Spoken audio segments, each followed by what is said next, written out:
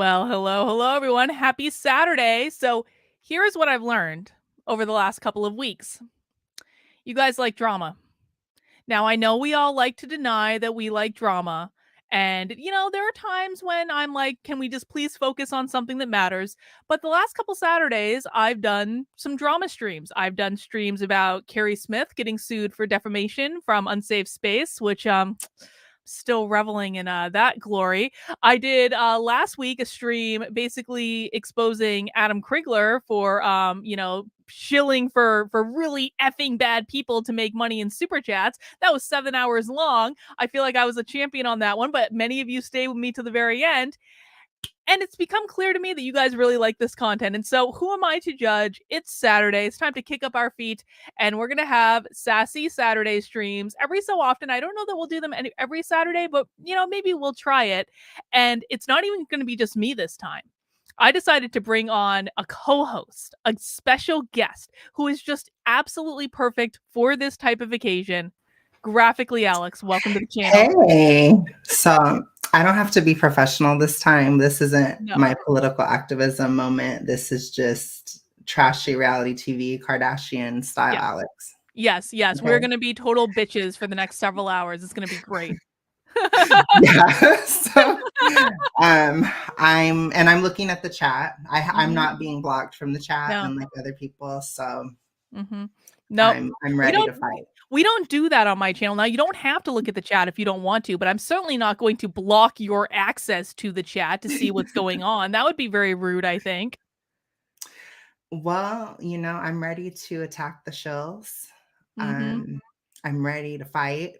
I'm a good fighter. I have a nice fighting spirit. I'm ready to I'll bring the judgment and the fire and brimstone from the hell that exists on this side. I feel like you're going to make me look like a reasoned and nuanced person in the course of this stream. I don't know. We'll have to compete to see who can do that for the other, but it'll be, yeah, I'm kind of nervous. Well, I'm not nervous, but I don't know that much about Jack Murphy, and I heard a little bit about it last night, and I was scarred. Well, so maybe we should do a little update first to discuss how we find ourselves in this place right now, because we are watching just in case you guys can't read the title of the stream, we are going to be watching tonight together the interview that Jack Murphy did recently with Benjamin Boyce. And, I haven't watched this yet. I've heard tell about it, but I haven't watched it yet. And Alex hasn't watched it yet either. So we're all going to enjoy this together. We're going into it raw. Very just raw. like Jack Murphy, apparently. So, for those of you who have been living under a rock and don't know how we got to this place, I feel like it's necessary to do just a little bit of background. So, Jack Murphy is a character that is most well known, I think, for being like a guest repeatedly on Tim Pool's show. Okay. He is in the like manosphere. I guess he's like an alpha giga chad that has a I always start coughing as soon as I get on camera. Gosh, look, you got me coughing. I'm giving it back to you. We're just gonna circulate it back. It's your energy. Oh my gosh. Style. Exactly. So Jack Murphy apparently has this like online coaching program where people pay him $100 a month to learn how to be more of a man and a like masculine, manly man and like the hunter gatherer and like taking care of the little housewife and all this bullshit. So he's been doing, and no judgment if people find value in that sort of thing, whatever. Everyone has to live their own best life. But a couple months, oh God, it's been a while, hasn't it? A couple months back. Yeah. Jack Murphy's porn leaked onto the internet. Well, I guess it was always on the internet. It was exposed. I remember that because I watched your channel. Plus, I recently was looking for when you got in a fight at the school meeting or whatever. So I was all up in the channel at that time. So I think it was back towards January or so. I've never gotten in a fight at a school board meeting, unlike the rumors that people like to start. Oh, gosh. We love that article, by the way. I'm a huge fan of whoever wrote that. Oh yeah, that article is fantastic. Oh my God, the Timber Tattler. Yeah, it's beautiful. But I think, all I know about Jack Murphy, I almost forgot his name, is that He shoved things up his ass. He did. He was Yep, he down for did. his girlfriend to be fucked by somebody else, Mhm. and he liked to listen to it, and he was into water sports. Oh my So to god. me, that's all he encompasses to me.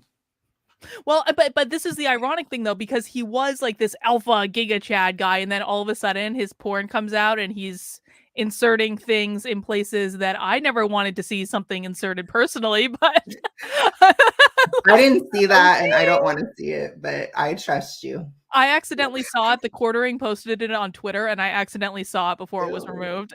I was like, "No, no, no, no one Google Jack Murphy's porn if you haven't seen it yet, and so you don't, and if you don't want to." But Ugh. yeah, so he was doing other stuff too. Like I guess him and his girlfriend were doing like cam work, and so they were having sex on the internet for money, and they were like taking requests, I guess. And he has apparently a secret series of articles where he writes about like his girlfriend like fucking other guys and like it's just like, and it also got and this also Mhm. coincided with him yelling at Sydney Watson on Elijah I Schaefer's saw show that.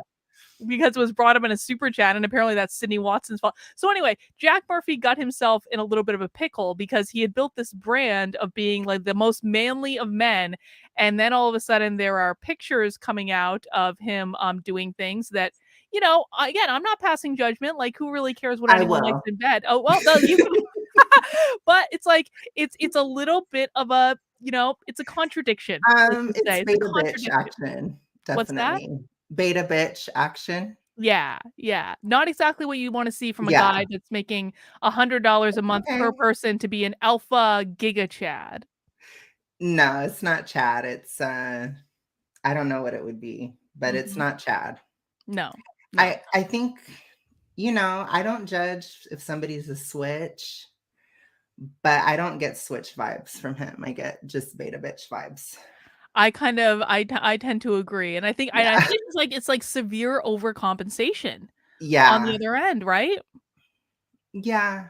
I think I think if you're doing that, you know, I'm obviously not super manly.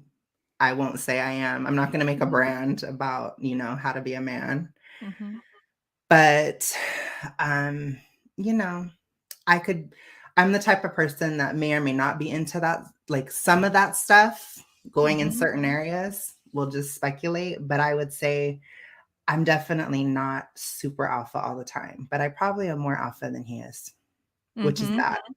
That's really low, or not low, but I don't know. I'm more of a switch, I guess. Well, I think yeah. I mean, I think listen, I really think that Jack Murphy is his own worst enemy in this situation though, because I honestly think if he was really like an alpha man, he would have just come out and owned it and been like, "Yeah, Yeah, what? Who cares? I made a but ton of money. I he's made a not ton of money." though. Oh, but this is the thing. It's like what he should have done is said, "I made a ton of money having sex on the internet. F all of you. I have no regrets." And that's how I think that situation should have been handled. Not this thing where he tried to deny it and then hide it and then lied and then went on Tim Pool No, and but lied and like, you don't understand, Carlin. You can't do that in the conservative Christian community. "Oh, that's right, because he's a Yeah, conservative there's another Christian now. I layer. forgot about that. I forgot You about have that piece." to you have to virtue signal very hard and very God. fast. Man. And do that he did. And apparently he lost a lot of members in his community Not and surprised. yeah. Which, you know, I mean, again, if you are not the brand that you're selling yourself to be on the internet, then that just makes sense. But Yeah. what I would have liked to see him do, again, I haven't watched this interview with Benjamin Boyce, but I've heard kind of like enough about it. What I would have liked to see him do is to come out and been like, you know what?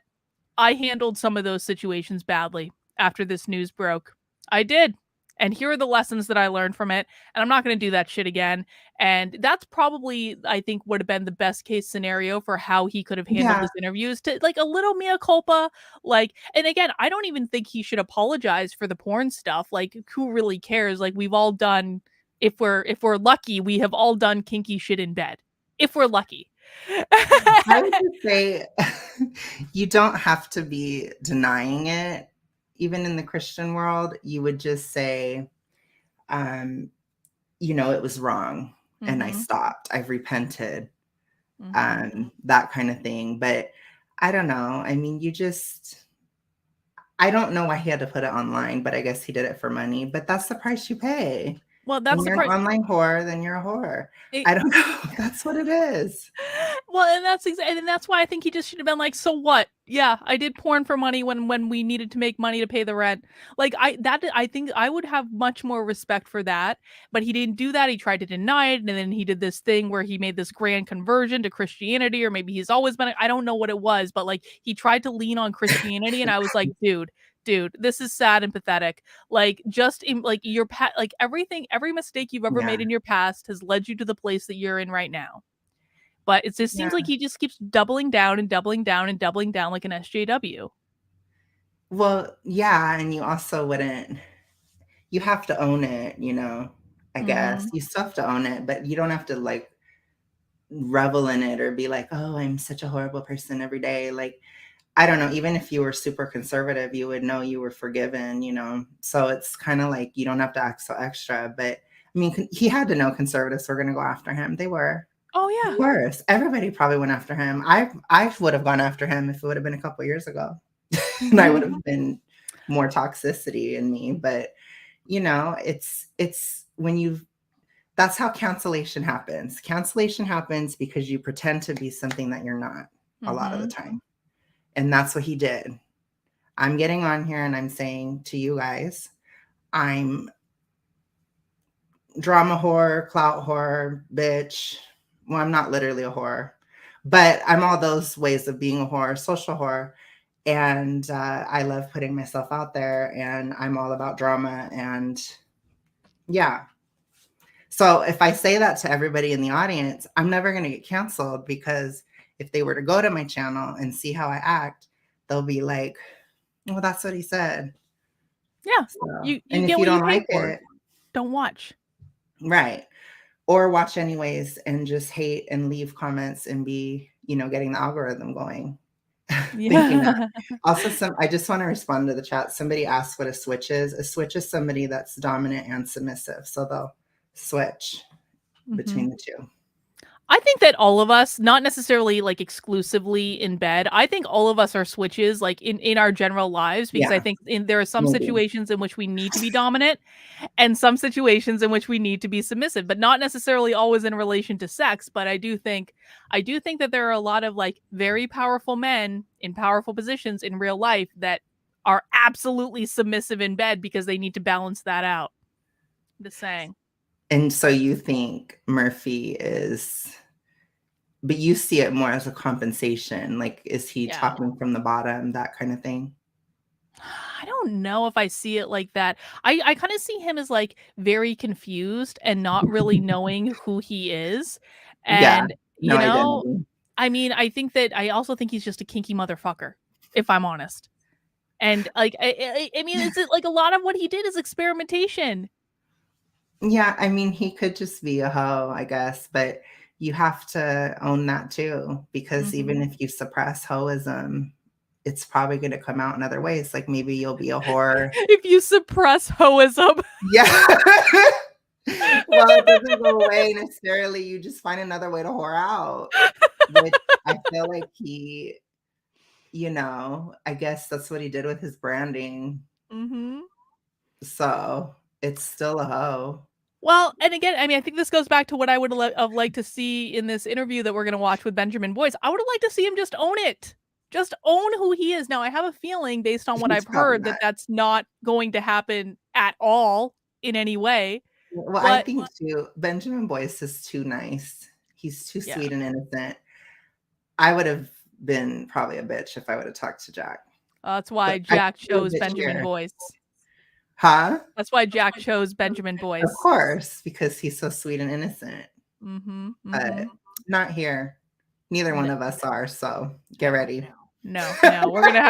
We're gonna have a great old time in the stream tonight. So we're Yeah. gonna we're gonna get started in just a minute. Alex, do you have headphones perchance? Because I'm getting a little bit of an echo, Oh, but if you don't, we will I survive. I don't. Let That's me okay. That's okay. try to move my speaker. I mean my mic. I'm sorry. I No, could it's fine. try to turn on the volume. Is it that bad?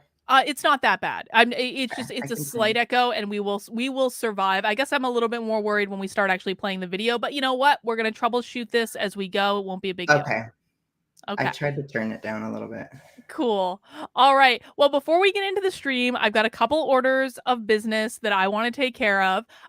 First off, let me see. I need to get a drink because I'm going to be drinking. I know you're drinking water because you're a good boy. You don't get involved in these things. I appropriate Mormon culture. Just kidding. No, I don't. But I don't drink alcohol.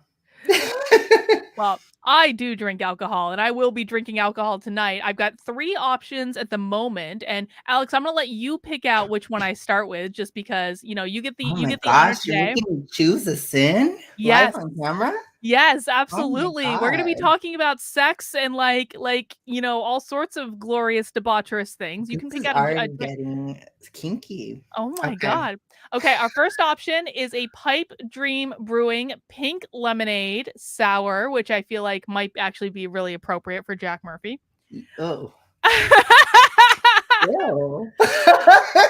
Our second option is a berry cheesecake sour ale, which is delicious and really, really good. And our Okay. third option is a cookies and cream stout. Which one do you think? I Pink think lemonade. I think the first one, honestly, that one sounded the most Jack Murphy. I agree. I think this is going to be an excellent option to start with. Let's just make sure we pour this 'Cause we love drink. sour. I love Mhm. sour. I like being sour too. Yes, we're going to be very sour on this stream, I think. So we'll need some sour ale to help us out. Look, it's so Oh pretty. my god, she flagrantly flashes her sins all over. Oh my gosh. I'm gonna have to tweet Good thing about this I'm not a later. Christian. Oh god, Carrie Smith is going to be judging me so be like, "How dare she drink alcohol on the internet? I'm gonna How have to tweet dare about she? it later. I'm gonna have to. Can you believe Karlyn had a beer on the internet? Oh my word." Well, I heard Carlin's an alcoholic, so Wow, I've heard that one before. That's all right. All right. Our second order of business is I just want to make sure everyone knows that Graphically Alex and I are doing this stream today, at least partially, because we have connected as part of my yes. locals community. And so we got to be a shout out to locals. Chill it out. Isn't my community like the best community on all of locals, Alex? It is. There's drama, there's intrigue, there's so much talk about sex and degeneracy and whores. There's There's gossip. there's weird juju spiritual We do things going spells. on. Yeah, there's hexagon or no hex, not hexagon. there's talk of talking to the dead. There's we don't we expose ourselves to certain viruses live at the Zoom call. It's really wild. It's true, So, and the way you get access to that is by becoming a supporter in my community. and we don't wear any masks either. No, So no it's masks super kinky. allowed. Yeah. No masks allowed on my community. Absolutely not. They're forbidden. Heading over to kb.locals.com/support, and you can sign up for $5 a month. You can sign up for $50 a year, which gives you 2 months for free. You can also make a one-time gift. When you join my locals as a supporter, you get access to 2 community Zoom calls every single week. We do them on Mondays and Wednesdays. You get access to book club. You get access to Bitchcraft. You get access to the supporter Discord. You get access to Writers Club. You get access to all sorts of awesome things. And Alex, you you're can going to say? also you can ask Karlyn what happened between Yes. Adam and Tim. Yes, you can. I have You answered can that join question just for about that. We I won't judge. that's exactly right. Sometimes I do spill the tea, and the most popular thing that people ask me is why did Adam Krigler get fired off of Tim Pool's She'll show? tell you. And I will tell you on our community Zoom calls, because, and the reason, just so you guys know, like I knew about this from the beginning, what happened. And then I was accused all over the internet by Carrie Smith for over a year of spreading gossip and telling people when I never did, because it wasn't me that told people. It was someone else who told people. And so after a year of being accused of something I didn't do, I decided, fuck it, I'm going to monetize this shit. And so now I do tell that story on our community Zoom calls if people ask very, very, very nicely, which they have on several occasions. But the thing is, people don't actually share that shit outside of the community Zoom call. They just like, they know the story, we gossip about it a little bit, and then they're like, okay, and we move on with life. So I feel like I'm behaving a little bit responsibly. I don't know. It's good. No judgment from anybody. You know what? That's why you join. This No is judgment. this is a lesson for people not to lie about me for over a year if they don't want their gossip spread on the internet. I'm just saying, like, I feel like I was extremely patient. Anyway, you can join us at kb.locals.com. You can also join for free if you just want to check it out. Just go directly to kb.locals.com. You can sign up for a free membership. But the supporter stuff is where it's at because that's where you get the most bang for your buck. All right, Alex, do we need to do anything else before we start watching the video? I'm just gonna do a quick show for me. Oh, yes. For plot horror reasons. Please. So I'm actually launching a daily vlog on my channel in a couple days on the 25th. And then I am gonna do a streaming schedule as well. So we can keep the sass going all around. And I'll be here as often as I can be. Yes, absolutely. And I want everyone to know whether you're watching on YouTube or Odyssey or Rockfin or Rumble or even on, well, not on Gitter. I don't have a comment section on Gitter, but like if you want to subscribe to Graphically Alex's YouTube channel, it is in the description below. His YouTube and his Instagram are in the description.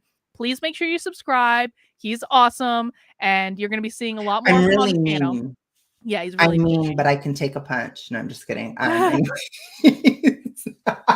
Sorry. Okay. I'm ready. Are we ready? Yes, I think we are ready to get started. Let me make sure I have it set up correctly. All right, Chrome tab, sounds on. All right, guys, let me know if the sound is coming through. Let's get this party started. Please mount that like button if you're excited to have some bitchy drama stream for me. All right, let's go. Hello, Benjamin. Hey, Jack, how you doing? I'm all right, man. How are you doing? Pretty good. Good to see you. Yeah, good to see you too. Yeah, it's been a minute. It has been. I think we spoke in 2019. It's been that long already. Holy cow. Yeah, the whole pandemic happened. That did happen. I think, if you remember that.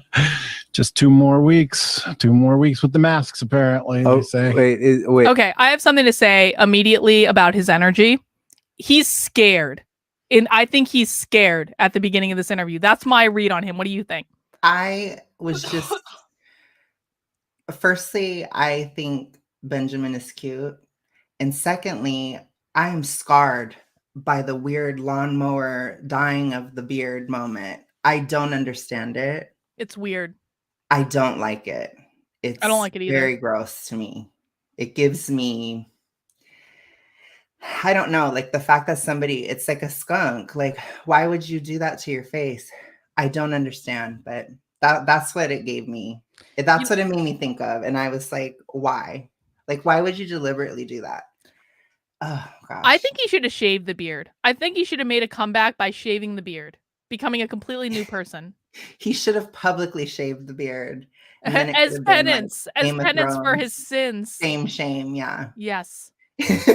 I agree. All so right. You think he's scared? I mean, probably. Yeah. It would be bad. I would really be mean to him. I'm going to be honest. So I don't know. He would never talk to someone like me. So probably not you either. No, he would never. He blocked me on Twitter after I told him that racism against white people was not worse than racism against black people. He blocked me immediately after I said that. And I was like, really? What Jack? a thing to get triggered by. Very interesting. Isn't it though? All right. I just remembered I forgot to show this super chat from George Andre Veloso Nunez. Sorry, George, for that. Jack Murphy mounts the like button and twists. Be like Jack Murphy. P.S. Fire and Brimstone Graphically Alex helps creating in the chat. Thank you, George, for that. All right, let's keep going. Hey, are you guys still in 2 weeks on the plane? Oh, okay. No, they just announced that they may release the mask mandate on the plane in 2 more weeks. Just 2 more weeks, they said. 2 weeks. It's been the longest 2 weeks I've ever experienced, man. Yeah, man. I can tell you about that too. Yeah. Since 2019, but we first talked in like 2017, 18. I think you went on Mike Peros's you didn't go on, you went to his class. That's right, at Evergreen. And that was in the fall of 2017. Remember when Evergreen was like, do I remember? Hot spot, man. Yeah, it was. It had its moment. They're almost dead now. It did. They're about. Is it? Yeah, they're about done. Does Benjamin Boyce remember Evergreen? Oh my God. Nat D says, you think the beard is a cover up for his balding? I mean, it's compensation for something, that's for sure. I don't know if it's the balding. I think it's compensation for something. Gosh, you're right though. Like, I was paying more attention to his energy, and he is so just scared. Yeah. They both seem scared. I feel like Benjamin doesn't know how to talk about it because he's gonna want to be so nice about it.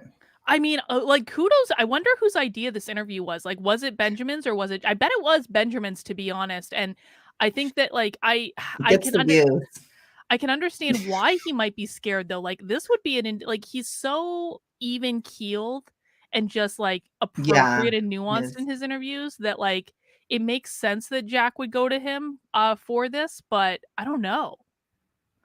I'm sure it's like Benjamin wanted to have him because of it's good views and it's good tea, and here we are, But I also think it's like, I think it would be hard for him to talk about it because he's so proper. He's so nice. Mm-hmm. See, I don't have to worry because I'm not nice. So. It's easy for me. All right, let's keep going. Well, beautiful campus, nevertheless. Yeah, totally empty now. They really did a number. They doubled down, and then they kept on doubling down. Did they pay for it in student enrollment? Yeah, student enrollments, I think it's around 1,500. It's under 2,000, and they need to be at 4,000. But it just went. Boy. And so they're just floundering. I don't know what they're going to do, but they're supported by the state, and the state's controlled by Dems, and the Dems really like the equity agenda, so they're trying to, keep it going. Keep it afloat at all costs. Yeah. To truth and reason and reasonableness. Oh yeah, exactly. Those are the key words.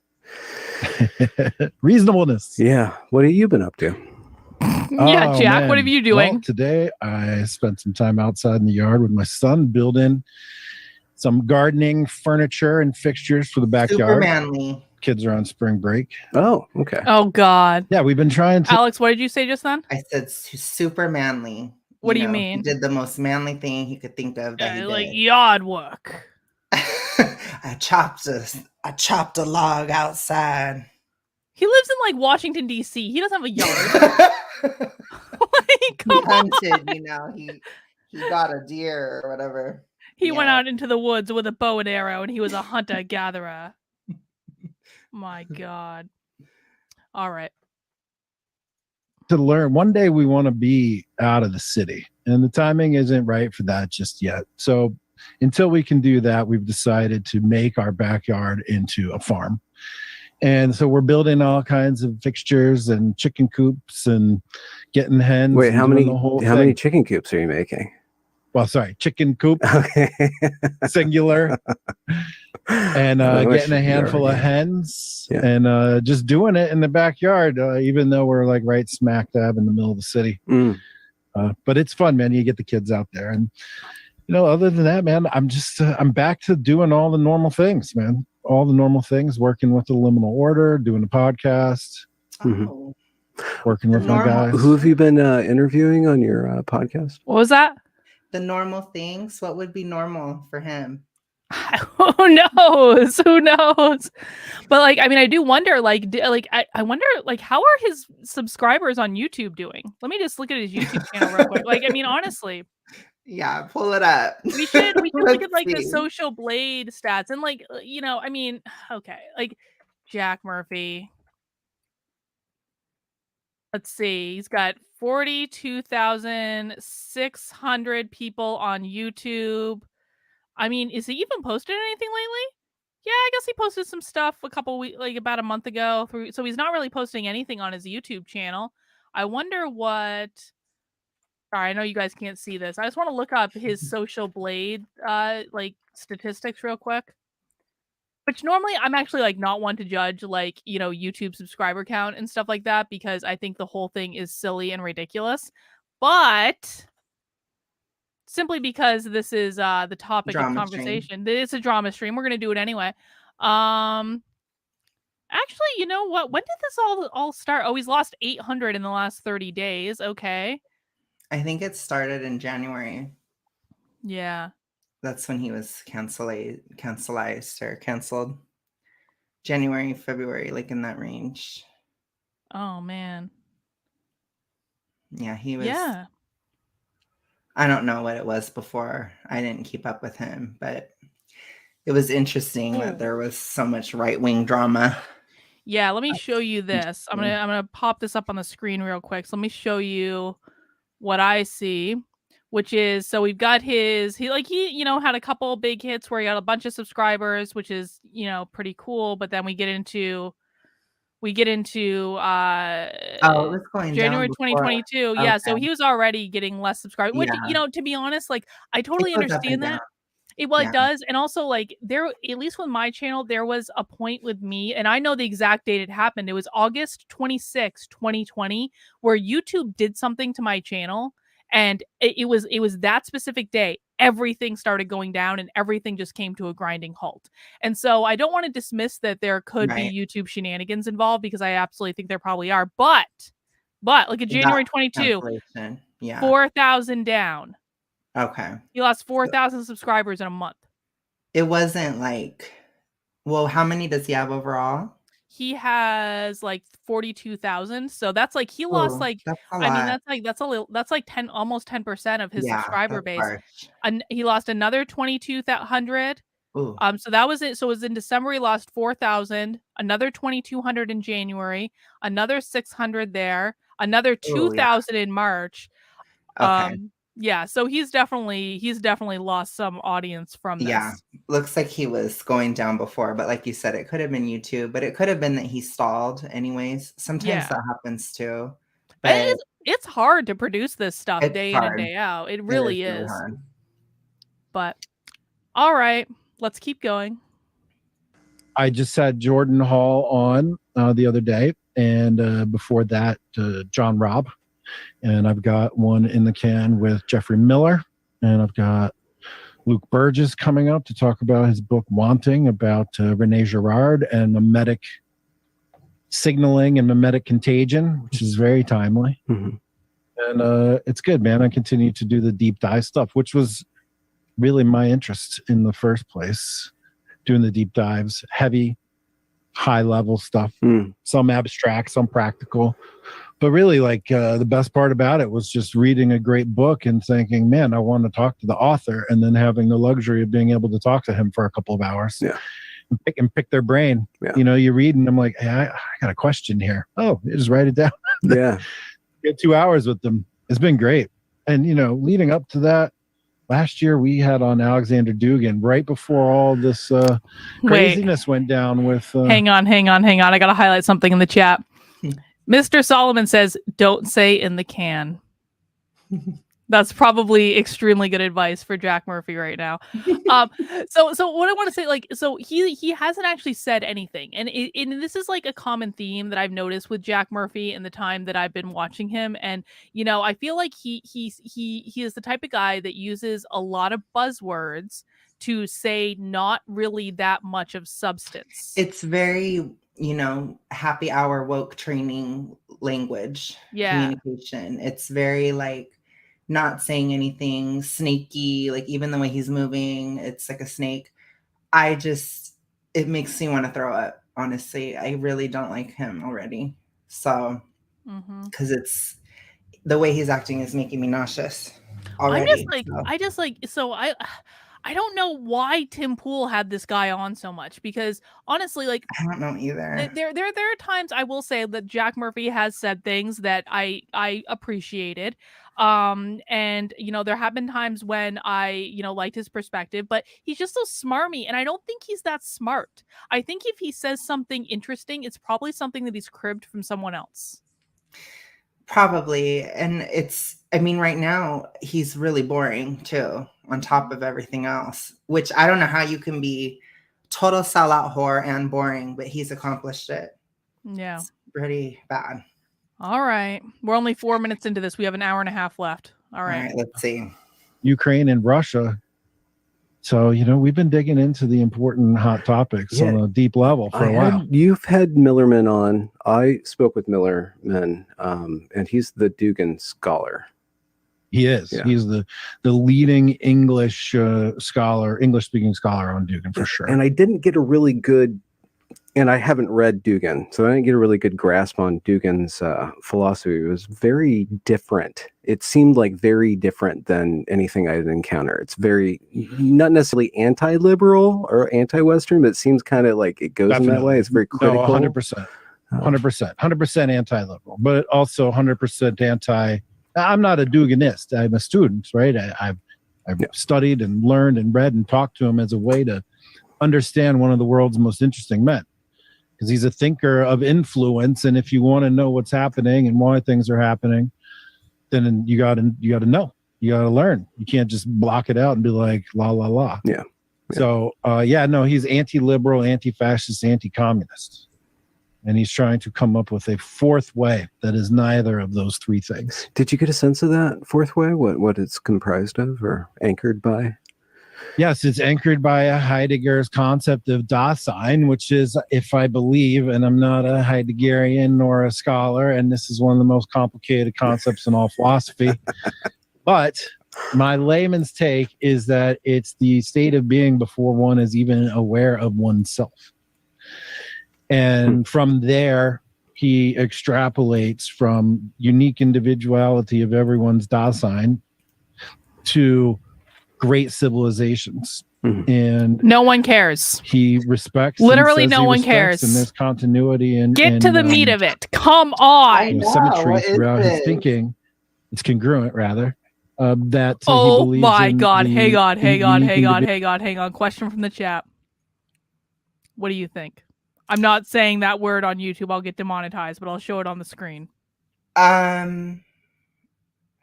He seems to have some exhibition-ish type stuff going on in his noggin, so I would say probably. Natty says no. I could understand like the adrenaline rush of that, I suppose. Well, I think it comes from a lack of an identity or personality. You have to kind of do something weird to get a thrill, Mm-hmm. That's why I think he did. I think he went that far. Nat D's wrong.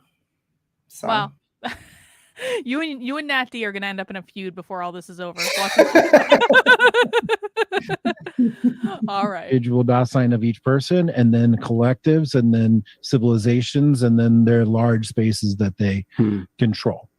And in his model, he makes space for the United States and for Persia and China and the West. So Dasein is kind of like the character, the spirit, the soul, the personality, kind of the most elemental, fundamental part of being. Yeah. Okay. But again, Heidegger's complicated stuff. Even the most sophisticated Western philosophers are like, and then I really got to get to Heidegger at some point. Well, you can't interview him though. He's out of the but just even trying to grasp, he's off the podcast. That's from what I hear. He is indeed. But Dugan is a Heideggerian, and he has built a congruent political philosophy off of a concept of philosophy that is well respected and regarded. I'm falling by a lot asleep of people right now in the biz. I was really intrigued by talking to Dugan because of the same reason, well, not exactly the same, but similar reasons as to why I'm interested in learning about Jeffersonian or Hamiltonian philosophy, because they created a political philosophy and then they created an actual political implementation, space, an actual implementation based in their political philosophy that informed their decision making. And they have done the same thing there in Russia. They've taken, the evolution of Western metaphysics into Heidegger, and they've created a political philosophy based on that. And now they're implementing their political vision. I'm not a supporter of the war. I don't think killing is good. I pushed the wrong button there.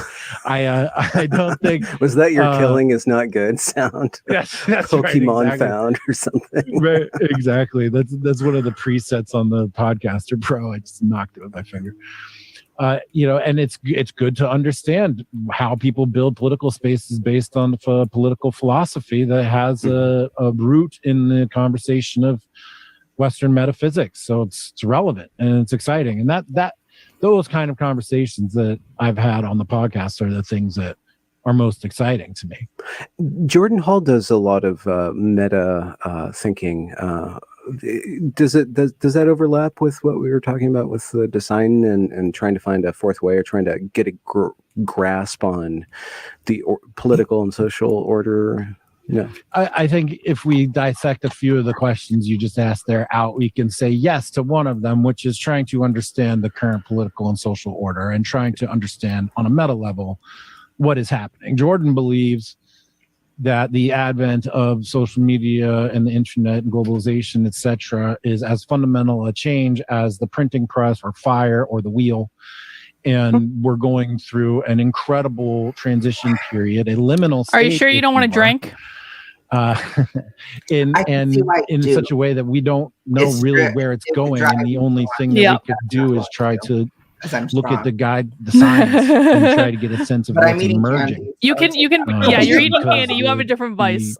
Social coherence has been thrown out the window, and we're not operating on the same page. We're not all getting top-down direction. He was one of the first people to put together this is the part concept, where the blue church pretending concept. to be smart. Hang on, say that again. I said this is the part where he's pretending to be smart. Yeah. He's like, oh, I'm so intelligent and I'm so intellectual. I intellectualize so much, but I'm anti-liberal, which is stupid.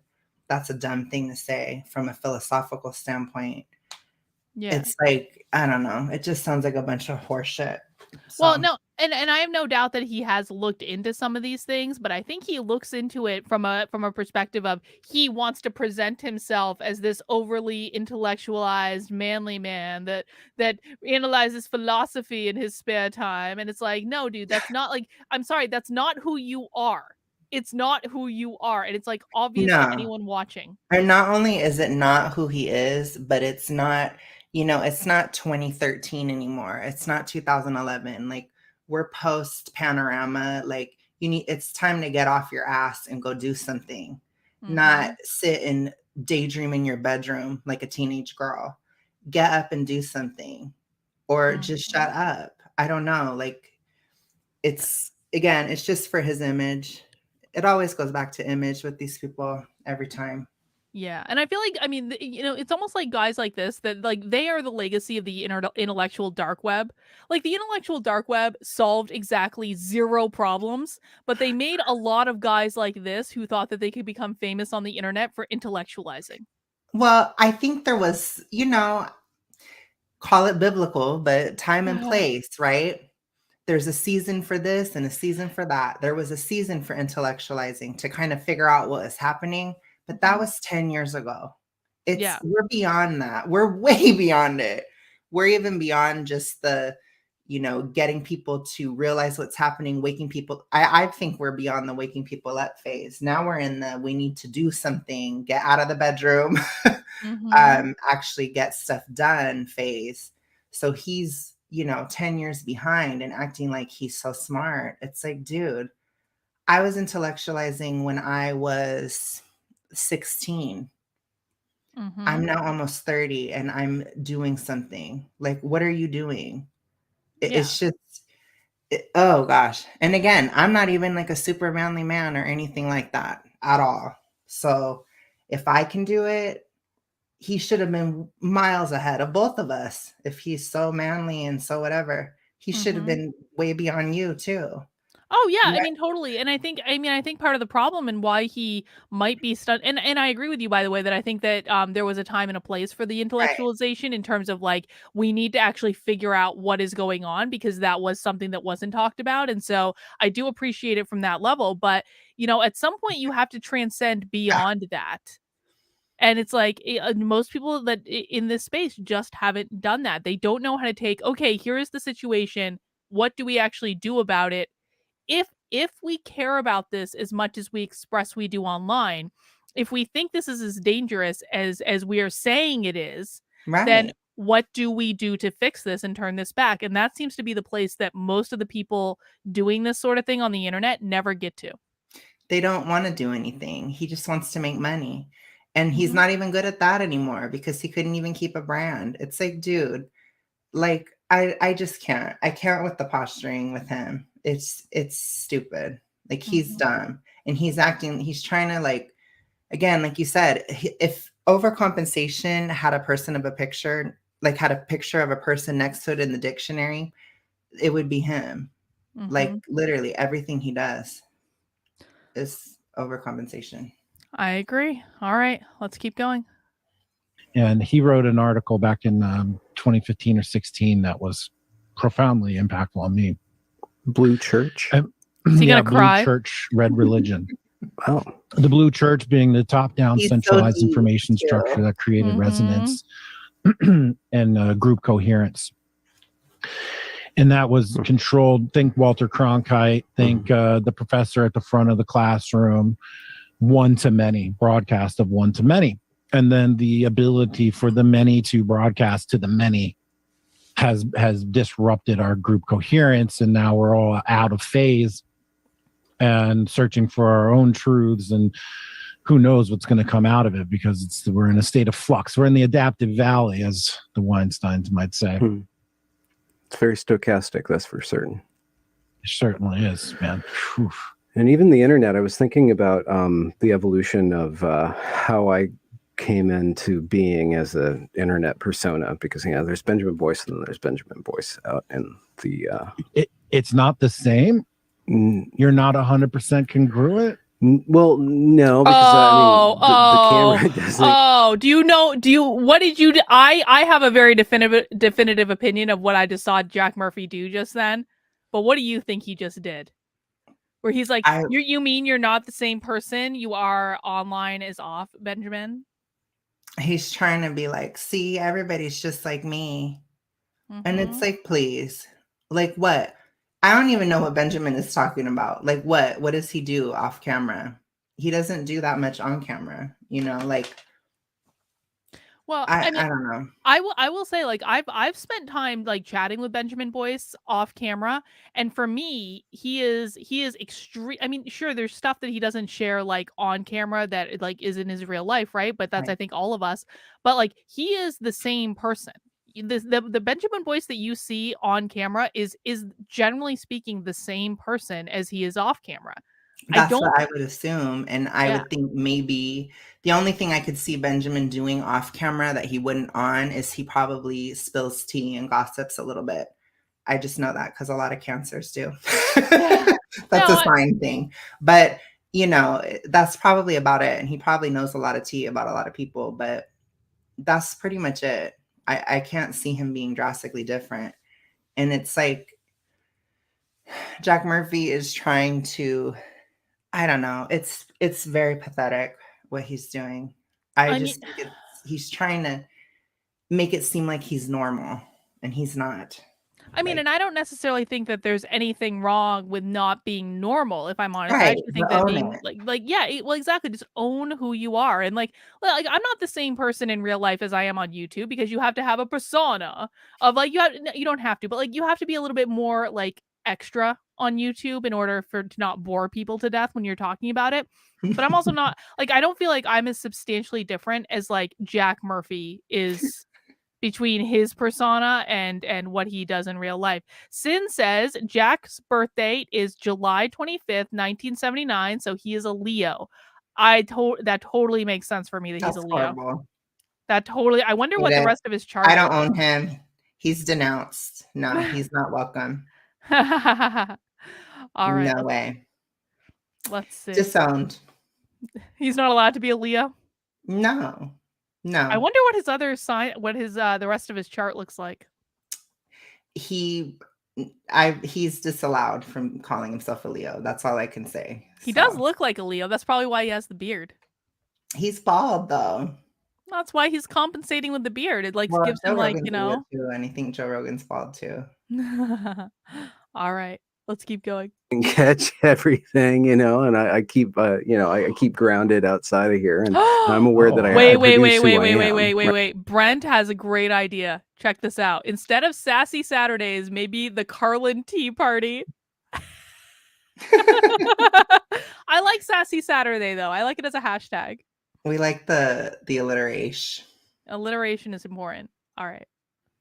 Right. I produce who I am to other people, and then the parasocial relationships that happen on top of that. But I was thinking about how the IDW so-called was interesting, or a particular moment in time where a certain sort of communication over the internet became legitimate, or legitimate seeming, where you have these big names that are not just big names in the numbers, but there was this kind of turn into the normie land where a lot of the internet was just joking around and shit posting and trolling and, you know, just expressing things and sharing things. But the podcast circuit, and then the, you know, and then YouTube too, there was just, it was very plebeian and just kind of pickup stuff. And then with around the IDW stuff, it became apparent that there's legitimate conversations happening in this space. Outside of the mainstream narrative, there are very valid, you know, and respectable people communicating. But we sit, and I'm kind of connected to that. I kind of try to do higher brow stuff, but I'm still riding a wave of a lot of just, you know, just stuff and just people generating content and trolling each other, and, you know, the less respectable kind of stuff that, you know, I we're the less respectable stuff. I can't get into. You bring the fire, Benjamin. So I'm just thinking about that as in the sands are. Listen, there's nothing wrong. I don't think there's anything wrong with doing less respectable content. You don't always need to be respectable. It's Saturday. There's time to let your hair down and have some fun. He's being signist against fire signs right now. That's what he's doing. He, you know, we bring the fire, Benjamin. I love fire, so let's play with it. Exactly. But whatever, intellectual Benjamin, fine. That was a little bit of sass from him, but I'm not gonna let it slide from him either. It was. I love Benjamin though, to be honest, like, just so everyone's clear. I legitimately love Benjamin Boyce. I think he's like a really legitimately good. He's very smart. He's very smart, and he's just a good person. So I don't want to throw too much shade on Benjamin, and I don't want to spread any rumors that like there's a feud or anything. Because God knows. Well, we can, you know, just a little bit, just a touch, but we like Benjamin. Of sifting, like it is really a mix-up, but there are just kind of tiers of discourse that are happening that are off the gatekept blue churched path, right? Sure. And every once in a while they blow up into each other, and they kind of go down and up and stuff. Yeah, I mean, that's for sure. The IDW moment was a good one because it legitimized actual intellectual sense making on the internet. Yeah. Right. And it brought people together who may have not actually come together in person, or had they done so, it would have been at some, you know, nerdy conference that nobody else went to or heard of. And there was maybe a recording of it that got translated, you know, transcribed later. It brought sense making because nobody really knows, right? Nobody really knows where we're going or what's going to happen. There's not like a finite plan. There's not a step-by-step, you know, path that we're following. Come on. Biden knows what's going to happen. They have it all figured it out. So putting your effort and energy into making sense of the world and collaborating with other people who are doing the same, and exploring and expressing ideas and trying to have some coalesce and see what what the group sort of comes to an agreement on, what consensus may be, is exceptionally valuable. And it's not only just valuable in the sense of we need it for a universe, we need it for ourselves. It's fun too. There's like utility to it, and it's a way to engage intellectually that I don't know that was available previously.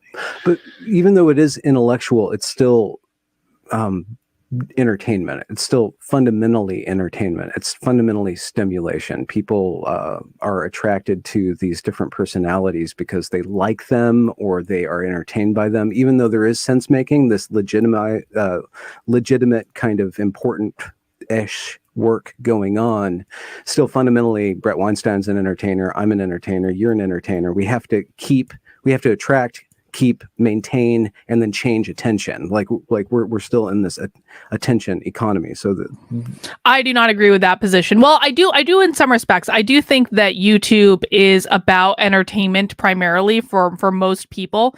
But I don't think at least for me, I've never thought of myself as an entertainer, and quite frankly, I refuse to do so. And I thought about this a lot, like during 2020. When my channel was really growing very fast. And I was like, you know what I could do? I could just make raw Trump videos every single day of the week. I would have so many subscribers. I would make so much money, but that wouldn't be real. And it's just like, I do think there is a fine line to walk between entertaining the masses and actually doing something that is impactful in the world. And I think if you see yourself primarily as an entertainer, it's like, are you really going to take that next step to do something impactful in the world? Or are you going to rest on your laurels and just continue to do your show and nothing after that? I don't know. What do you think? I think it depends on the person, because I feel like I've talked to you in Zoom about how I'm going through my Saturn return, blah blah blah, which is so fun. And I feel like part of my life purpose is to be entertaining, but it's also more than that. I think it has to be more than that, and I think I would want to change the culture, more than anything, because the culture is just so awful. It's really bad. So it's like, if things have to change, then they have to change, but you have to do something for it to change, and you have to do something different. So I don't know. I think that I predicted that Benjamin got him on there mostly for the views, which I don't judge him for, because again, Benjamin does a lot of good work. And so I do think that, like you said, there is that balance where you have to be drawing people in, and most people are, Kardashian watchers, basically, or the Real Housewives, are like us, below deck, type of people. So I can understand that. And you have to it has to be more infotainment, but actually good, unlike SJW style, which it's just shoehorned into you through their style, because they don't pay attention to anything. So to me, it's a lot of different things. Like, I do consider your channel to be very entertaining, but I also think that we do real activism too. So it's not just, like I said, there's a reason that I'm doing this right now. It's because I have to get out of my bedroom. I have to do something. I'm still in my bedroom, but still, like, you know what I mean? No, totally. And I think I can accept that, and this is a conversation I had with myself when I decided to stop yelling at my audience so much, even though I think there was a fair amount of yelling at my audience that was necessary at a certain time on my channel, because there were frankly a lot of annoying people in my audience that I didn't want to be in my audience anymore.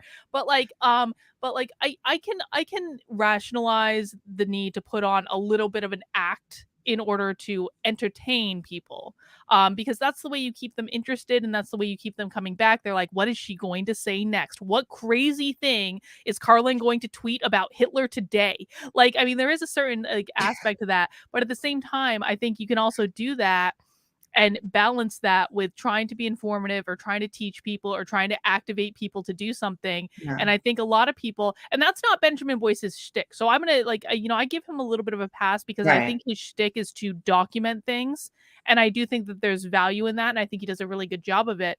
But people like Jack Murphy, like, he just wants to make money. I don't view Benjamin as someone in this game where he's like, I'm going to get rich and be like Tim Pool rich on the internet. Jack Murphy, I think that is absolutely his goal. Right. And the thing is Jack Murphy should do better. He should be bringing the fire. He should be, you know, especially if he claims to be a Leo, he should be doing that. There's no excuse. Like, I get it. Benjamin's a Cancer. He's, you know, nice and sweet and innocent and calm and, you know, more, you know, he'll attract those people that want a calm, decent conversation. But unfortunately, the activist side of things is the fire. It's the fire. It's the fiery people that like, you know, bitches online and stuff and like sassiness. And that's who you have to wake up and get them to go do something. Because again, we're beyond intellectualization. We're beyond just waking people up. It's time to organize and do something. And I feel like Jack Murphy was trying to say that, but it's like he says it in such a like, oh gosh, like you said, schwarmy way that is so unclear and so difficult to even hear. Because he basically said what I just said, but he said it in like, you know, a 2-page paragraph when it's one sentence. It's like, just be a man. I mean, he's literally making me feel like I'm sexist. Like, be a man and just talk. Like, what is wrong with you? He's not acting like an alpha giga chad. He's acting like a douche. He's acting like a teenage girl, which I'm like, I don't know. Teenage girls maybe shouldn't be the leaders of the movement, you know? No offense to teenage girls. No, they have their place, just not as leaders of a movement. Right. I want to address this. Patrice asks, oh yeah, what happened with that later Hitler tweet? Okay, so for those who don't know, yesterday I tweeted out that Hitler was the original anti-racist, and I stand by that statement because Hitler apparently said that the Japanese people had ascended to being Aryans, and then the Japanese people were like, no, we're Japanese, mother effer. And so I stand by that, but here's what happened. So I got drunk on happy hour stream yesterday, and then I went to the bar with the libertarians to celebrate someone's birthday and proceeded to keep drinking. And while I was at the bar, Joshua texted me. And Joshua was like, in the interest of getting you as much exposure and making your book as successful as possible, you, like all of us really ought to, may want to delete any tweets you've made that might make someone think twice about having you on their show. And then I was like, Joshua, a lot of tweets do that. And he was like, some more than others, Karlyn. It's just a suggestion. And then I said, are there any ones specifically that you're concerned with? And he said, do you have to mention Hitler? Oh gosh, he tries. And so Joshua and I had a whole a back and forth debate while I was drunk at the bar about whether or not I should delete that Hitler tweet. I was like, no, Joshua, I am objectively correct with this. You need him. You need Josh. And I finally decided that as my gift to Joshua, because he is so nice and so patient with me, I was like, fine, Joshua, I will give you the gift and delete the Hitler tweet, but I'm objectively correct and I do not apologize. Fair enough. But yeah, I can see why he said that. He's looking out for me. He's doing the thing that I pay him to do, which is he is. He is. All right, let's keep going. I think it's happening within the framework of entertainment. And I don't think I'm using entertainment as very broad, as in just things that people pay attention to. It's not like in a classroom where you're paying to get a skill, right? Where it's kind of pared down and kind of more legitimate, more structured, more exclusive because you have to pay and then you get a credit out of it. It should be more utilitarian, but pedagogy is changing over time to be more entertaining now because the kids don't pay attention to anything that's not entertaining, right? So it's all in the bubble of attracting, keeping, and then changing. Oh my God, can the two of you please get to the topic at hand? I think there's a part of me that recoils from the idea of the entertainment, but then I think, okay. Oh, whatever, Jack. In the old days, people, I don't watch TV, I just watch PBS, right? There's like tiers to it, right? Yeah. So sure, it's entertainment in the sense that you need to capture people's attention. I feel like I've tried to put out a signal and just use that as a way to attract people. And in fact, and maybe this is where we're going here, but I feel like he's so scared. Look at his eyes. Look at his eyes. Over into the more entertainment-y part of the universe. Yes. That I didn't really know that I was getting in there, and I didn't really want to be there. Wait, hang on. Say that again. What was that? Do you think he was in any kind of entertainment in particular? Because I don't know. I just, I mean, some might say he was a professional entertainer. Right. Some might say he made money for entertainment of certain kinds, but he's not all about that. He's really a philosopher. A philosopher. Yeah, he's really serious, Karlyn. So serious. My God. Accidentally spilled over into the entertainment realm. He was on Tim Pool's show like 87 times. Yeah, and he was also on certain sites doing certain things for money and definitely entertainment of an adult variety. Don't even. And that's the thing, like, just own it. Just be like, yeah, I like to be an entertainment whore. I like attention. That's the Leo thing to do, is to just be honest and just be like, I like attention. I do. But I don't have to be a porn person to get attention. And there's nothing wrong with liking attention. Right. And the thing is, it's like, you can't do porn and then act like you didn't want attention, or act like you're so serious. You're not that serious. Oh my God, you have to see what Sin said in the chat. Sin, I am looking at you in a whole new way now, Sin. Let us entertain you. Sin. Oh, oh my goodness. And that's not appropriate. No, yeah, Sin, that's really inappropriate. And Alex and I are virginal and pure, and we don't want to hear that nonsense, okay? Sweet and innocent over here. Exactly. George Andre Veloso Nunez says, you just reverse engineered what you've been talking about, anti-racism, and what we are watching is proof of it. Some internet drama might help sales, if a little, until we get to the juicy stuff. Thank you, George, for that. Appreciate it. All right. Hopefully they start addressing it at some point.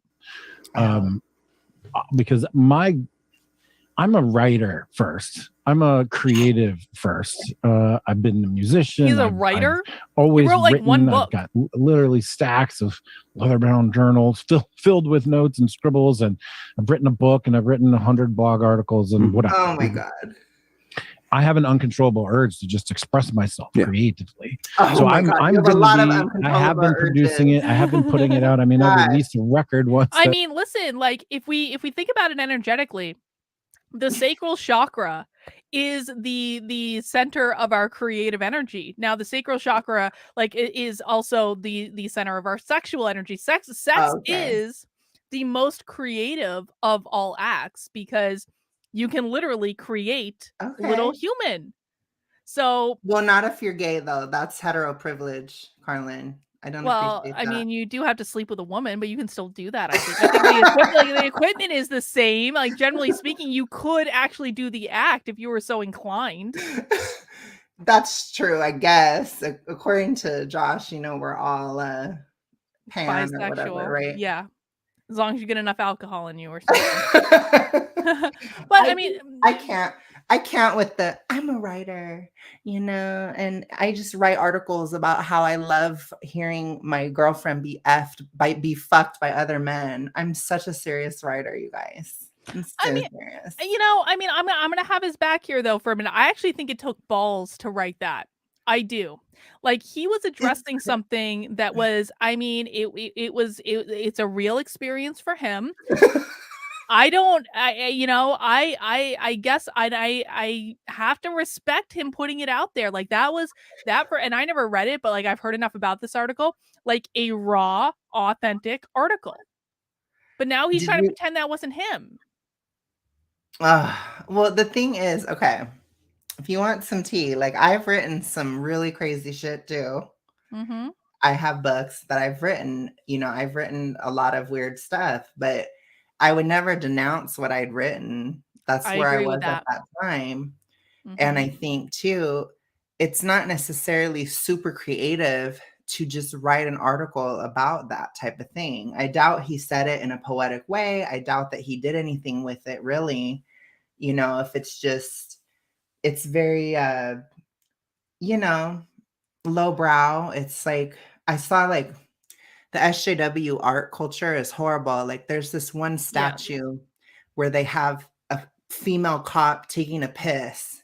And it's like, you made a whole ass statue of a female cop taking a pee.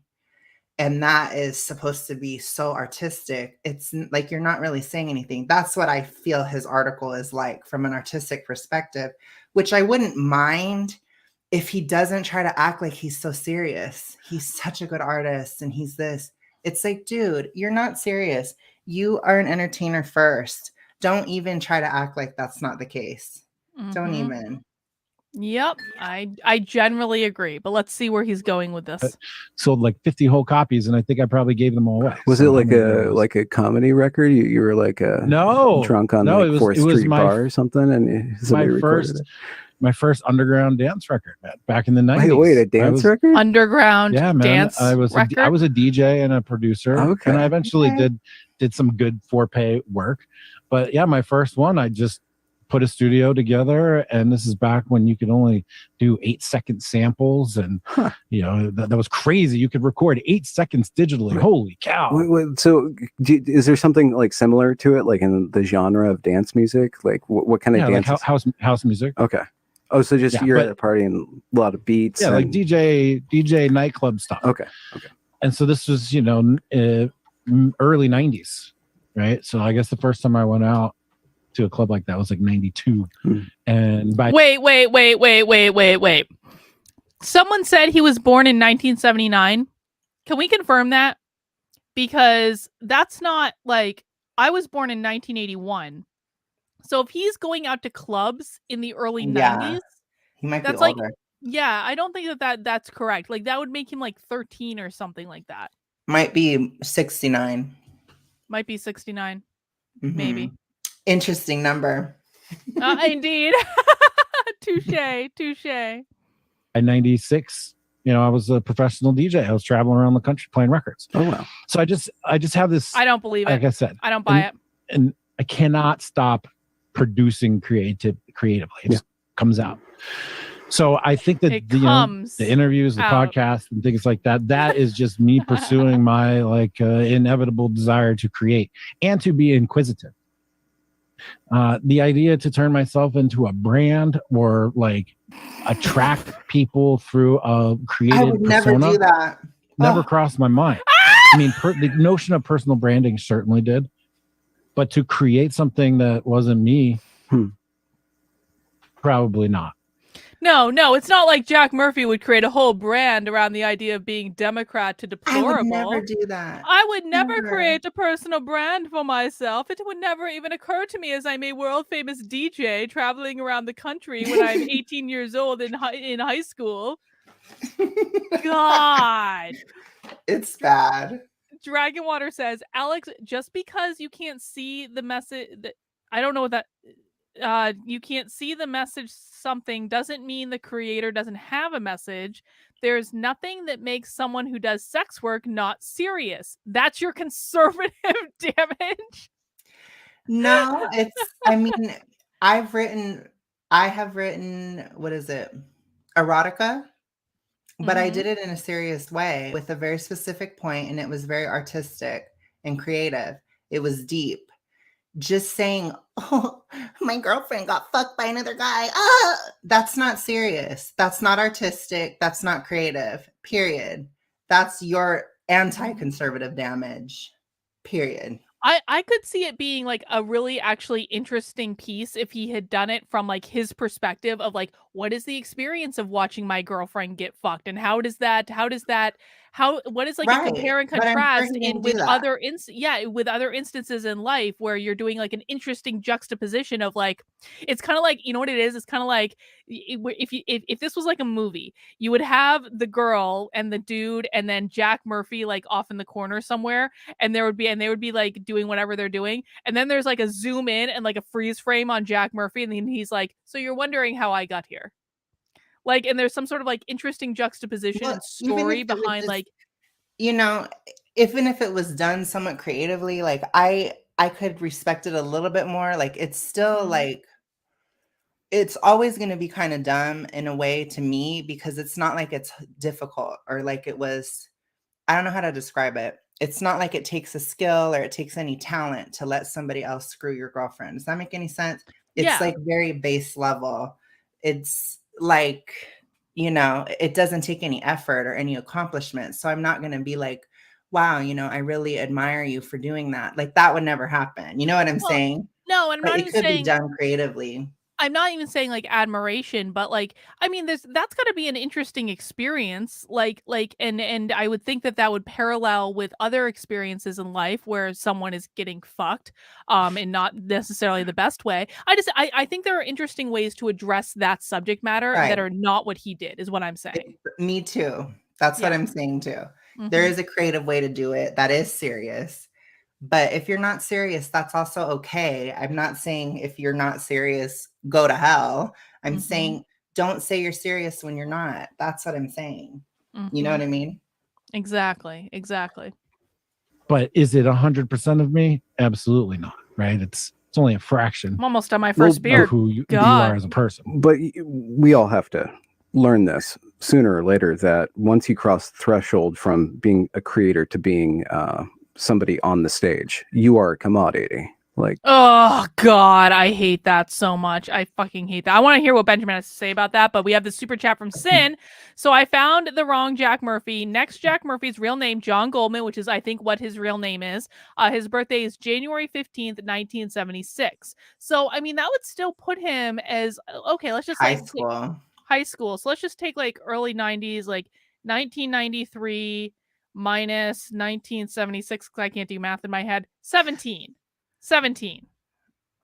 I do not believe that Jack Murphy was a world famous DJ when he was 17. I'm sorry. Yeah, it's a little bit of a stretch, but all right. Nah, maybe. I mean, I could be wrong. All right. Jack Murphy becomes a commodity. You become a token. And then what happens to that token it depends on a lot of different things, but it's different than you. You created that projections, like the bat signal, like you threw out the bat signal, right? And you're like, this is what I'm doing, but once you project it onto the what Plato's cave, then it's kind of different than you, right? And then the audience, especially in the Red Religion days where everybody's making content, there's a lot of people looking for a lot of content, and they don't have I try to not use people as content because I know that, even though it is a persona, I'm not going to turn it into a content because I try to respect the human being on the other side of that. Other people won't do that. And so he's right about that. Like what happened to you last year was that like you were on this tier of intellectualizing and inquisitiveness and creative. And then there was a surge from another level. There was just a huge surge. It's like phenomenal. I just have to say this, like the Beirut explosion that happened a couple of years ago, just like a complete, just this huge thing. And it's very rare for somebody to be at the epicenter of that. So I don't know how you get through that, how you manage that. And then you don't have any control for a period of time. You don't have any control until the attention goes away. You have no control over that narrative. So that Jack Murphy that they're talking about is different than you, but it's still what you created, you put out there. Sure. Yeah, that happened by accident, man. Okay, you got to decide, you got to separate between what did I put out into the universe, what was I intending to do, and what was in the forethought of my thinking, which is interview high-level thinkers, drill down on their subjects, study philosophy. I mean, last summer I did a Claremont fellowship, but it was like one of the most exciting things I ever did. And it's like, I called it nerd camp. I mean, basically we were just reading philosophy and history and sit around talking about it for 8 days in a nice hotel. What happened, and I wasn't expecting, was that, I was the first podcast guest on Tim Pool's IRL. Oh God! Time show. It was the very first guest he ever had. Hang on, I have an interesting. I actually have an interesting story about this, and I know where this is going because this clip has already made its way around the internet. But I actually have an interesting story about this because Jack Murphy was the first guest on Tim Pool's show, like 3 days, like in very close proximity to when my Trump rally article went viral on the internet. Really?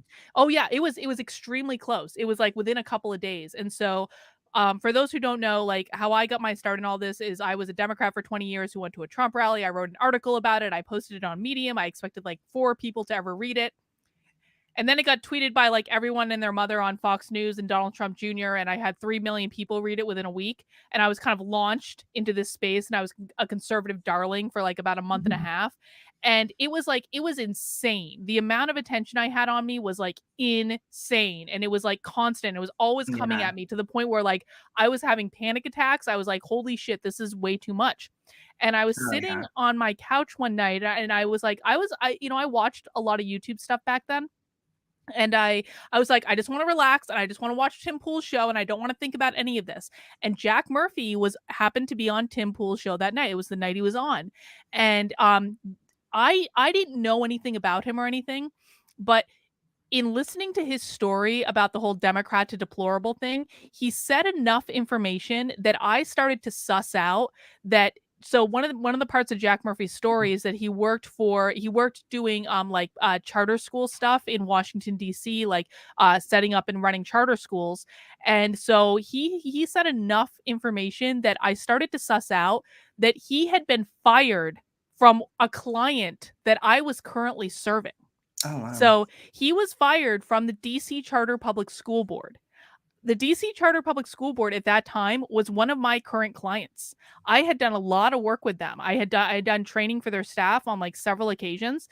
And so that was actually the moment for me when I was watching Jack Murphy on Tim Pool's show that first night that he was on. That was the moment when I realized, I was like, holy shit, I'm going to get canceled. Because I was there is no, because the HR director for the DC Charter Public School Board totally fucking woke. And she was a very nice person, and I actually really I had a friendship with her. I appreciated her as a human being. But it dawned on me in watching this that I was going to get canceled by them. And sure enough, a couple months later, I tweeted something about Kung Flu because I found Kung Flu to be really funny in response to the pandemic, because this is right when 15 Days to Slow the Spread started. Right. And sure enough, I got an email from the DC Charter Public School Board saying, Karlyn, this is a little bit racist, and I just can't have you coming in and training my staff if you're going to be posting racist stuff on the internet. And so I emailed her back, and I was like, I knew this was going to happen as soon as I met Jack Murphy.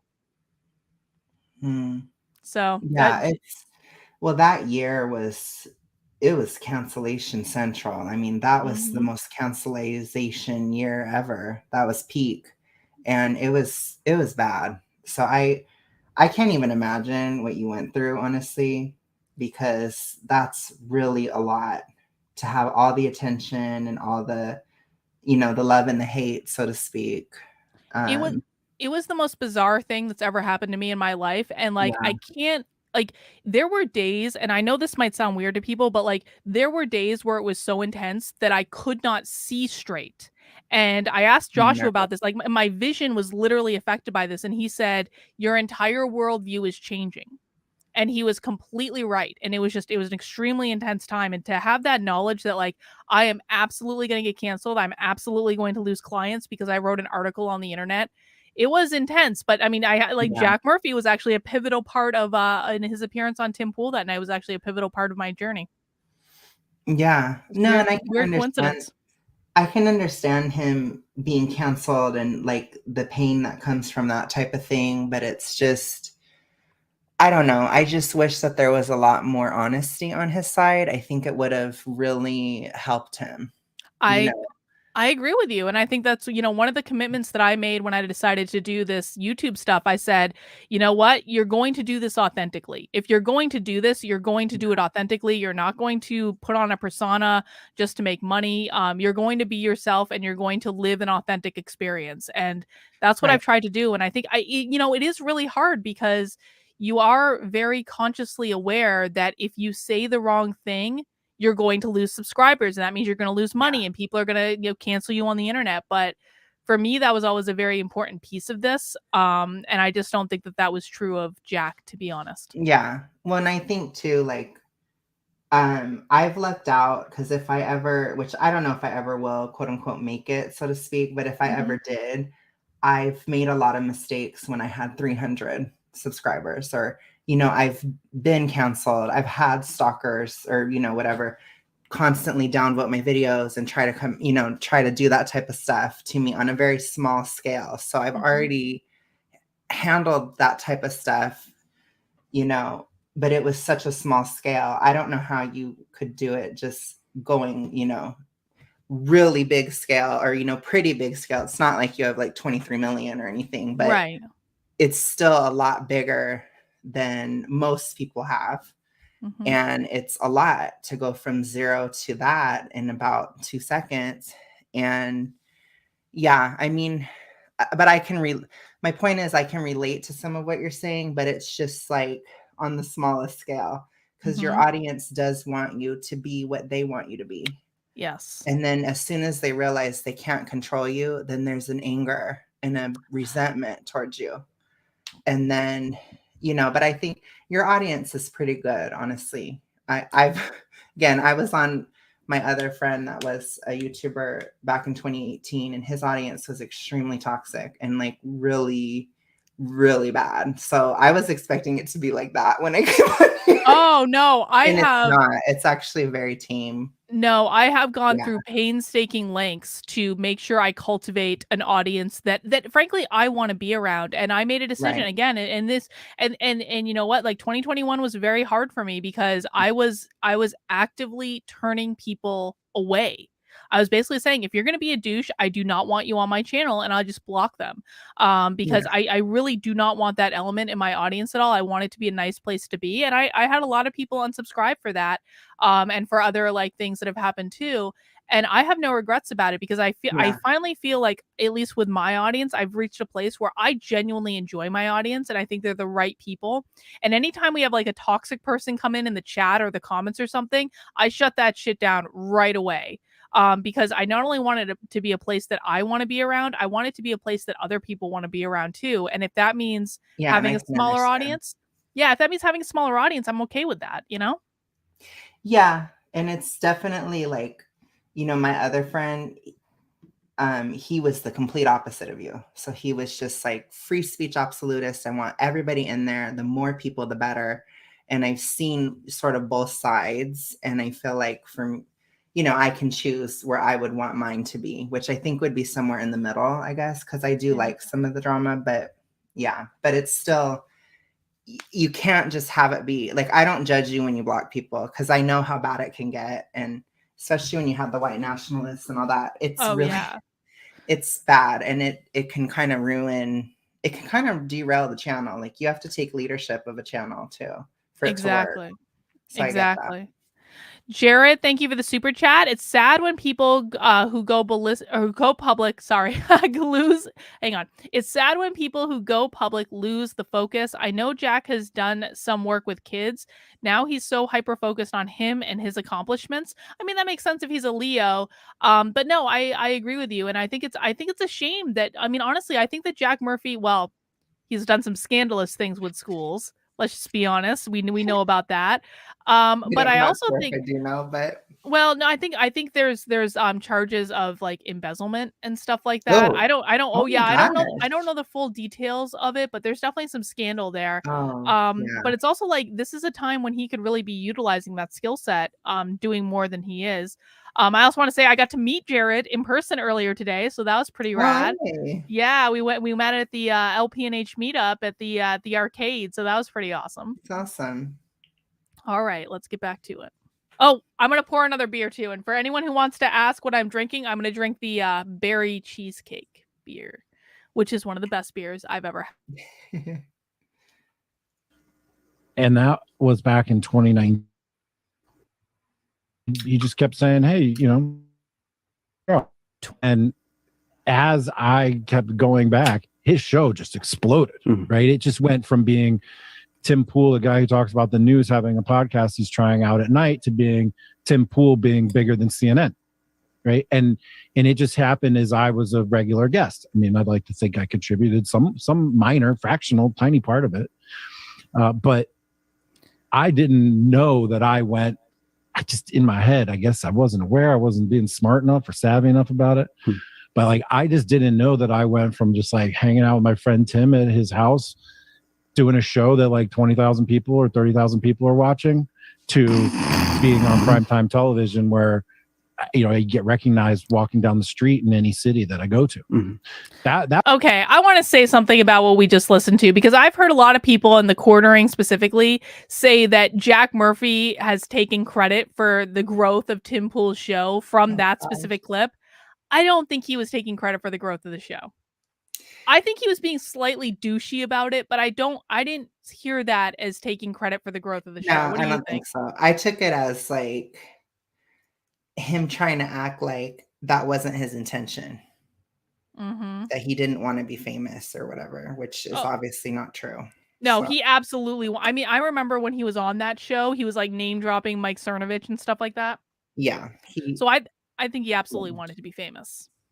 That's how I took it. I didn't take it as he took credit. I took it as he's trying to act like he's not just a clout whore, which, I mean, he is literally and figuratively. So, Are you knitting? Yeah. We're This is both one of the knitting. evil ways Karlyn influenced me.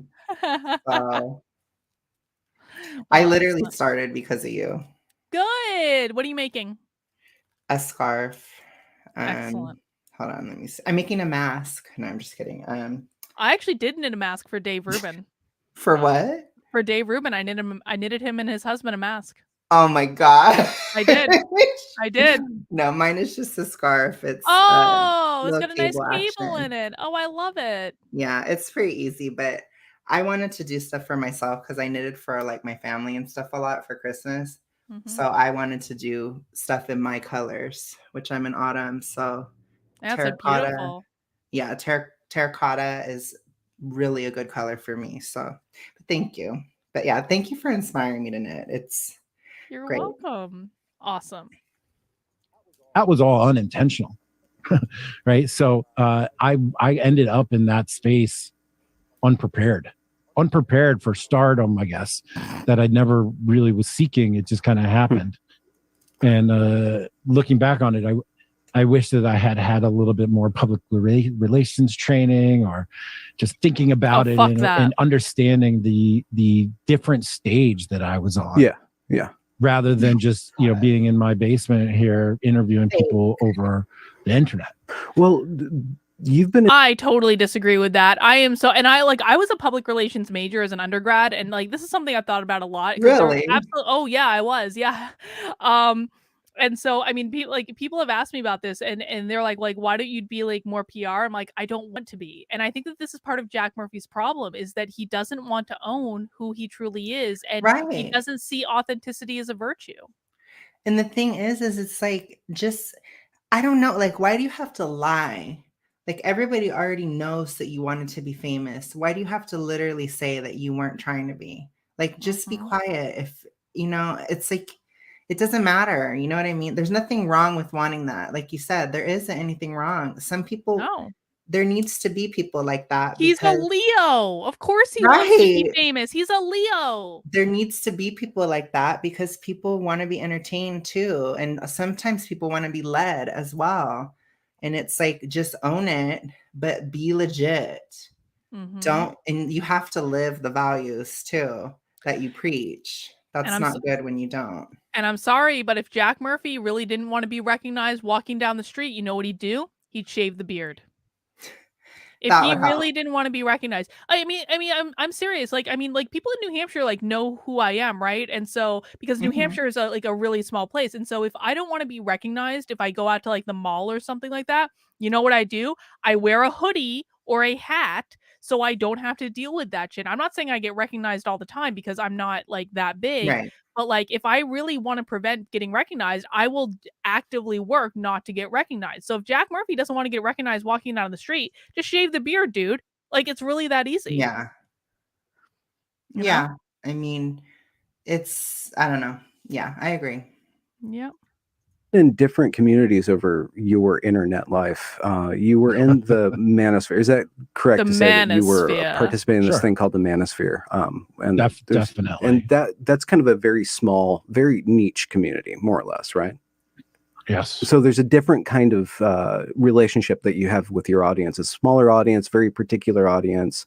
And then the way that people are making connections in that space, and the status, not the game in a cynical sense, but just the way that status operates on that level is different, totally different than, where Tim ended up with his thing, and the connections that are going there, and then the amount of attention that's going on in there. And with that attention, it's compounded by, there's not just more eyes, but there's more eyes watching those eyes, because then when something happens up there, there's a lot of people downstream of that want to play with the attention that happens upstream with them. And so there's this huge surge when the levee broke, in your case, of like this older internet, this trollish kind of a non-internet, the older YouTube, where people were just shit posting each other and trolling each other, and just a bunch of people in their basements just, finding material. And then this more legitimate or more astute YouTube that has come over time with more attention, and then Tim Pool and other voices cultivating a space for a different type of attention there. And that's where there was a collapse of worlds back into a previous generation of the internet, from what I see. Yeah, my internet life has been pretty wild, man. Look, I started on the Manosphere forums back in 2007 or 8 as just anonymous reader, whatever. Then maybe I started posting on the forums, and I met some really great guys on those forums back then. Guys that I still know today, guys that have matured and grown out of all that nonsense and are 15 years on in life, that are friends of mine still. And I was totally anonymous. I didn't even know what Twitter was. I followed one of my friends from the forums onto Twitter, and we just started writing with, Jack Murphy is sort of my name. It's half my name. My name is John Murphy Goldman. I'm named after my grandfather, Jack Murphy, John Murphy. So it's like my name, but it's not my name, but it is my name. And so I use Jack Murphy as sort of a pseudonym, but not really me. And so I was operating in like a non-space. Yeah. And then in this like edgy, just say whatever you want, we're just talking shit, like nobody's really listening. Right? It's like a small, totally small community, hundreds maybe of people, maybe thousands of people, and you'd get 100 views or something, and you'd be like, sweet, that was awesome. And then I got doxxed in 2018, and so that's when my personal life and the pseudonymous life got collapsed. Yeah. And so that's when my like upstanding, normal, white collar professional job of being a charter school executive and working for a charter school advisor, like a regulatory body, that got collapsed with shit posting Manosphere world, where you're just saying things to get a rise out of people. Maybe you believe it, maybe you don't. It's just fun. We're having fun. And then all of a sudden, that's like, boy, everything you said back then in 2015 that's your gospel truth, and that's who you are. Yeah. And so that's, so I got fired out of my job then. And at that time, man, my prospects for like re-entering the normie professional world seemed pretty dim when you're called a racist, Nazi, whatever. And some of your posts that you think are just fun, anonymous, half true, maybe all true, whatever, not meant for public consumption, really, because nobody's listening, get tacked on to your LinkedIn profile. It's tough. And so at that time, I just was like, okay, I have a small, like single digit thousands Twitter following. Like, well, let me see what I can do with this. And so I rode with Jack Murphy. And so Jack Murphy's dragging with it things from the original doxing, some other things that happened. Mm-hmm. And I go from this like niche Manosphere place, which is really a place that only you should pass through if you need to. It's not a place where everybody should go, and it's definitely not a place for anybody to stay, right? It's a phase in life, brief one at that, hopefully. And I guess through my hard work and diligence and being, I think, respectable voice, asking good questions, a voracious consumer of the right kind of content, putting it together, synthesizing it, and like being very diligent about the podcast guests that I've asked to come on. You know, in just a matter of years, I go from being an anonymous ship hoster in the manosphere to interviewing the the chief of staff of the Department of the Defense and world-leading philosophers and top academics in the world. And it's crazy, actually. When you really But that didn't come because he had a couple thousand followers on Twitter. That came because he was on Tim Pool's show. Right. I'm sorry. This is not, and you know what? It's okay to luck into things. I mean, I think that luck is a good part of any success. Right. I was extremely lucky. Well, in some respects, I think I'd be extremely lucky, and in some respects, I'm extremely cursed. But like with my article going viral, like, and my channel growing so quickly, and the opportunities I've had and the shows I've been on, I was extremely lucky. And so I don't want to discount that, but like, you know, Jack Murphy is like pretending that this is all coming because he just produced content on the internet and was on Twitter regularly. And it's like, that doesn't happen like this for most people. Even if you are producing, like, there are people who produce significantly higher quality content than what Jack Murphy does, that they don't grow at all. And it's like a travesty when that happens, you know? It's a lot of networking, like anything else, really. Like, it's a balance of a lot of different things. But I'm sure Jack worked hard. You know, I'm sure he was consistent. Oh, yeah. I'm sure he posted things. You know, I'm sure he, you know, hustled to get the secretary of whatever on his channel. You know, like, it still takes work. Yes. But it definitely was networking too. And he had to network with Tim, you know, Tim Pool, you know what I mean? So it's like, that's a networking thing. And obviously Tim Pool, he made it really big. And again, like you said, Tim Pool could probably give anybody an audience. So it doesn't really, because he's at that level where when you're that high up, you know, it'd be like a Shane Dawson or something. If Shane Dawson had somebody on his podcast every week, that person could get followers, his, you know, 19 million or whatever. When you have that many subscribers, you can create an audience for somebody like that. And, you know, he happened to luck into it, like you said, where he was on the podcast when it was smaller and then it did well, which is fine. I'm not going to hate on him for that. I don't really, it's totally fine. It's just, again, just a little bit of honesty would go a long way with him. Yeah. Really, really would. I don't even think people would be mad at him if he would have just been honest. I think what bothers me is not that he got lucky, because again, people get lucky doing this, and that's and frankly, like, part of the way you make luck is by working really hard and throwing a lot of things out there, and lucky things will happen. So I don't no shade on him for any of that at all, but it's like, dude, just be honest about what happened. It's not because you got up every day and made content, it's because you happened to luck into being on Tim Pool's show at the right time. Just be honest. I mean, that's our theme tonight, I guess. All right. Really think about it. Yeah, no, not to lose the thread, but it goes back to what we're saying about like the information landscape, or the information exchange landscape, and how that it's not just information, it's persona, it's the human being, the way that you can do a transit from a tiny little, you know, subreddit into, you know, an actual legitimate voice, or a voice that's speaking to people who have power in the real world. Is you don't know how short the distance is between those two places.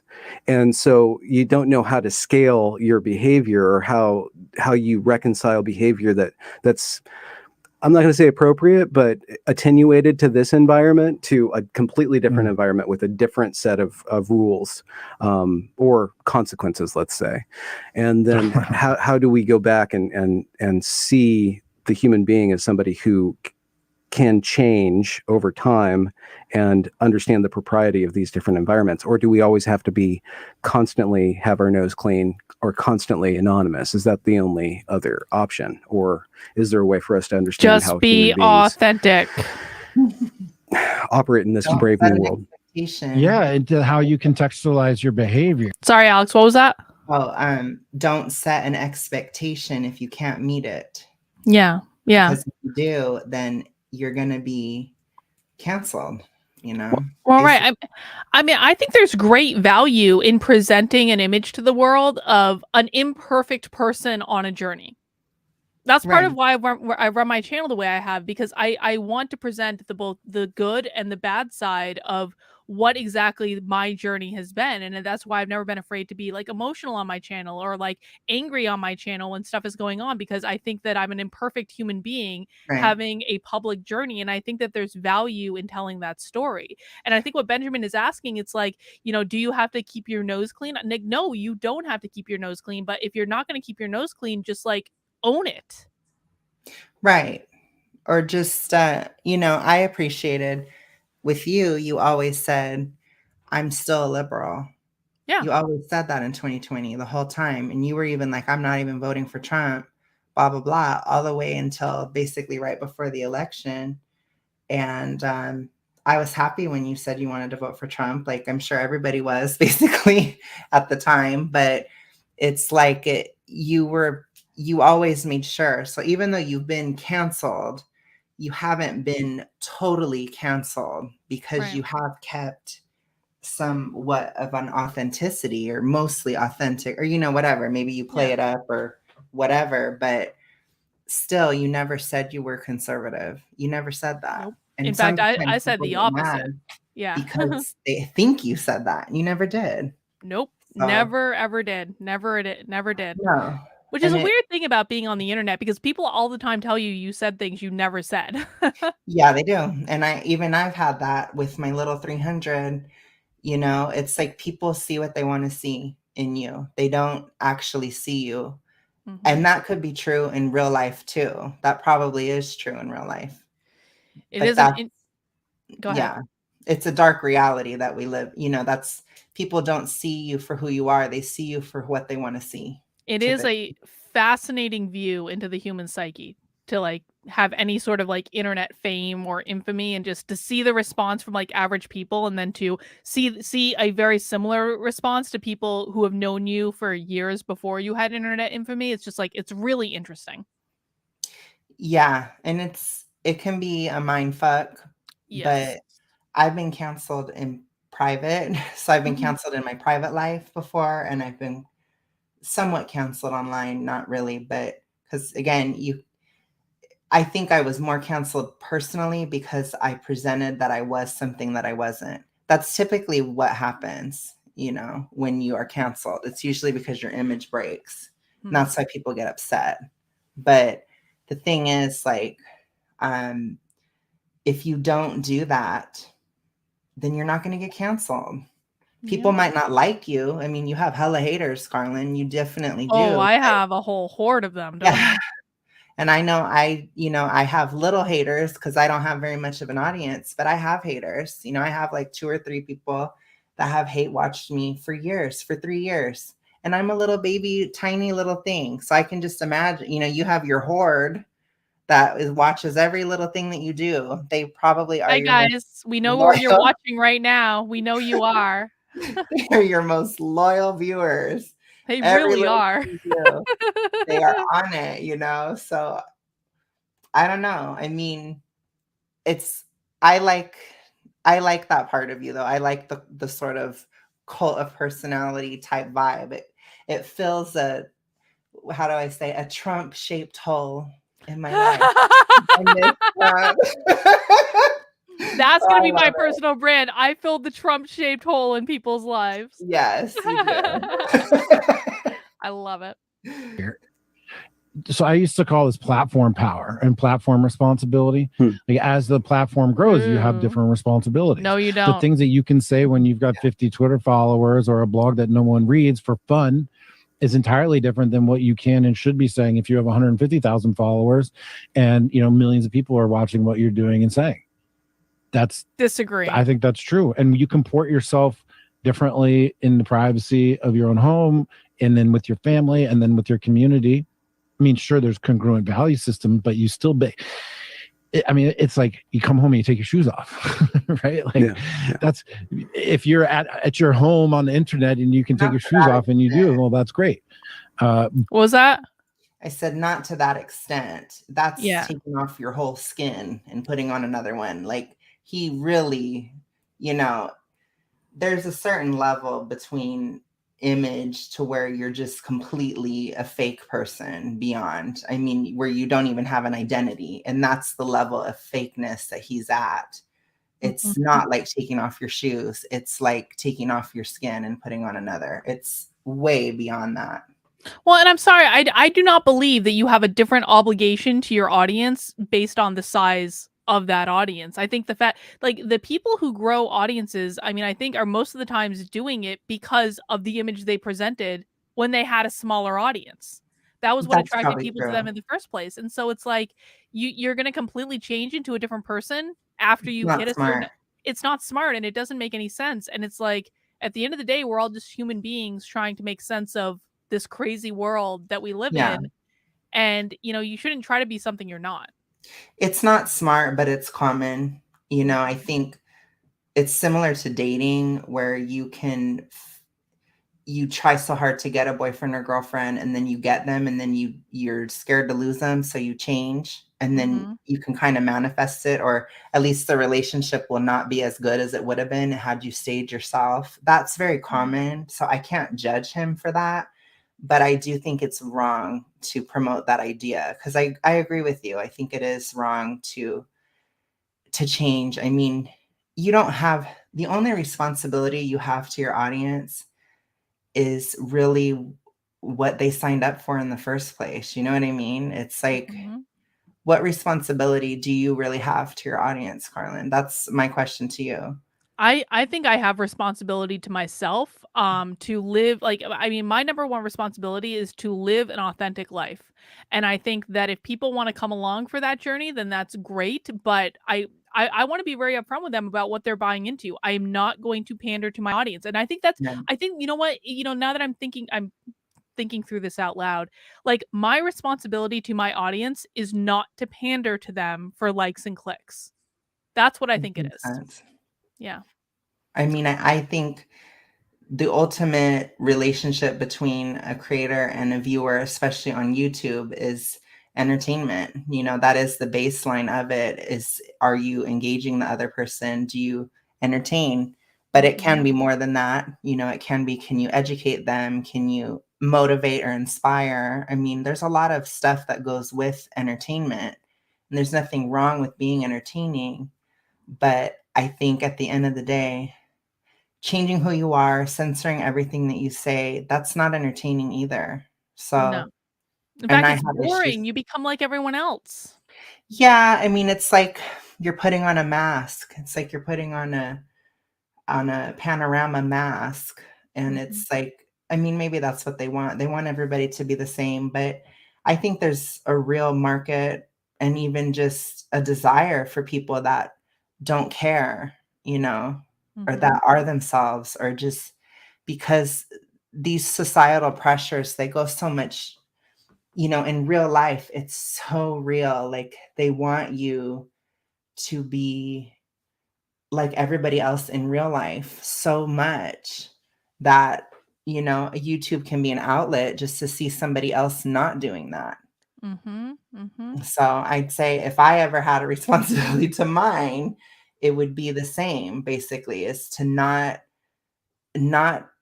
give in to other people's delusions. I don't know. It's, not uplift a false image, because in this society in America in 2022, it is just the image and what you're supposed to be is so much. Like, if you think about the panorama, like to have a good image in America, you couldn't see your friends, you couldn't show your face, you can't even breathe in peace.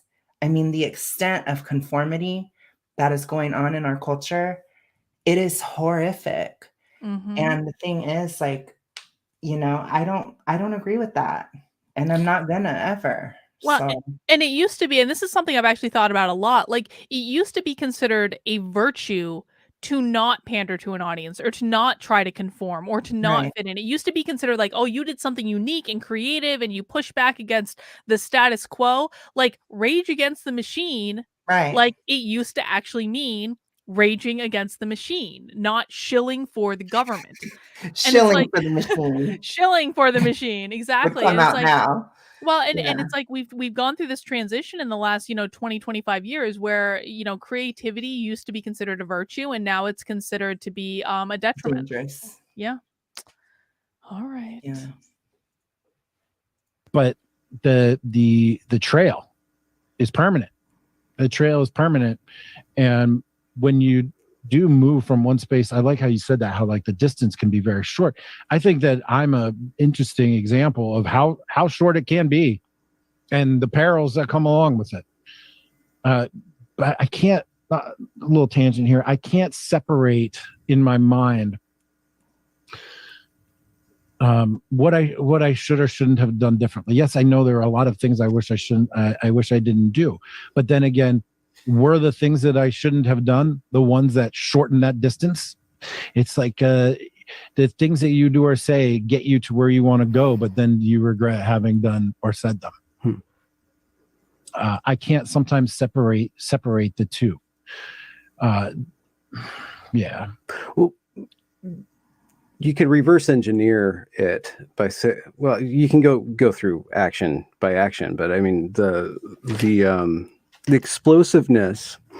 Again, I go back to that Beirut explosion. Do you remember that when that happened?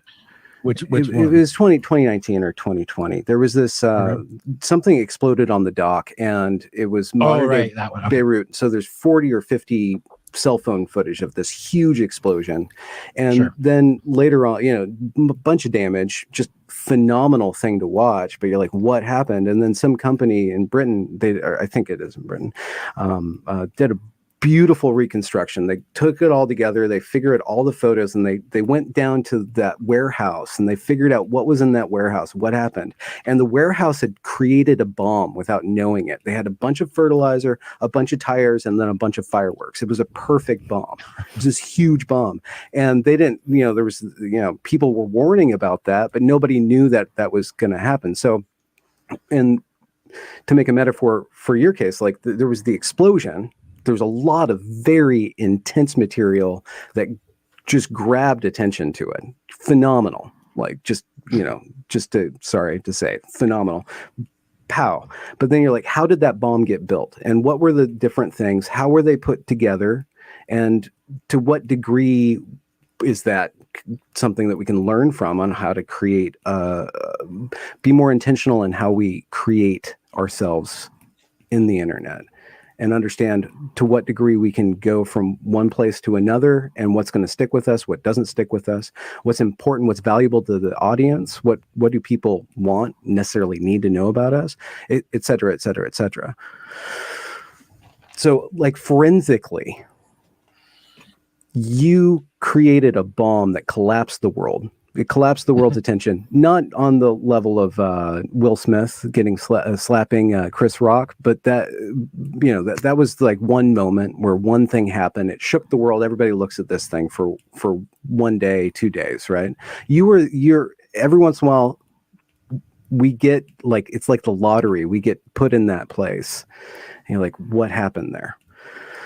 And the weird thing about the internet is that everybody picks it apart, and then everybody theorizes about all these different things. There's forum threads just trying to figure out, who is this guy? CIA, they're calling you like a glowy. I don't even know what a glowy is or what that means, Like, don't Google that. I don't want to back you in the corner. You don't have to answer any of these questions. It's just that you attracted so much attention in such a phenomenal short amount of time that I don't know how one deals with that, and then how one kind of figures out the rubble, reconstructs it, and then moves on from that.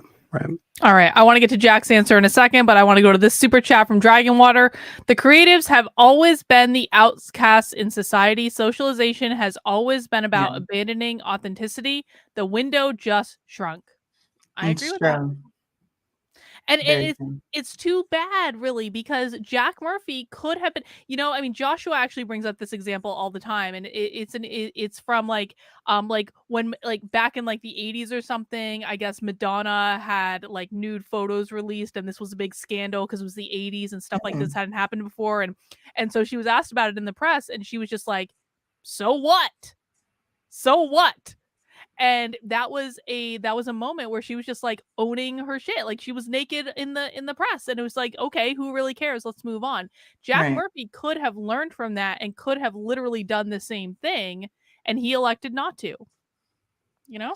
Well, I think too, I mean, they're both acting so mystified. Like it was good tea. I mean, it Oh was yeah, drama. it was It was amazing. really juicy and very like edgy for right-wing content. I mean, it was like, ooh, like we got some right-wing drama going on right here. Like this was some real stuff.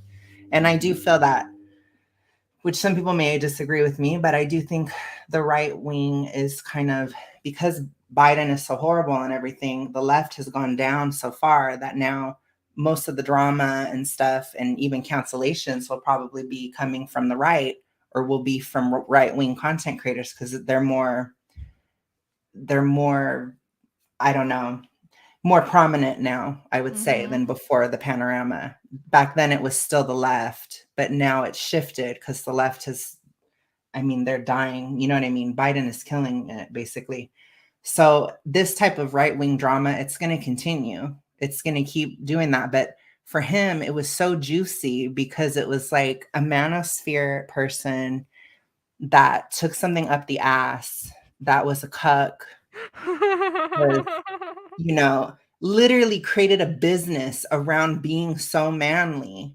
And he's the opposite in real life. Like, so complete lack of inauthenticity, or, you know, complete lack of authenticity. It's like, that's going to be a big story. I don't care who you are. That would be a big story. And even like, you know, some of my viewers that are not conservative, they were talking to me about it because it even spilled into not right wing. Like it was mainstream drama. It was pretty juicy.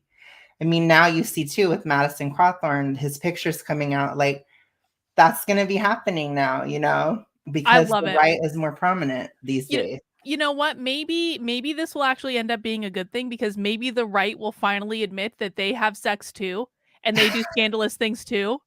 And Well, they're actually probably handled it more. well. No, but it's like we are like, listen, man, like we're all sexual beings, or like, you know, you are mostly a sexual being, or you're trying to be a sexual being. And it's like, you know, I just wish that people were more honest about this stuff. And maybe this is an opportunity for the right to be more. Again, it's like, you know, I heard Kevin McCarthy took Madison Cawthorn aside after he gave that interview where he was like, there are all these drunken coke-filled orgies in DC, and Kevin McCarthy apparently gave him like a stern talking to. Him, was like, you can't say that. And then he retracted the statement, and now the photos of him in lingerie have come out proving that there are drunken coke-filled orgies in DC. Well, it's like, just accept it, man. Like, nobody, I don't think anybody, I mean, I don't know who would even care. But second of all, it's like, I can spill some conservative tea. Like, we are not always serious on the right. We're not.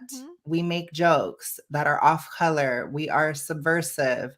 We are all these different things. We are creative. We are all these things, you know? And of course, what he did was funny. And that's pretty much what it was. It doesn't have to be so deep. And I think that, you know, but it's still interesting that most of the cancellation and most of the drama, it's now becoming a right-wing thing because it's more prominent.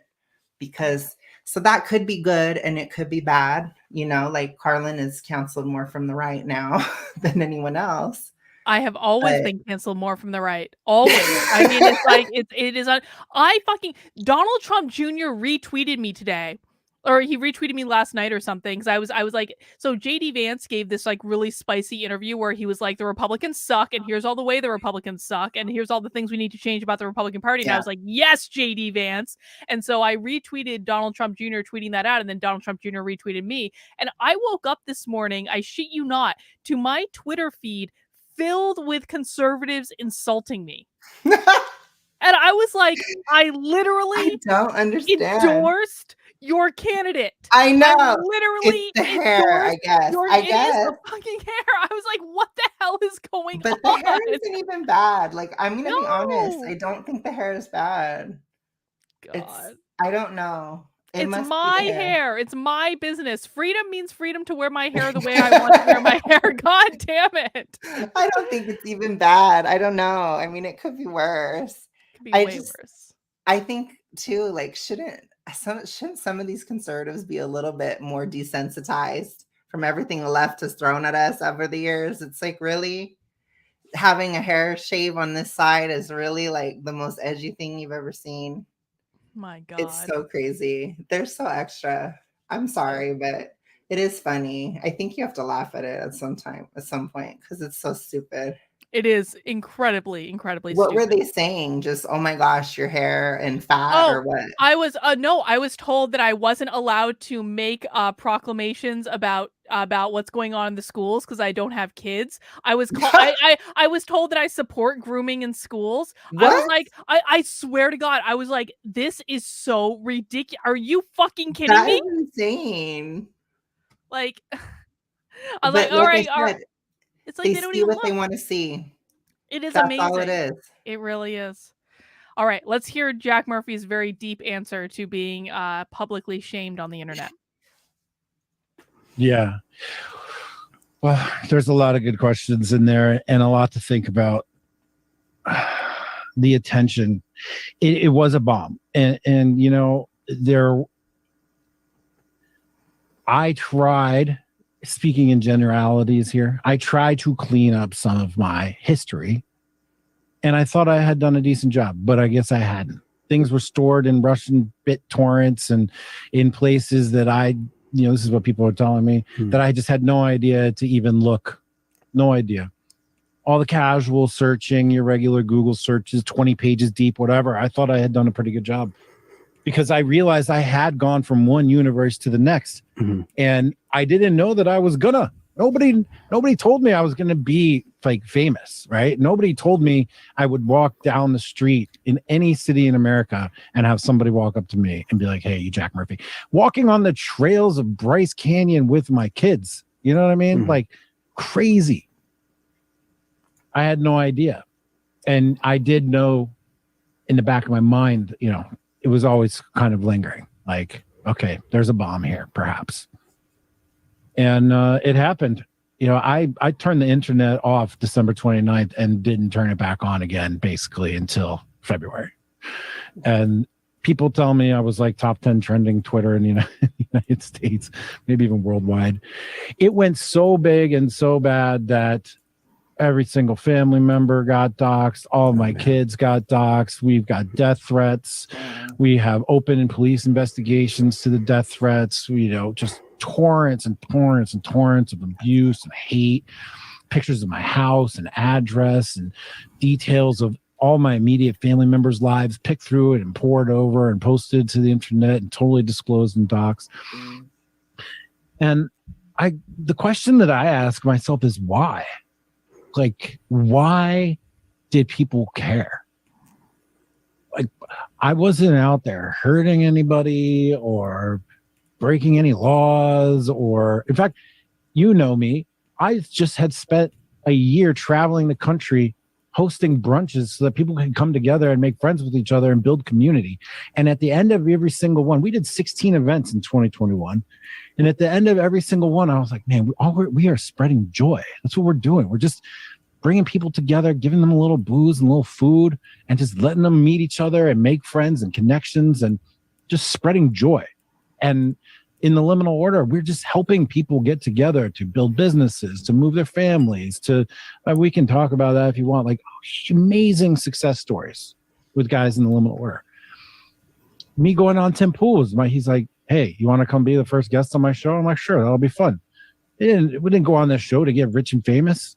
Tim didn't pay me anything, which is fine. It was great. I never asked for it. He never offered. It was fine. No complaints there.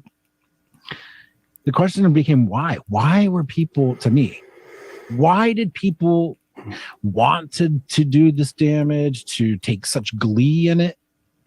And then the replication of it. Can I say something? I caught a few glimpses at the beginning. Go ahead. The thing is I feel like, one of the things that you've taught me, actually, Karlyn, which, heaven forbid I ever learned something from someone with your haircut, but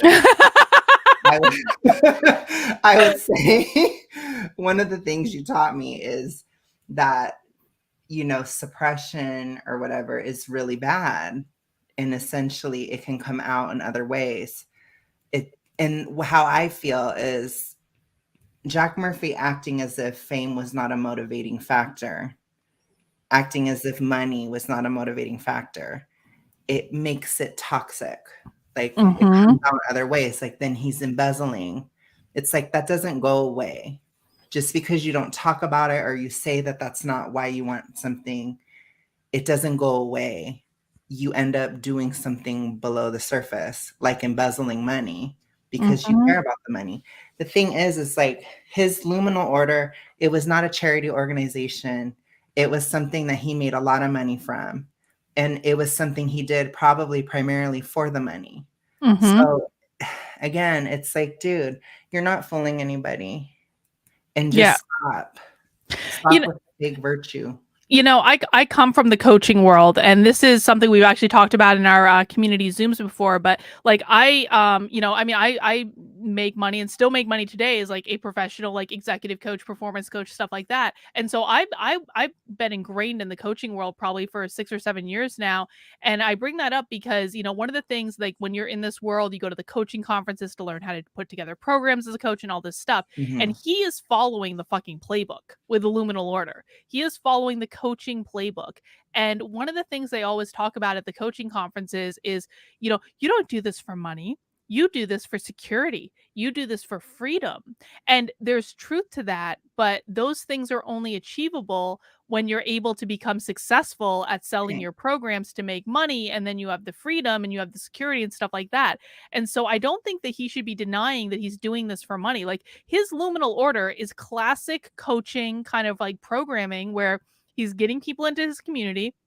He's getting people to pay him money to be exclusive in his community. And then, as I understand it, he's upselling or exposing people to other things that they can buy within his community that's already paying him. Now, it's a fine business strategy. And again, like, I don't think that there's anything wrong with the people who've signed up for this community. If you get value from it, if it makes you feel good, if it gives you that community, then fine. Like, who really cares? I mean, that's what it's supposed to do. But let's not pretend that money isn't a part of this, because money is the thing that makes all of this possible. And it was expensive too. It cost a lot. And the thing is it's fine, but don't act like you're not a money grubbing whore. And he literally did porn. Like, people don't do porn just for kicks. It's usually for money. That's usually the prime motivating factor, which again, it is what it is. You know, it's your life. You know what I mean? But you can't sit there and say, well, I just did porn just out of the goodness of my heart. It's like, no, you didn't. And same thing with this luminal order. He didn't do it out of the goodness of his heart, which it doesn't matter if he does or doesn't. You know, like you said, if people got good things out of it, if there were good results, if he's making these dinners and stuff, I will say, like, typically when you start to have success, our toxic, horrible culture will try to take you down. Yes. Because that's how we are in America and in the West in general. And it's awful. That's one of the things I want to change. I think he should have been encouraged for doing something good, not punished. But that's our society. That's a societal problem. And the same thing happens to you. The same thing would happen to me if I was ever having success. The same thing would happen to anybody else. That's a cultural problem that needs to change. But they don't even talk about that. He's just, oh, my feelings. Oh, but it's like he could bring attention to that right now. He could do something. It's like, do something. He drives me nuts. Well, and I mean, you could look to these brunches he was doing, and listen, I'll give him credit. Like, throwing 16 different events all over the country is not an easy lift. Like, you know, you got to give him credit where credit is due. But let's not pretend that there wasn't motivation to do that. And even if those brunches got amazing results and everyone had a good time and there was a networking community, he's building that to make money, so that he can have security, so that he doesn't have to do porn on the internet, or he doesn't have to worry about ever getting fired from another job in his life. And so, I mean, I don't think there's anything, you know, I mean, maybe part of the problem is that Jack Murphy doesn't want to admit that he's a human being like all of us, and all of us need money in order to be able to function in the world, even just to pay our rent or to pay our bills or things like that. Or heaven forbid, if you just want something nice for yourself. I mean, I guess in the Biden world, that's the most cardinal sin. We should only bow down to the rich and let them have everything while we get nothing but a pod and some ground up bugs. But in reality, that's something that should change. Everybody should have something. Everybody should be able to earn enough to be comfortable and even go on vacation, heaven forbid, or do something for fun. There's nothing wrong with that. No, and they say that so jealousy only happens when people don't believe that they can achieve what you've achieved. And they're going to be jealous of you because they think they don't see themselves as someone that can achieve that thing, because if they saw themselves as someone that could achieve that thing, then there'd be no reason to be jealous. They would just go out and do that thing. And it's like, we have such a disempowered society. And I wish people would just look at things like money and not shame people. Like and God knows I've called people grifters who I think only do things for money, but I actually really don't like the grifter label, because it's like, I don't think there's any such thing as grifting really in reality. I think it's just a value exchange. I give you something of value and you give me something of value in return. And I don't think that anyone who's making money at anything is ever really guilty of grifting, because if someone is giving them money for something, they are providing some value. It just might not be what they say it is. And I think too, the reason our society is so full of jealousy is because the entire system, the neoliberal paradigm, the Joe Biden, George Bush, Obama cringe thing is constantly telling everybody that they can't do anything, that you're too dumb, you're too Black, you're too fat, you're too gay, you're too lesbian. I don't know, you're too much of a white man. You can't do anything because of these reasons. And these messages are reinforced in television that people consume 24/7 on a drip of like what is essentially psychological drugs. And it's like, just get out of that system and don't listen. It's a bunch of bullshit. And people don't, because again, they're just watching the Kardashians every day. Okay, well, it's like, you're literally signing up. It's like how their kids are being groomed by Disney. It's like, you send your kids to go watch the Disney movies. You pay for it. You pay for the service of them brainwashing your kids. Yeah. And it's like, dude, like, take some responsibility. Like, I haven't watched TV in probably 6 years, and I don't have self-esteem issues. I don't feel like a pretty person because I'm not getting all these messages in my brain every day. Just take some responsibility for this, what you're allowing the system to do to you, because that is a part of it as well. And these are things that we need to change. You have to break the shackles that they have on society by just not signing up. Get rid of your Netflix subscription. Don't be on Disney Plus. Just say goodbye. Get off of it. It's a crap. Yeah. Go live your life. Go talk to your mom. Go spend time with your kids. Start your own YouTube channel. Do something else. I agree. George Edgar Velasco Nunez says it boils down to it all ends up in sex and money. Even the former can end up in the latter. Yes, it does. That's true. I also want to say, I feel like we were starting this stream as like saucy little bitches, and we're actually having deep philosophical conversation, and I feel pretty good about that. I feel good about where this is going. I'm glad, but I'm just like, it's because it's like somebody has to be deep, and it's not Jack, so we have to make up. Yeah. All right, let's keep going. There were just scores of people doing videos upon videos of repeaters. This guy did a video, so I'm doing a video about this guy, and I'm doing a video about that guy, right? And just people with clear agenda. And true, you're right. Calling me like I'm a Fed, or like I'm undercover, or I'm a Mossad agent, or like paid opposite. Like, no, let me tell you, I am literally just a guy. I'm just a guy in Washington, D.C. who worked really hard and put out a bunch of content that people liked. I mean, that is the extent of my crime. Oh, Jared, he does like things deep in his. Jared with the saucy joke, just when you don't expect it. I know. You don't expect Jared to be saucy, but then it comes out sometimes. Every once in a while. Why that was such a driving force for people to take such glee in, and I'm talking about millions of people, right? Like, like millions of people. Yeah. My buddy texted me, and he knows internet history as well or better than anybody. He says, literally, without a doubt, the most psychotic internet takedown I've ever seen. And I'm perplexed, honest. Well, there's probably like mythological, archetypal, like the buttons that were pushed with that. I don't think this was the most epic internet takedown ever in the history. No, there have been far bigger cancellations than this. Even the Dixie Chicks cancellation was bigger. Yeah. Like, I mean, come on. That was legend. Come on, Jack. Jesus Christ. George Andre Veloso Nunez says, you are being more of a philosopher than Jack Murphy could ever be. Here is some value to the value I see in this conversation. Thank you, George. Sweet. That's very nice. But it's like he's the poor victim in this situation. No, Jack, you are not the victim. Your actions directly contributed to most of this. Had you not yelled at Sydney on Elijah's show for no good reason, most of this probably never would have happened. Which in and of itself was a bitchy beta move. Mm-hmm. Yelling at a woman is something that I would do. Just let that sink in. Let that sink in, Jack. Mm-hmm. It's true. If he hadn't done that, he wouldn't be in this situation. Right. If he had just owned it instead of lying and well, no, then he tried to get like Elijah and Sydney fired from the Blaze. And it's like, that's crazy. Every move he made, he accused Glenn Beck of something, I think. Every move he made the situation worse.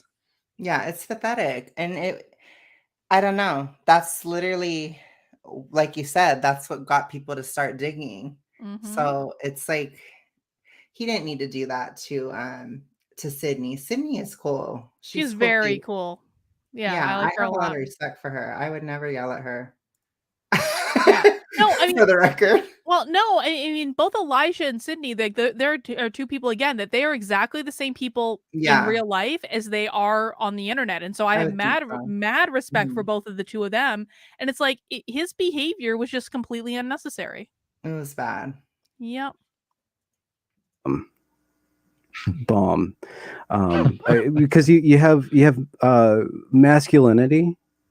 Yeah. What is a man? That's a hotly contested thing. A lot of people are fighting over that, and even men are fighting with men over that, right? So there's a salience there. There's a through line there. Then there's the actual, is her name Sydney? The actual event. It's like, it's shocking. There's that shock value, but that's just the Will Smith slap. That's just like what gets everybody's attention. But then there's just this ripple effect across this particular part of the internet, and I think it has to do with the Venn diagram overlapping of like IDW-ish or post IDW stuff, and the Gamergate, like kind of the subgenre of shit posting, trolling, Gamergate, kind of Kotaku in action and Tumblr in action people who make a lot of commoner content. It was just those two worlds colliding, and then you just became the focal point of that. Yeah. I never wanted that audience. I never wanted to be engaged with that audience. I want to talk about nerdy stuff on a nerdy level, in depth and at length. And, maybe I should have bailed off the Tim Pool show once it was getting. I just want to emphasize again that the reason Jack Murphy blocked me on Twitter was because I told him that racism against white people was not worse than racism against black people, and that all racism is equally bad. And as soon as I tweeted that at him, he blocked me on Twitter. So don't tell me for one red fucking second, Jack, that you care about nuance and nerdy things, because you literally fucking blocked me on Twitter for saying that racism against one race was not worse than racism against another race. Please. Well, that's a really hot take, Karlyn. I don't know. It's a little edgy. All racism is bad. Cancel me, bitches. Whoa, that's so crazy. My God. Oh my gosh, I can't even. George Andrea Veloso Nunez says, remember what I said back then on Zoom? The super chats that caused that reaction were planted there to that very purpose. I watched a video of the architect gloating about it. Well, of course they were, because they read every super chat on that show. I mean, I've planted super chats on that show for very similar person. You need to see if they ever answered it. I don't know. I don't know that they ever did. I never went back and looked at it, and I never saw any sort of reaction. I wanted my Carrie Smith denunciation. I mean, come on. I would have loved it if she did it. Oh She probably wouldn't have. She should have, but she's too serious and too Christian. Carrie Smith would never denounce someone on the internet, Alex. I don't know. She's way too much of a good Christian for that nonsense. Please bring it on, Karen. I'm just kidding. Let's bring back the blood sports. We should. That would be great. I would love to see a shouting match between you and Carrie. That would just be. I would kill her. I would kill her. It wouldn't even be close. Probably, you're right. It wouldn't even be. True. And I'm saying non-violently, Carrie, because I know you're going to accuse me of enacting violence against you. And no, I am saying I would kill you figuratively in a shouting match, bitch. I don't know. It would just be great. Like, we need to normalize just people just yelling at each other online. I mean, I kind of feel like Carrie Smith and I should just get it over with. I feel like we should just have a charity. We should have a charity boxing match and just get it over with. That would be epic. Wait! Oh my god! Wait! Natty, the rage, Carrie too. Right. You need the rage. I mean, it's like, I don't know. Like, that stuff is really fun and entertaining. It's spicy. It's fire. Bring the fire back. You know. Mm-hmm. I agree. God.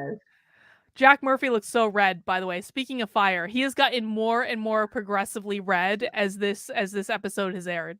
He's nervous. Look how red he is. Look compare him with Benjamin. He looks like he's been sitting out in the sun all day. I'm so sorry, Jack. Oh, poor Jack. Poor Jack with his $50,000 a month luminal order. Okay.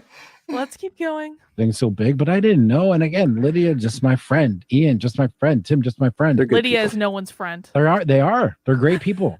I have nothing but wonderful things to say about them, and they've been kind and awesome to me through the whole thing. Oh, please. He would, and since 2019. They said one thing. And before, I've known Tim for many years, going all the way back to 2016. During the first Trump campaign. Oh, really? Yeah. Yeah, that's when we first met. And yeah, I don't know, dude. Well, so what now then? I mean, it's just coming back. I guess you start over. Like, what's your mindset on this? You just going to focus on the work, head down, interview people? So the first thing I did is just take care of myself, right? Yeah.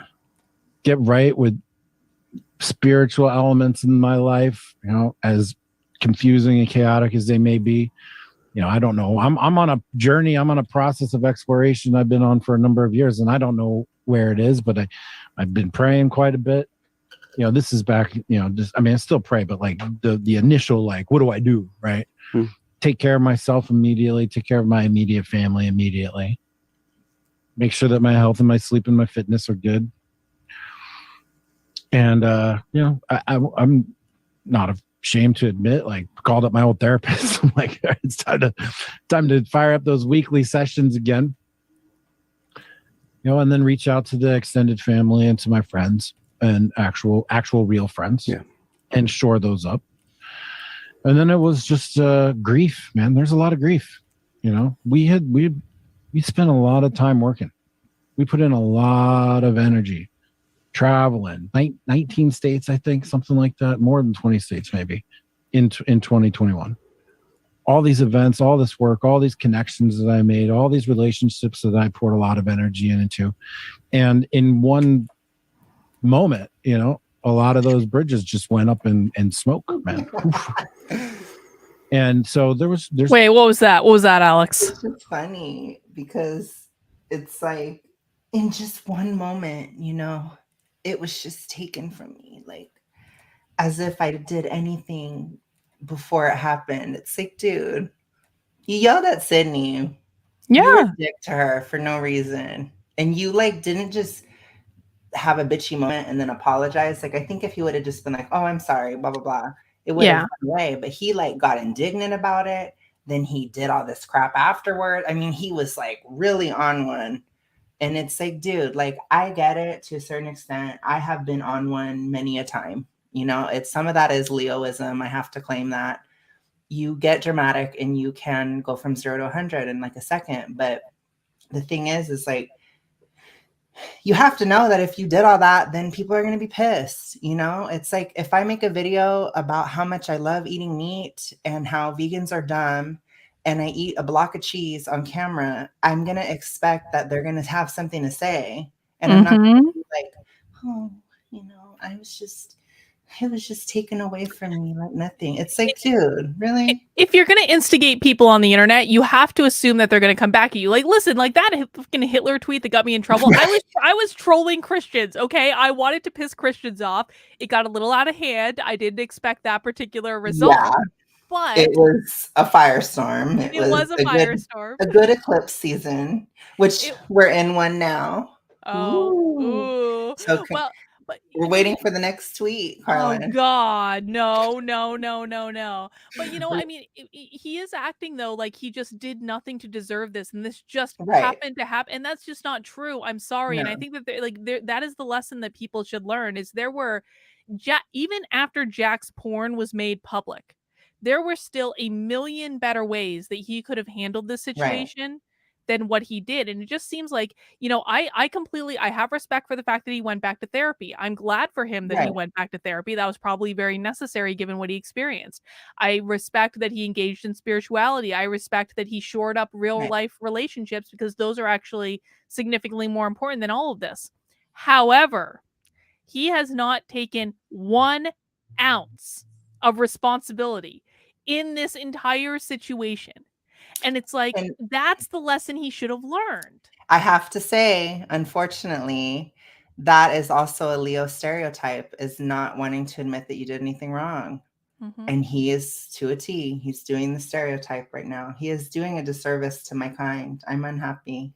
Well, and the thing of it is too, is like, I don't think that doing porn is wrong or bad or shameful. I don't think a dick to Sydney. Yeah, I mean, well, yeah, and even that, I think he could have said, you know what, this really triggered me, and I think there could have been explanations for that, but it's just like there was mistake after mistake after mistake of him just wanting, like, you know, I mean, if we're really thinking about it, like every mistake he made was trying to deflect responsibility for his actions. Like, he yelled at Sydney because he didn't want to take responsibility for writing that article in the first place. And then he didn't want to take responsibility for yelling at Sydney, so he tried to get Elijah and Sydney fired. And so it was like every single step has just been like an exercise in deflection of responsibility. Right. And I think sometimes it's like it's more work to avoid responsibility than to just take it. It's like, and he is a living example of that. He has made a situation that was so not even that big of a deal, and it became this huge thing. But, you know, it's hard to hear him be like, oh, I'm a victim, like Sam said in the chat. That was the one I wanted to bring up, but like I'll bring up Jared's in a second. But Patrice says he went on Tim Pool's show right after and didn't take responsibility either. And Jared said he's blaming everyone else for his fame. He didn't want it. Like he actively pursued this. Come on. He didn't have to go on Tim Pool's show regularly. That didn't if Jack Murphy didn't want to be famous, he didn't have to repeatedly go on Tim Pool's show. He could have made the decision to say, you know what, Tim? And I actually know for a fact that Benjamin Boyce has made this decision, or he did at one time. Like he has turned down the invitation to be on that show because he doesn't want to be exposed to that particular audience. And that was why he had Lydia on his channel a while back. And Jack Murphy could have made the exact same decision to say, you know what, it's just too big. I don't want this type of fame. I want to be able to work on what I'm working on. He could have turned it down. He didn't. No, and I'm sorry, but anybody that does porn wants to be famous to a certain extent. That's just a fact. You know, that is psychology 101.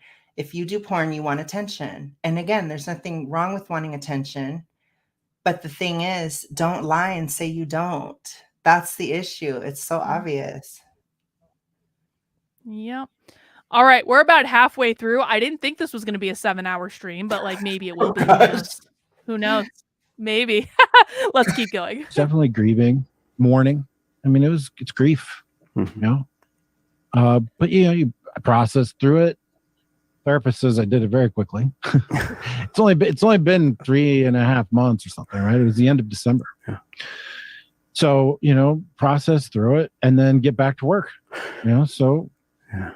There's I've been mini canceled. I cultivate mini cancellations just to get used to it, and check check myself and keep humble and grounded. But there is in the internet, it's built out of emotions, and it's built out of very shallow emotions, very strong but very shallow, very bright, very brief emotions. And one of those emotions that is just a human constant is humiliating somebody else. Like, people gather around, like, this is a time to pillory, this is the time to humiliate. And being humiliated, there's two sides of that, right? There's the people who are doing the humiliation, and then there's the person who's humiliated. What are you humiliated by? Are you humiliated by their humiliation, or are you humiliated by your own actions? And if you are humiliated by your own actions, then you're humiliated that's between you and yourself, or you and your God, or whatever. It has nothing to do with the audience anymore. I mean, it does when you want to engage back into them, but that humiliation is it's not really a social. It is to a certain extent to humiliation, because we're social creatures, and you go back to the savannah, we had to humiliate each other to make sure that certain behaviors did not occur to continue our survival. So that was just a part of how human beings kind of dealt with their social environment and the realities of their other environment. We're in a different time now, but the programming's still there. But really, the humiliations between the people that you directly affected, you and the people you directly affected, and then you and yourself and who you are, and then checking back in. And the process of being humiliated, the process of becoming humble, and the process of working through that is between you and yourself, you and your close people. And it's not between you and the audience, people who don't know you, people who don't care about you. But because it's amplified so much, it's really difficult for our minds to make that distinction between, like, the world hates me and, like, no, it's not the world, it's just this fake virtual world, Right, man, there's a lot to address there. One, do I regret some of my actions in the past? Yes. Am I ashamed of any of them? No. So, like, I was never feeling any personal humiliation about what I had done or anything. Nothing. Do I regret it? Sure. Would I advise people to do some of the things that I did? Probably not. I'd advise against it. But, like, am I ashamed? No. And do I have any negative, like, lingering feelings from it? No, absolutely not. The humiliation, in fact, in some ways, there was a straw man created about me, right? It's interesting. You bring up the persona, and there's at once me, and then there's maybe a persona that I cultivated, but I felt like it was really congruent and authentic with who I was. And I think that was part of my charm to people. I was always very open and honest about my struggles with my divorce and with getting more time with my kids and what it's like to be a dad, and just growth and change and evolution and going from Democrat to the deplorable and all these things. Like, I was just very authentic and open, cards on the table, right? Because I started writing as a Sood and then kept writing as if I were a Sood. And I think that was part of the appeal. I have felt like that there's been a straw man created of me that then was burned in effigy a million billion times over.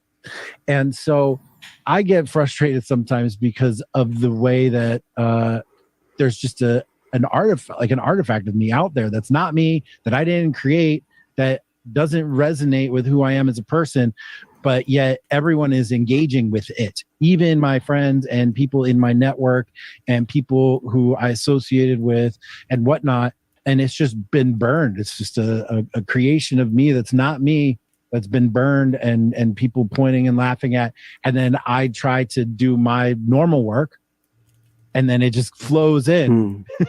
People continuing, and now to me, it's just noise, right? It's just spam. It's like, I delete, I block.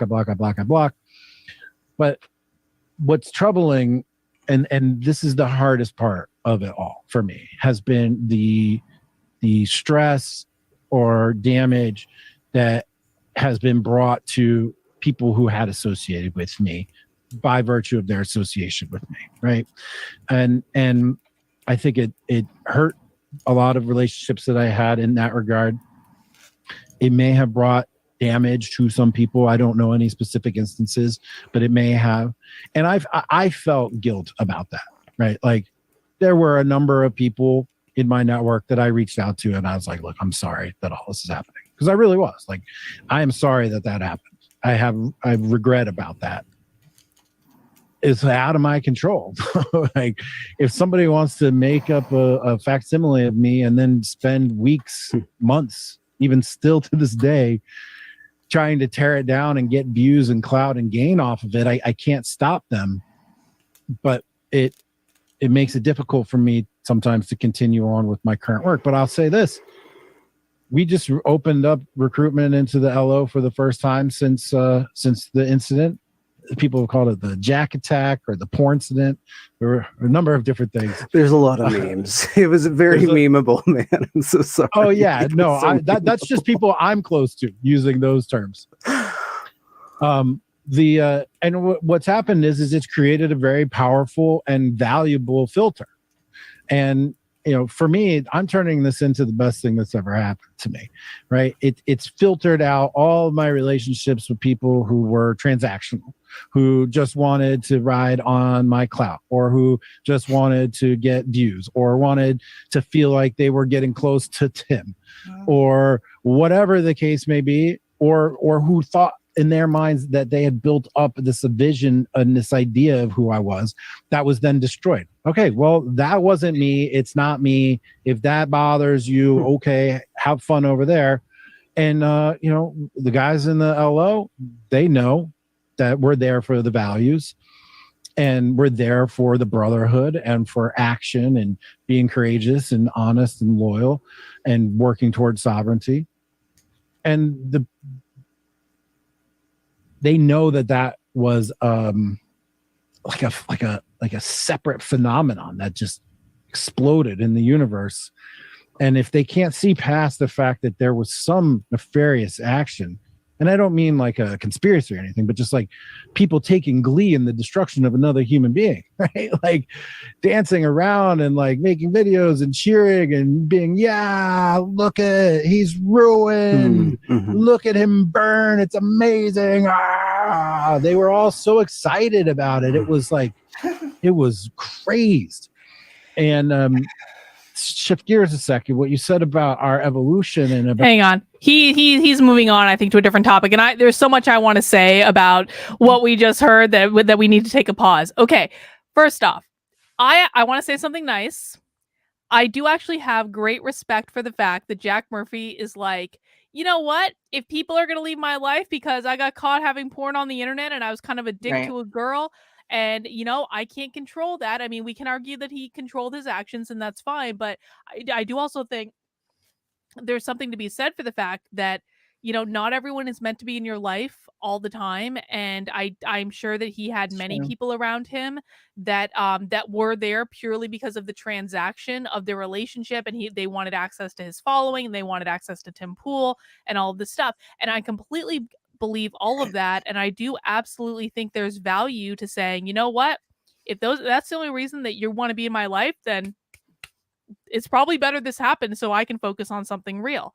I do also have respect for the fact that he's trying to as much block this out as possible and to be able to focus on where he wants to go. And I do think that is legitimate as well.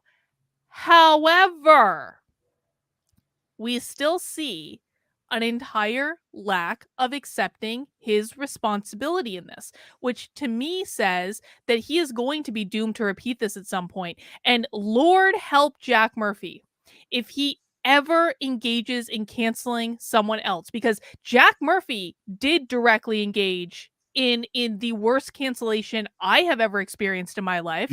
Jack Murphy was absolutely a part of that cancellation. He absolutely engaged in that cancellation. And so for him to come out and act as though he is above all of this and he would never do all of that. Bullshit, Jack. It's absolutely hypocritical. You did this. Well, I mean, I don't have porn on the internet, but you did a very similar action to me. Which one was it? There's It was so many of them. It was the white identitarian one. It was okay. So when the white identitarians were canceling me, which is the worst cancellation I've ever been through. This was in June of 2021.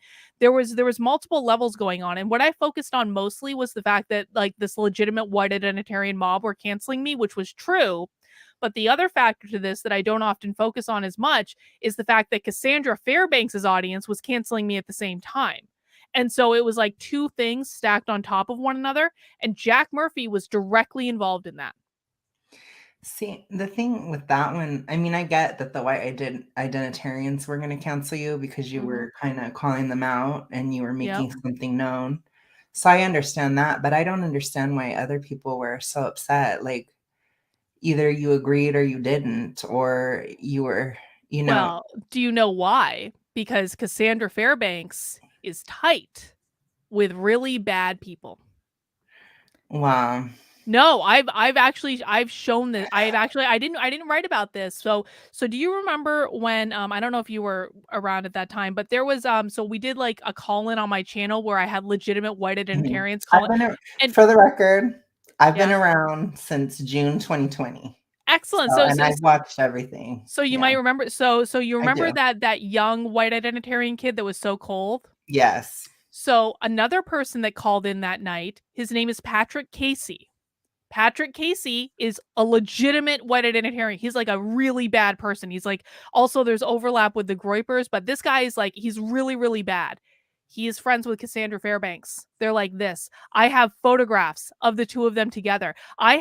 She actually, when I posted a clip, and this clip is still live on my YouTube channel today, I posted the clip of Patrick Casey calling into my channel. Cassandra Fairbanks herself posted that clip to her Telegram laughing about it. So Cassandra Fairbanks was directly involved in this, and that's why Jack Murphy was involved.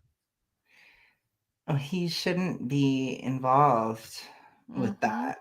Because for me, like, I wasn't, at the time, I was like, a lot of times with you, I don't ever just discount what you say, but sometimes I'll be like, oh, she's being dramatic, that kind of thing, which that's what everybody did with Trump too. Like when he was like, the election. And then later you find out that everything that Trump said was mostly right. Right. So I'm like, now I'm like, I should listen to Karlyn, but back then I was still like, maybe she's being a little extra. Like, I don't know, but I didn't have like a huge, like, oh my gosh, Karlyn, like, how dare you? Like, I just didn't feel that way. I was just like, well, I mean, she feels this way. And it's not a big thing for me to not say those two words on her channel. I can respect that because I don't care. It's not a part of my vernacular. Yeah. I don't really care. So whatever. But, that was kind of your not letting your audience control you phase. So there was a lot going on that had to do with your channel. But I think, for him to get involved, particularly with that, and then to block you for saying that all racism is just as bad as anything else. I mean, it's not painting a very good picture, is it? No, and I think he does directly try to appeal to that audience, just like I think Cassandra tries to appeal to that audience, just like I think Adam tries to appeal to that audience. And quite frankly, I think that Tim tries. I don't know that Tim tries to, but I think that Tim doesn't mind that they're in his audience. You know what I'm saying? I don't think he panders to them, but I don't think he does anything about it to stop them either. I mean, to me, it's kind of like, I don't really like those types of people that much because it just tends to be a lot of alcohol, a lot of cringe, and a lot of like just stupid. Like some of the arguments are just very dumb and it's just extra. So I don't really like it for those reasons. And, and also, dare I say, cue the re, but I'm not racist. So heaven forbid I say that, but I'm not. So I don't appreciate that kind of stuff because I don't agree with it. I think it's wrong. And it doesn't align with what I've experienced in my life with people of different races. It's just people are normal. People are people. Like, it's just crazy to me. And it's a lot of, it's kind of like MGTOW. I think it's cringe, but yes, it's that kind of thing. But it's like, I don't think you should ever pander to that. I think that's really stupid, especially if you don't agree with it. And Pink here says Tim is too big to curate his audience that way. Tim wasn't always as big as he is now. He absolutely could have curated his audience that way.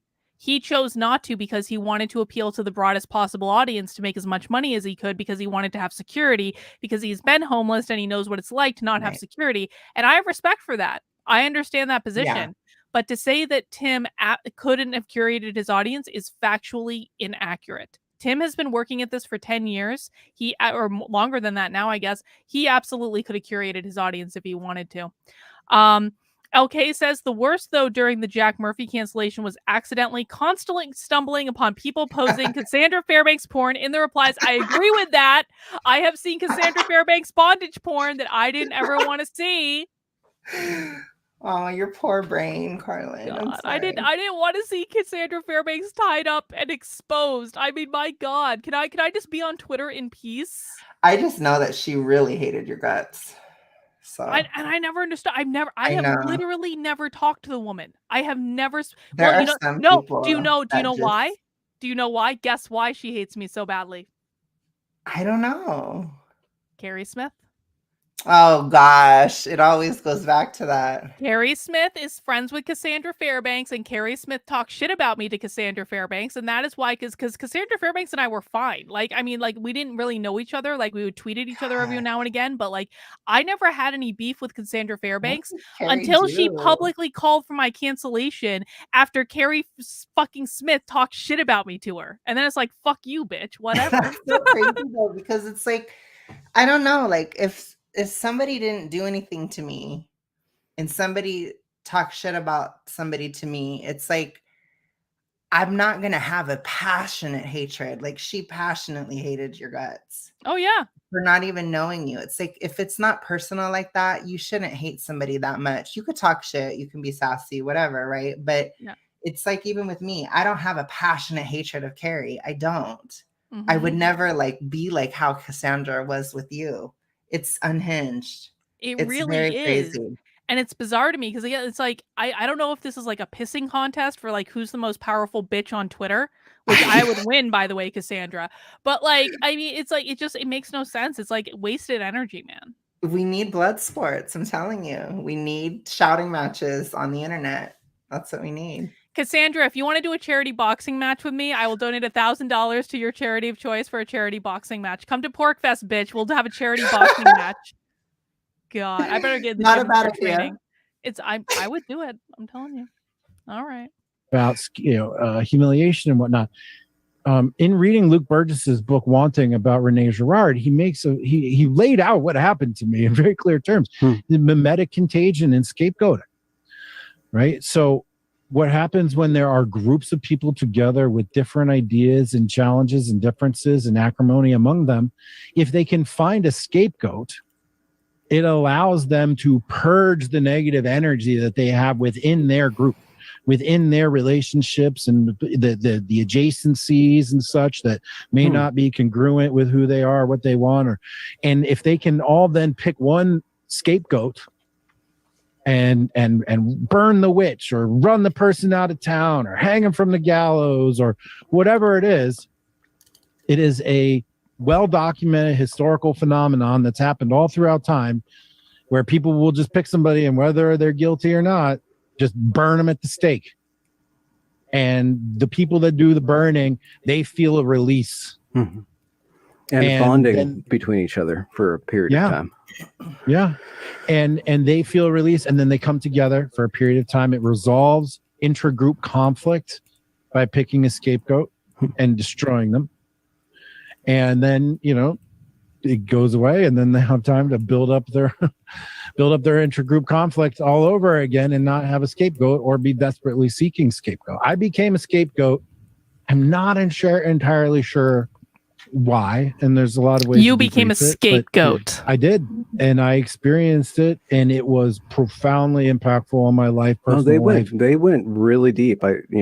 And doing research for this, people went really deep into your past, and oh my God, stuff that had nothing to do with the explosive materials, like they went all the way through. They went 10, 15 years into my past trying to just trying to recreate every element of my life. Like I read some of the stuff and they're like, this guy's a liar. He didn't do Muay Thai. I'm going to contact the regulatory body that he said he fought in to try to find out, I'm like, yeah, I mean, I have the medals, dude. Like I did it. Or, digging into my charter school work in the past, and they found, an article that this super woke activist wrote that painted everybody who is involved in charter schools in a bad light. They're like, oh, this is gospel. It was very fascinating to see the way that these people would take something that was obviously written by a hostile actor who in any other circumstance they would have said that person is woke, I hate that person, whatever, but take exactly what they said as being true, and they're trying to say that I scammed charter schools because I got paid $1.1 million over 7 years. I'm like, I don't know, man, just do the math. That's a pretty reasonable professional salary for a CEO and executive director in a nonprofit world, right? I was underpaid, if anything. And they went back and into my family's lives, into every court record that's available, trying to I don't know why. And it wasn't just... I will express some sympathy for Jack in this respect, because I know I have absolutely had this happen to me, where I had this crazy psychotic bitch on Twitter, try to, so my husband and I were at the Boston Marathon bombing in 2013, and we were a block and a half away from the second bomb when it went off. And, I haven't talked about this a lot because I don't really like to, but I actually I've said it a couple times on Twitter just where it made sense to say it. And I had some crazy bitch who was obsessed with me on Twitter try to triangulate my whereabouts at the Boston Marathon bombing in 2013. And I know you know this story, but other people don't. And that was a really profoundly disturbing thing for me to experience, because I was I was at a legitimate terrorist event. It was incredibly traumatic for me. I couldn't even think about the Boston Marathon bombing for years after that. And you're trying to A, you're calling me a liar and saying I wasn't there, and B, you're going through my entire internet history to try to triangulate exactly where I was at that moment. And it just felt so incredibly invasive. And so that's one instance where that's happened to me. There have been other instances that are kind of similar. And so I do actually have some sympathy for him in this regard, with people going through every aspect of his life and looking at things and interpreting them in a way where they're adding their own spin onto them to try to make it something it wasn't, or to make it seem nefarious. And, I understand that. Yeah, I think I think the interesting thing too is how he said that, people across political lines will come together to destroy somebody, particularly somebody on the right, usually, or, somebody that's not a leftist. People will come together. The right will eat their own very viciously. And I think that that's interesting, how as long as a woke leftist is saying Jack Murphy is full of crap or whatever, it's okay. But in any other circumstance, if you have the sin of having a certain haircut, you're grooming children because of your haircut. Exactly. So it's just, that's very interesting. But I think, it does show some things. I get it, but my whole thing is I don't know. I guess maybe I just personally don't like Jack Murphy that much. So that could really be what it is. Maybe I'm biased, but I just don't like how he acts about it, where it's he's trying to have it both ways. It's he's trying to be oh, this was the worst thing ever that happened to me, but also it was good for me. And it's well, I mean, I kind of get it, but it's why did you do that to Sydney? Why would you do that? I don't know. I think that's where it goes back to me. For me, it's why would you do that to someone like her, or just to her in general? And why can't he just come out and say, I mean, I think it would have actually gone a long way if in this interview he had just said, listen, I shouldn't have yelled at a girl on the internet. It wasn't about her. It was about my my stress over this story being Right. made public. And I think everyone would have understood that, and I think he would have become across as a lot more likable than he does right now. Yeah. Because I don't know. But I know what you mean when you talk about, the really toxic, that's where you get to like, I don't hate to say it because it's real, but level 10 leftist levels of cancellation where they will try to triangulate stuff like that. I mean, I saw it with my ex-friend, the stuff Mhm. that leftists, quite frankly, did to him. It was wild. They really try to destroy as well when they want to. But I think I don't know. I don't understand it, but I do agree with you that the right, it's like people on the right, they're worse than the average leftist. But sometimes certain leftists, they take it to like level 10 and they're just like absolutely insane. Oh, Yeah, yeah. I agree. I agree. Jared said, "No one deserves to have everything they did used against them, but seriously, he lacks self-awareness. He needs to get up off that plug and own up." I agree completely on every single level of that super chat. Thank you for that. Internet weirdos, right? These things percolated up into big high profile channels and big high profile folks. It wasn't just some weird guy who's like, I don't know, digging in for some reason because obsessive. Yeah. It's so the news cycle with this stuff and the pickup content that we're doing, when a story breaks, a lot of people's attention turns to it, and I don't know to what degree we're ever going to have a gentleman's agreement or get wise to how this actually impacts human beings. Until you're in the hot seat, I don't think you know what it feels like. I really don't. I've been in the hot seat, like very contained little things where I use a pun on the word whore, and then I get a bunch of women really mad at me for 3 days. Like I feel it. It's very contained, it's very radical little group. And then they purge all their negative energy out of their group, and they have a peace for a time. I watch it. They have peace for a time, and then they start bitching at each other again until they find another person to go after. But when it happens on another scale, like the scale of your event was on a completely different tier, then I don't know, like you'd have to be a politician, and you're not a politician. You're just a podcast guy. So like the incongruence between the attention and your impact was like phenomenally out of whack. Right. There's no sense of proportionality, no sense of justice. And this is the mob, right? This is the mob.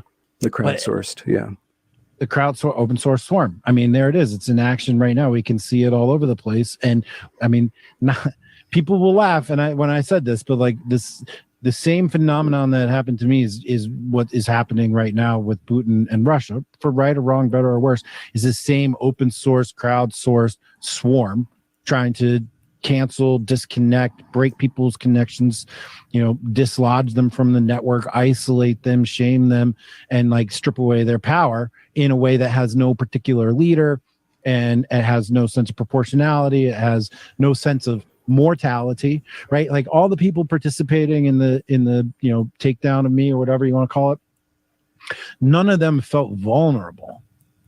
And there was no back and forth. There was no equality between you two. It's almost as if they're immortal. They can just act with impunity. And there's definitely no sense of justice because it's a group thing, and no one is leading it with any sort of agency. Definitive, outcome. Right. There's no outcome other than burn you. Burn. And this is one thing that makes me laugh is, dude, they gave me like the Trump treatment. They gave me like world leader level treatment, like historical figure level treatment. Like, come on, dude. They could have treated you like a very like Michael Jackson's statue whenever he made that big statue of himself. Yeah.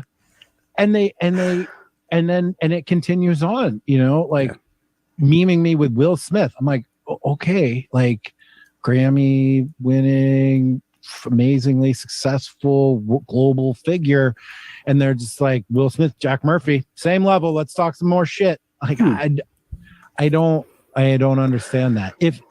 I wish I could have reaped the rewards of the status level that was afforded to me by the energy and effort people put in. If this was all done on blockchain, you would have gotten all the credit every time your name was mentioned, right? Every time your product was repurposed, you would have been paid, in blockchain handsomely. And I think that it's a very good example of negative the dysfunction. Negative clout. Yeah. Well, I'm just thinking like there's a currency of clout, but you have negative clout, but you still have clout, but it's a negative clout because you're a meme now. Oh, not you, but Jack Murphy, right? You're like if Twitter made an emoji of you, like they do every once in a while in a movie, and then you got like you're salient. You're the same thing as that Ukraine flag that means nothing but can totally identify somebody as a part of a tribe. It has nothing to do with Ukraine. Yeah.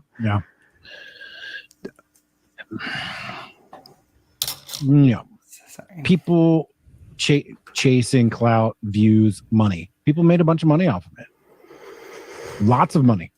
I mean, he's not wrong about that. Jeremy from the Quartering made a metric fuck ton of money off of exploiting this situation. And we should acknowledge that. Like, the Quartering made a metric fuck ton of money off this situation. He did.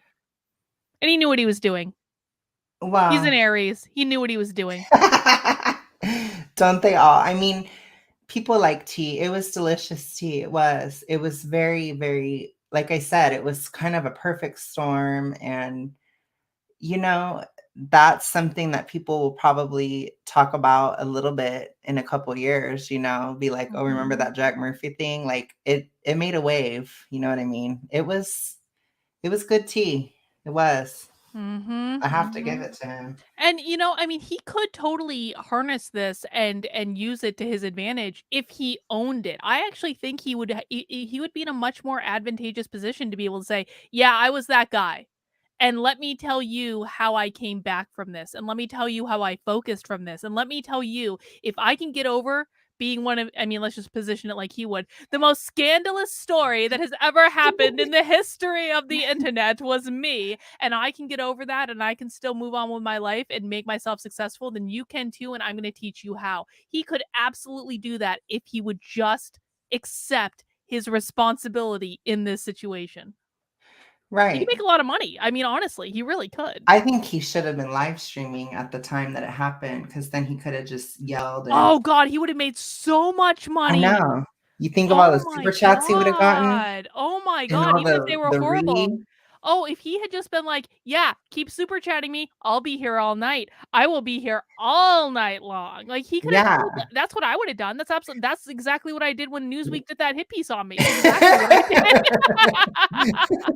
I know, but it's like that would have been entertaining, and it also would have given him more money, and it would have been a way to kind of defend yourself, because you can't defend yourself from this type of thing if you don't bow. If you don't bend the knee. He ran and hid like a little girl. That's what he did. Teenage girl vibes. I'm telling you. Straight up. It's true. Thousands and thousands and thousands of dollars made off of trying to hurt me. And I guess my message to people who, and I doubt that the universes really overlap here, but if you're following somebody who makes money off of hurting people that really haven't done anything wrong, then you should probably reconsider why you're engaging with those people, right? Like, why your eyeballs, your attention is paying them to do bad things. Like, you're a part of that ecosystem. Don't be a part of that ecosystem unless you like to, unless you want to. Yeah. Well, at least I guess be honest about it. Right. Yeah. The revealed status interpretation is something that makes me chuckle. What was this? Revealed status interpretation. Like, you don't hopefully punch down, right? You're not looking around for people that have less clout, less power, less influence, less standing. You're not going around just trying to find people to hurt. You think these people who put in the time to try to take me down, they must have been thinking that I was in some elevated status from them, right? Because how else are you going to gain clout? if not by attacking somebody with elevated status. The playing field isn't like that. It's not like you're above them. It's just you're salient. Well, Jack, I keep on thinking of there's the person I'm talking to, and then there's the person that we're talking about, which is kind of two different people, because we're talking about what other people are talking about, which is not you, right? So there's this weird collapse that I have to do in my brain, but we're just going to say you, or it's actually a third one. It's actually a third one, right? There's me as a human. There's me as who I put out as a content creator, and then there's me as who they created. Yeah, and they're all collapsed because they all they affect you, and then it's just this big thing. And to say that they've collapsed without getting into personal details is collapse in the most intimate and personal ways, right? Like 9/11 style. Like the closest Steel personal beams. relationships, family relationships, things like this have all been tainted by that. And it's been, like a total collapse, what is the yeah, exactly. It just sucked it all into one thing. And now, look, this already has been a positive for me in many ways. I am completely cleansed at this point, right? Like all of my worst, darkest secrets in the universe are out there. Anything I've ever done in the universe is out there. But don't stop laughing. Everyone knows anything that they want to know. Yeah. And so that filter is up. And so anybody that comes into my life now, anybody that enters into my sphere, anyone that they're pre-vetted by this phenomenon that happened. Yeah. And you know what? That's good. No ticking time bombs, nothing to conceal, nothing to avoid, nothing. I've been reborn in a way. So there's when we go and we judge somebody, there's different things that people find salient to judge. One thing that when I read through your articles that it perturbed me was your expression of a view of women that I just didn't like. It seemed like there were tough certain question. articles that you wrote, maybe about feminists or something, about really degrading women. Like I just have a really negative reaction to that. So I'm just wondering, and I don't judge you, but I just have a negative reaction. That was the most negative thing that I saw. So the feminist need rape article. Yeah. What? Yeah. Where, I'm happy to talk about that. Yeah. That was one. It was poorly written, right? If you got to go back, it was all the way back in 2015. And this is a previous. This is Manosphere. You're basically a synonymous. You're shit posting. Yeah. I understand. Totally shit posting. Okay, I understand the style. Okay.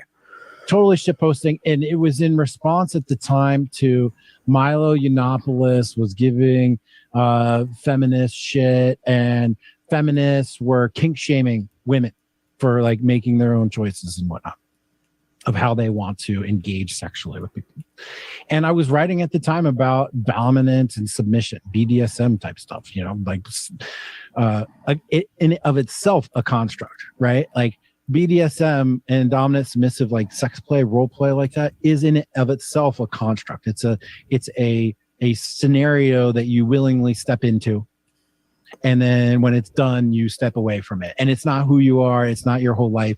It's a fantasy. So just like the internet, then basically. Yeah, so it's a construct within a construct within a construct, and the poorly executed takeaway of that was that if feminists would only just acknowledge that perhaps that there is not a complete power symmetry in every relationship, but that sometimes women and men want the man to take the lead and the woman to follow.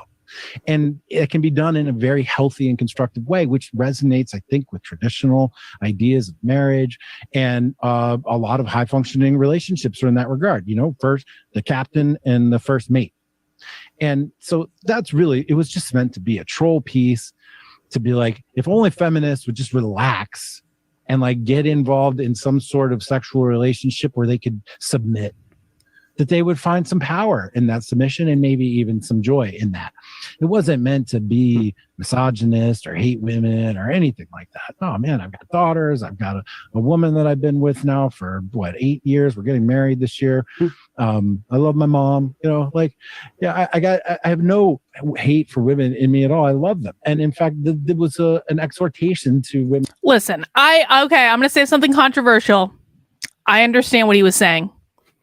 I think that I think the point he was trying to make was that women who are putting themselves as like, I can do anything that a man can do, and I am powerful, and I am this, and I am that. I think they could stand to benefit from being taken out of control. I don't think he was making, and I haven't read the article to be honest, but from what he's describing, it doesn't sound like he was making a comment on the actual act of like non-consensual sex as much as he was making a comment on power plays and how power plays can happen in real life and power plays can happen in the bedroom. And there is value to it's critical. This is critical dominatrix theory. It's critical dominatrix theory in action. Yeah, there is. I mean, there is something to be said for learning how to be in that state where you do not have control of the situation, and that can actually make you more powerful in other aspects of your life. I get what he was saying. I think the only issue for me is using, the R word in that context. I don't think that that's good. Yeah. And I feel like it kind of puts more distance, because I do agree. I mean, some of my views on this. I definitely believe in gender and those kind of things. And I do believe in gender roles even to a certain extent, although I don't think it should be so extreme, but within certain situations, it's like, I do think, a woman should submit to her husband. And I do think in a sexual situation that can be very satisfying for both. So I do understand what he's saying in that sense, but I just think that using the R word in regards to that, that's a hot button thing, and it is.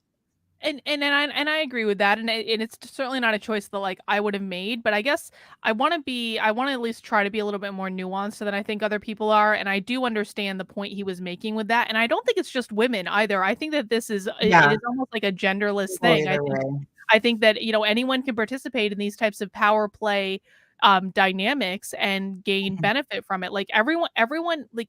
You can't go through your entire life being in control of every aspect of your life. It doesn't make sense. And so if you can take yourself out of control in very controlled and safe circumstances that can also be fun and pleasurable and all of these things, I think that that's not necessarily a bad road to go down. And to be quite frank, Jack Murphy could probably stand to be, chained to a bed and taken out of control. That would probably benefit him. Well, according to you, he's topping from the bottom. No, I'm just kidding. But I think he absolutely is topping from the bottom. I think that this entire interview is an exercise in topping from the bottom. He is trying to take control of an uncontrollable situation. Yeah, well, I think he's just not. I don't know. I mean, I get very, very submissive vibes from him, which there's nothing wrong with that. But it is kind of ironic that he is the one that would make the article in the first place.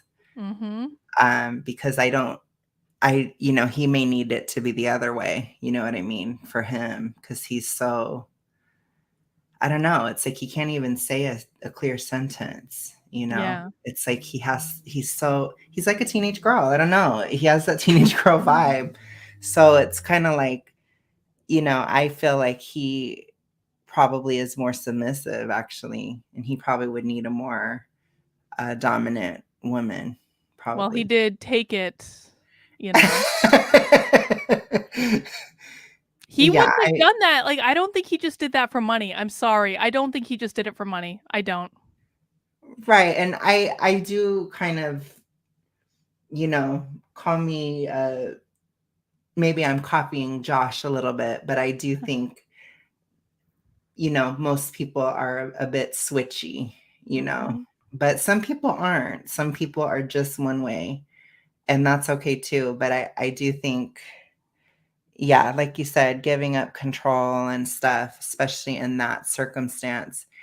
I think what a lot of feminists don't realize is that they're creating an actually even more oppressive gender role for themselves. Oh, yeah. Yeah. Oh, I can't imagine. Like it is incredibly oppressive to like need to like be in control at every moment of your life. That's oppressive. Yeah, I think so. And to never have help and to always be alone, like these type of things, it's very, very restrictive, and I do agree. Like I said, for me, my views on that kind of thing is I think the roles should be there, but you can kind of play with them and, it doesn't have to be so strict.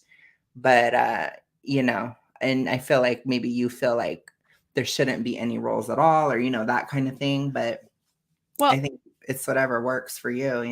I think, and that's my view. I think it is whatever works for you and Mhm. whatever works within the bounds of your relationship. And I don't believe that there's a one right prescription for Mhm. everyone. I think I that in agree. some relationships there are going to be traditional gender roles, and in some relationships those roles are going to be reversed, and some there's going to be switches, and it's just like Mhm. whatever works for you in your relationship. I mean, I'm not passing any judgment. Yeah, I agree. Yeah. And George says, maybe the article was a recommendation from experience. I don't get the sense that it is, and I'm going to tell you why. I think Jack Murphy is way too much of a pussy to ever do that. I agree. I think he's very submissive, Mhm. extremely so. Like, I could never see him ever taking a leadership role. Mhm. I don't know. I don't know how he even got his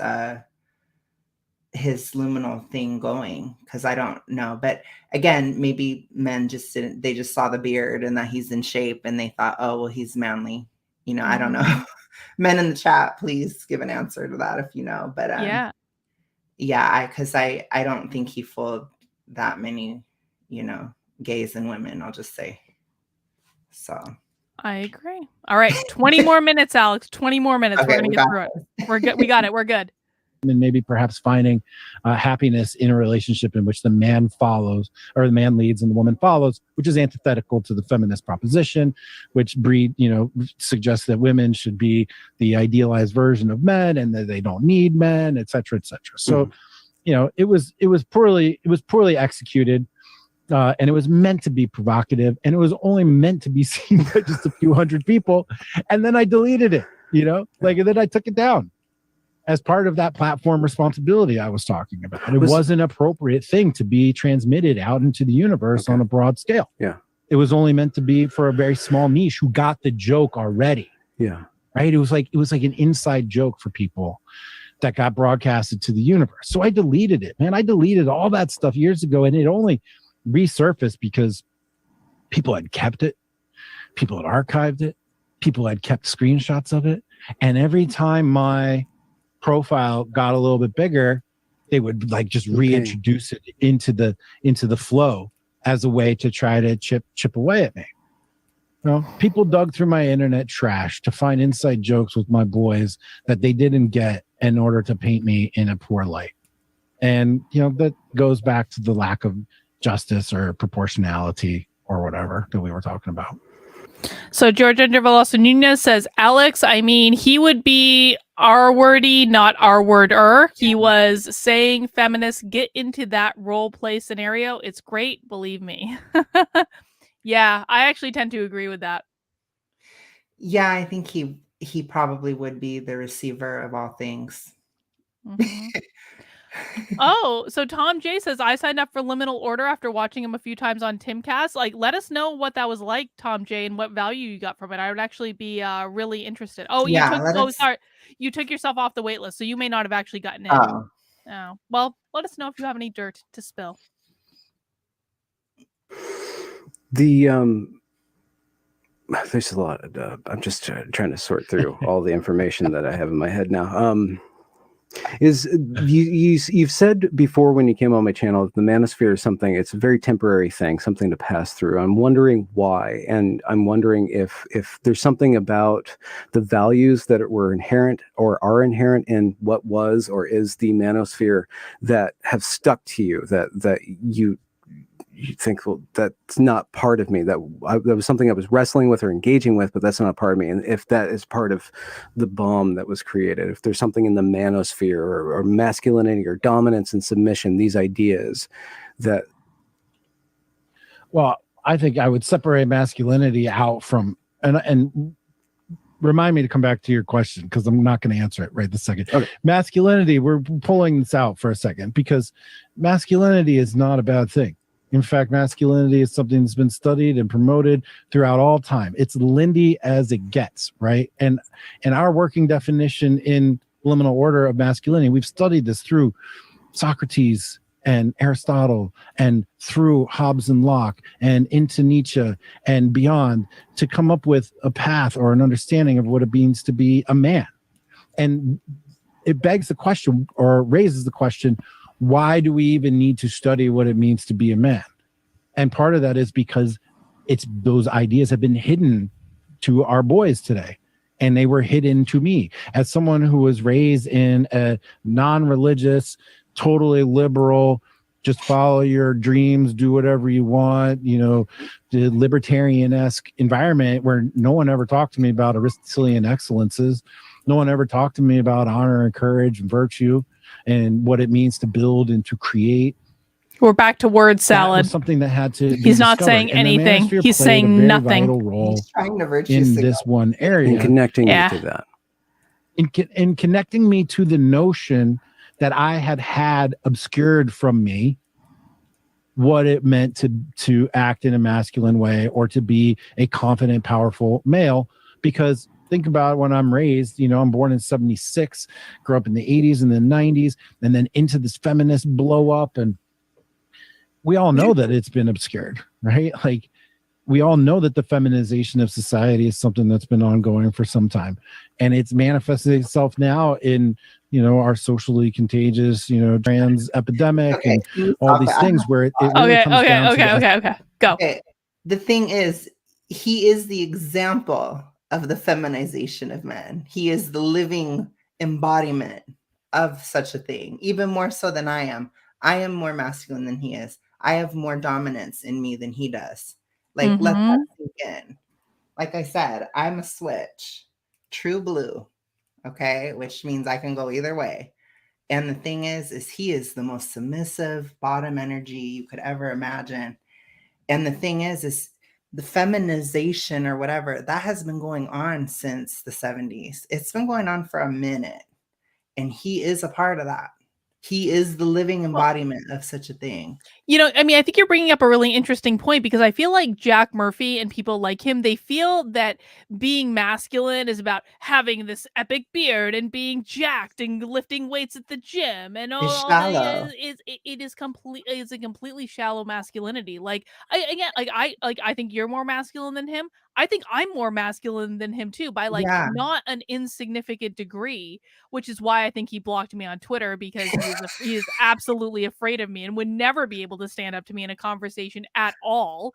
And it's like, masculinity, it's like, it's an energy. I think that everyone has masculine energy and feminine energy. I don't actually even buy into one of the reasons I don't buy into traditional gender roles is because I think that everyone has masculine and feminine energy. And then there's a matter of, where are you showing up in your life masculine and where are you showing up in your life as feminine? There's no doubt in my mind that Jack Murphy probably has some areas in his life in which he's showing up as more masculine. I just think they're the more shallow areas, like he's getting jacked at the gym and stuff like that, not in actual presence or demeanor or any of those things.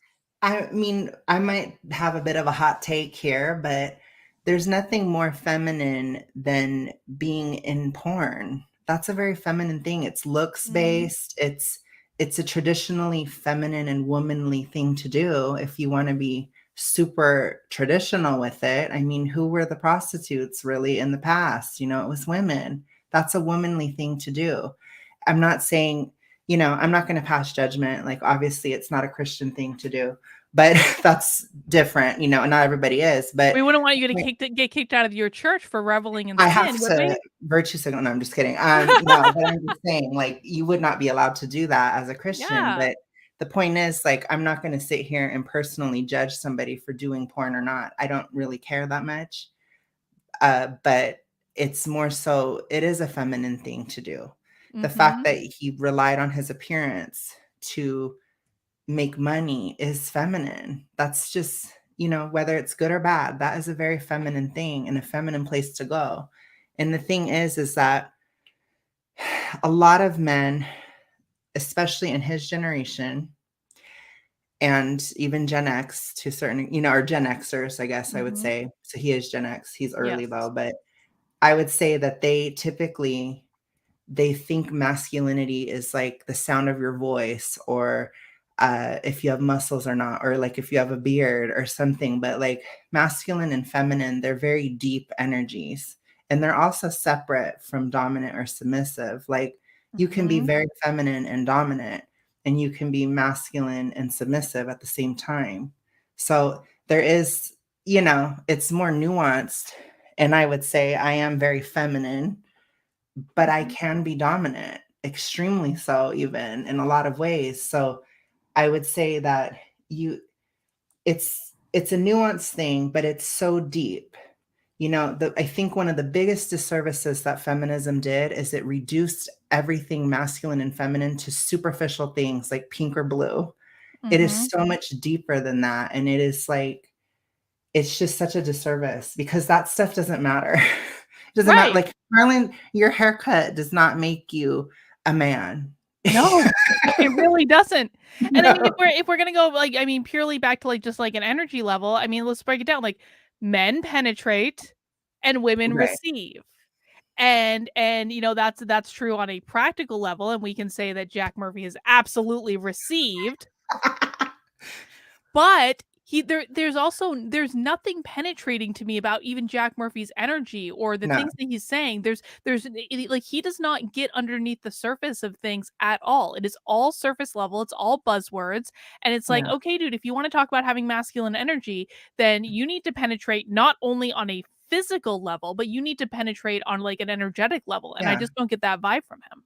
Well, and I think to address the elephant in the room, any alpha giga chad male should be more masculine than me and you. Period. Yes, absolutely. Period. And that's just not the case with him. No, at all. Absolutely not. I agree. Essence of trying to destroy identity as a meaning, or using identity rather as a plane of meaning.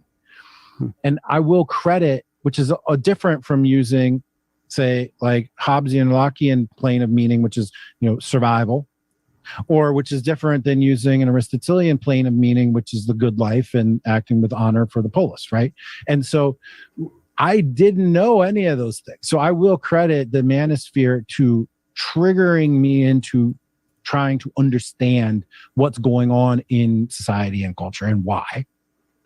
And that thread that I pulled on in the manosphere led me to studying Aristotle and to studying the different planes of meaning that have been used throughout time, and how we're on now to using identity, which is a postmodern concept. In fact, it's Nietzschean. We can talk about that later, but it's that this is the plane of meaning we're operating on, and why that's bad for society, and what do you do as a response to it. So I would credit the manosphere for triggering me to even consider these notions and then to seek the answers. The problem with the manosphere is when you just get stuck in the pickup part of it, when you just get stuck in the like, how do I talk to girls? How do I have sex with many girls as I possibly can, et cetera, et cetera. And that part is, I think, misogynistic. And I think that part of it is bad. Now, should guys be equipped in like how to actually talk to people? Yes, basic social skills are important. But should we be teaching guys like how to bed as many women as they possibly can? No, absolutely not. And the contradiction within the manosphere is a toxic one, where they'll at once say, go out there, bang as many girls as you can, but then when it's time to get married, only marry a girl who's a virgin or has had one partner. And what that does is, by virtue of the structure there, is create what I call the army of useless sluts. So their whole perspective requires an army of useless sluts in society that are just there to be used as a stepping stone to your manhood until you decide to marry a virgin. Okay, all that is crap, and I don't want to be associated with it. And anybody that's promoting that stuff, I don't want any association with that at all. And I left it many, many, many years ago. many years ago. And I had deleted anything that was even related to that. And I took it all down. And in fact, even back then, I would write about the value of being at the head of your dining room table. I would write about the value. One of my earliest pieces was called Red Pill in Love. And it was controversial and didn't have much resonance there, because how can you be red pill in love? And I talked about Jonathan Haidt's happiness hypothesis, about the difference between passionate love, companionate love, and how the area under the curve for companionate love is much higher and greater. And I was always encouraging people into long-term relationships. I myself have been in one, and I love it. We're getting married, and I can't wait for the rest of our life together.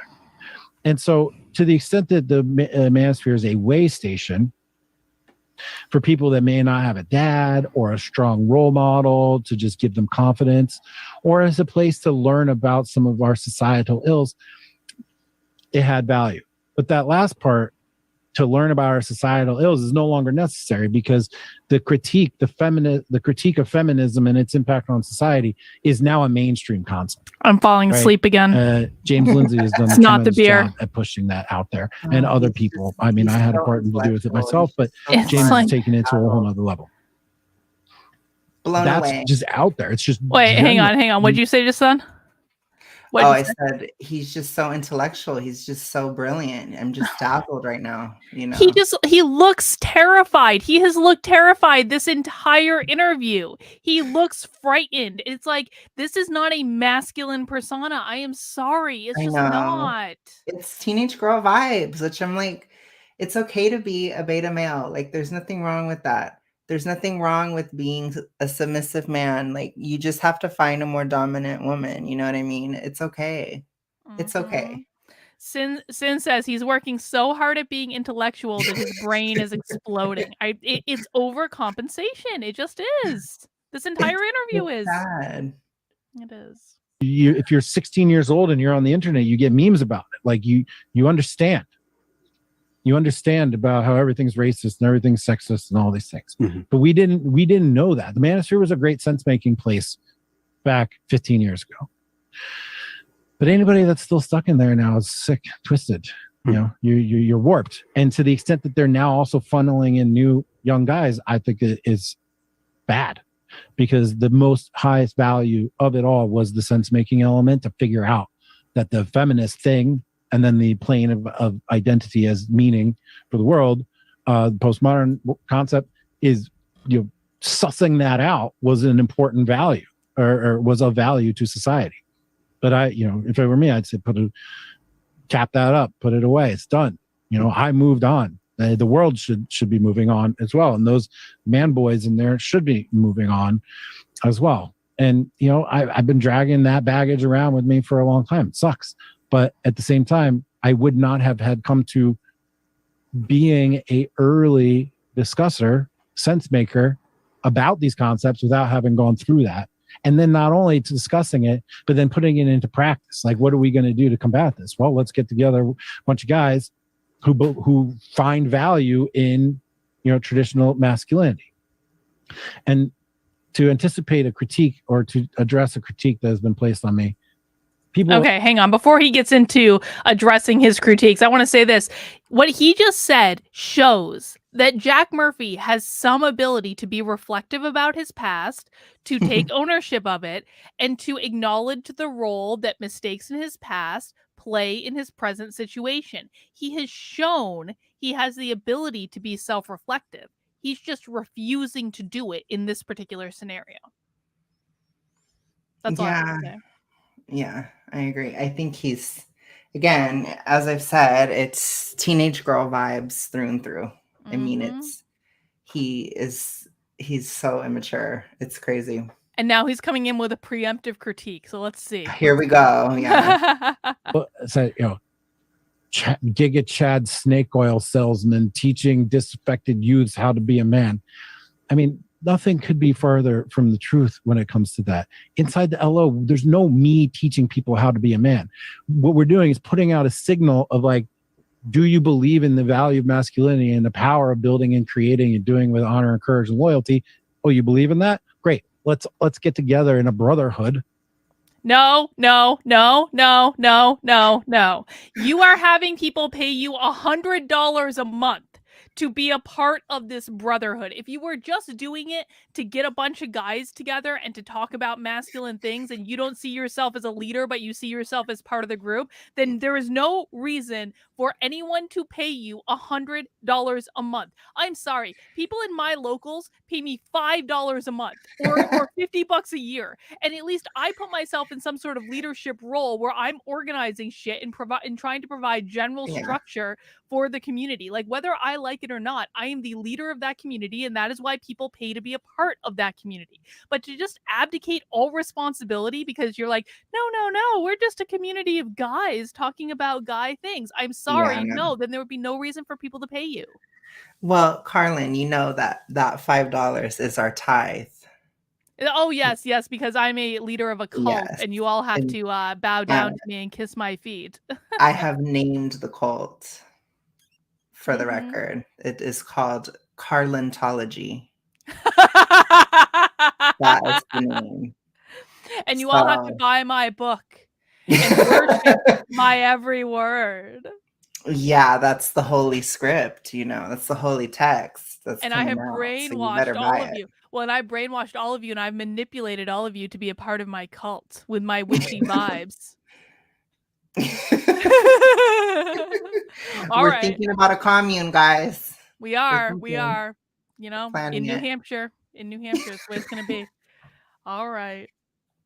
Which is another name for community, and just operate in a sane, healthy way. Almost every single one of our guys in the LO is married with kids. Mm-hmm. We talk about fatherhood. We talk about how to raise our daughters, how to raise our sons, how to build a better world for them, and how to focus on our family and be good leaders for our family. It goes back to the sense that people built a straw man up of me just by association with the term masculinity. Yes. Everyone super chat me. Trying to tear that down. And I don't remember. No, you don't have to. Well, no, we're not going to start rumors. Answered whatever.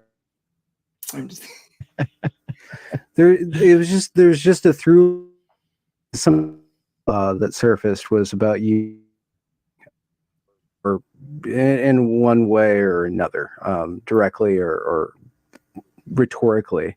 And it was just, I think that fueled the humiliation. It's like, oh, this guy likes humiliation. Let's turn the tables around on him. And so when we talk about BDSM or sub-dom stuff, which I don't understand. It's never been salient to me. I just wonder if that translates, or if that how that operates within a context of consensuality or whatever, and then how it explodes when it's projected onto the.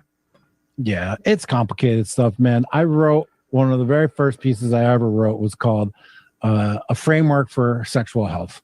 And I was promoting within the manosphere, and nobody seemed to like this. Patrice, a model for sexual thank you. health that had at the top thank you for your consent. tithe, Patrice. Honesty, these are the components: honesty, consent, protection from disease and pregnancy, mutual benefit, shared values. And the last one's escaping me. But these are the ideas: honesty, consent, shared values, communication, communication, and mutual benefit, mutual enjoyment, etc. And nobody brings that up when they're trying to give me a hard time. That I've been preaching about this for years, or did it years ago. And again, the people's recoiling at the sense of like, is it bad for a man to humiliate a woman upon request, is the last part.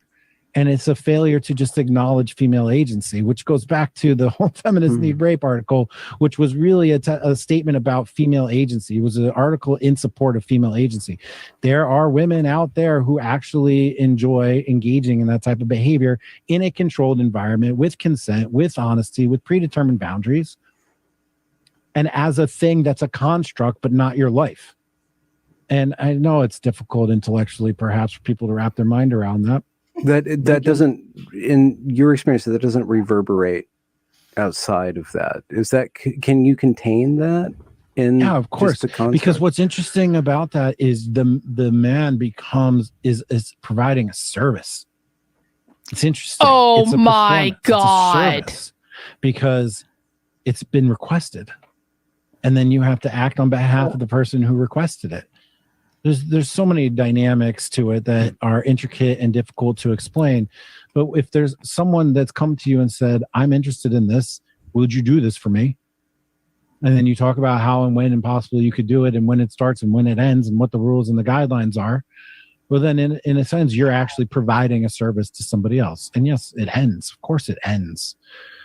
The people that know me, man, they know me on an intimate, real person. Well, you know, I mean, he's not wrong about that. Like, it is like, it's like a role play. It's like, it's a fantasy. Like, my God, like this, I don't know why this has to be explained to people on the internet other than you guys aren't having enough sex. Like, I mean, really. Calling it a service, it's very prostitute-y. Yeah. It's very like, he sounds like he's saying these men are prostitutes for women. It's just weird. It's like, dude, if you're not enjoying it, then I guess it would be a service, you know? I mean, and he's also acting like the man gets no pleasure out of the situation. Right. No, that's fundamentally untrue. Like, it is a value. Again, it's like everyone gets pleasure. There's giving and receiving. That is quite literally what sex is giving and receiving, both people. And so it's like to say, oh, I'm providing this service. I mean, he is correct. And I you know, I mean, I'm actually a little surprised that Benjamin asked this question, like, can you end it outside of these certain, like, Jack is correct to say that, like, it's a fantasy. You come up with boundaries, you come up with, you know, safe words and all that stuff, and you do your thing. And then when it's over, and you go back to real life. I mean, that's what a fantasy is. But it's also like, don't act like you're engaged in this act of altruism. You orgasm too, mother effer. Right. Unless if you're so feminine, or not even feminine, you're so submissive that the act of dominating is a service because it's so hard for you. Right. Because you don't like it. Which again, it's like the whole issue is, don't sit there and try to sell to everybody that you're this alpha male, that you're so dominant. You're going to teach men how to be more dominant because that's what these men want, when you clearly are not. You are the opposite. That was the whole problem. People felt like you lied to them and that you sold snake oil, which you did. I'm sorry. I agree. Alexandra, thank you for your tithe. I will be expecting tithes from everyone. No, that's not true. Someone's gonna clip that out. You know that. That's gonna end up on Mike Harlow's Twitter. Karlyn is expecting her cult members to tithe. Jesus Christ. Level. I mean, I'm a giving, generous, kind, supportive, you know, loving, caring, very, you know, I want to lift people up. That's all I want to do. And that was part of it, man. You know, it was part of helping people at the time. And it's not part of my life anymore. I have a very boring ass vanilla life. Well, it was a little exciting for a bit there. Well, yeah. I mean, and that, you know, it brings up a good point, which is I had left all that shit behind years ago. And I had already been working to build a whole productive, valuable, generous kind, not that I wasn't before, but even outwardly and publicly in all these ways, I had been long down a different path. And if someone were to have critiqued me, you know, in December or whatever, and say, you should change your life and you should do X, Y, Z, I'd be like, bro, I've been doing that for years already. Can't we just let it go? Even though you don't understand it and it's not what you're saying and it's a total straw man, nevertheless, even your prescription to the straw man is what I've already been doing and what I have been preaching, what I've been writing about, and what the podcast has been about. And so, you know, it's like it was like an exogenous shock, a bomb, you're right, that had been built in the pieces, just sitting around waiting for some thread to put them all together and then to explode them. But you have to ask, it's like, why would somebody want to take you down? Well, because I was doing good. I was not like doing well, but like doing good things for people. And all this, and I think perhaps it was difficult for people to accept that. Just to add to that, like I was going through Kiwi Farms, doing research, and in the middle of this, like finding everything bad about Jack Murphy thread, somebody's like, I showed up to his brunch and it was a great time. I just have to say that we all had a great time. Yeah. So, but nobody cared. right? And those Kiwi Farm guys, they're psychopaths, those guys. And now by saying that, I'm going to unleash. Well, we're going to, I say that because I know that this is going to end up in that thread anyway. So, you know, I appreciate the time to actually talk to the man that everybody's talking about.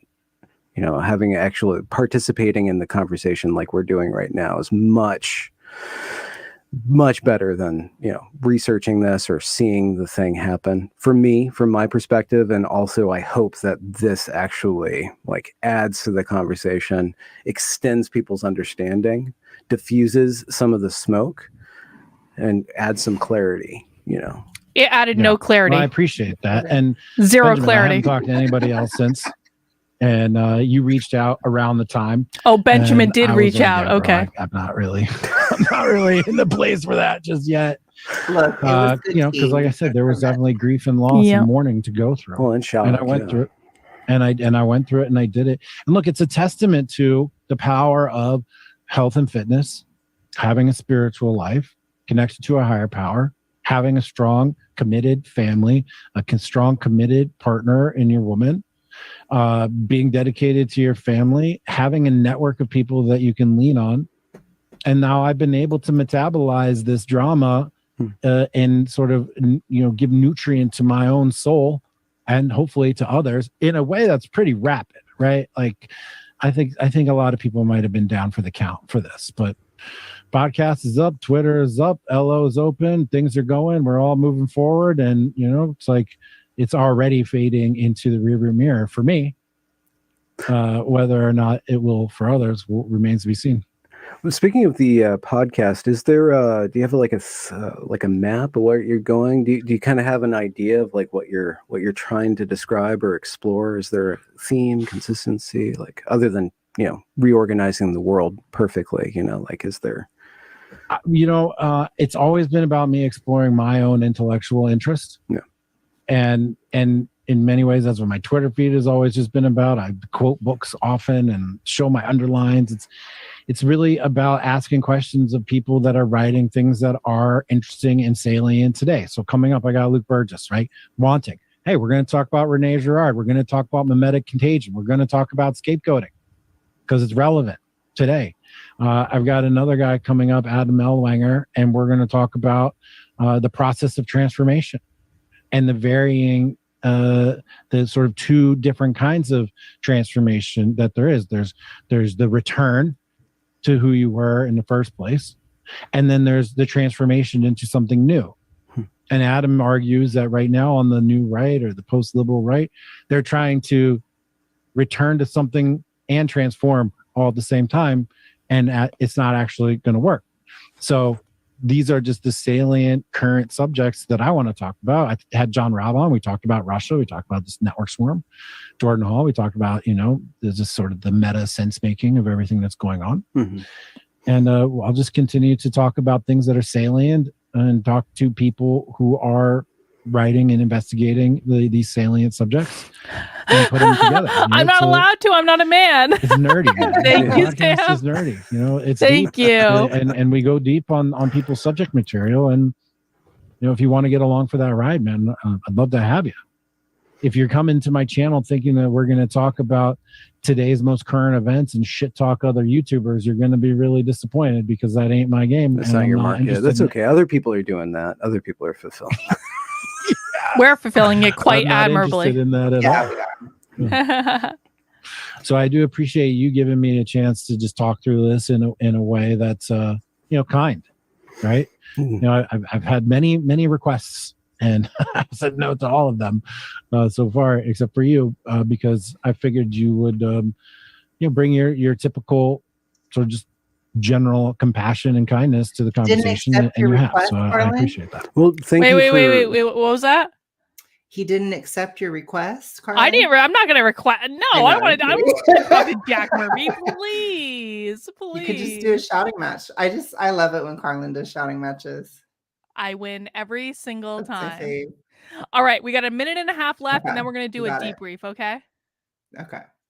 Being vulnerable and just speaking. He was about not it. vulnerable. You could have not done that.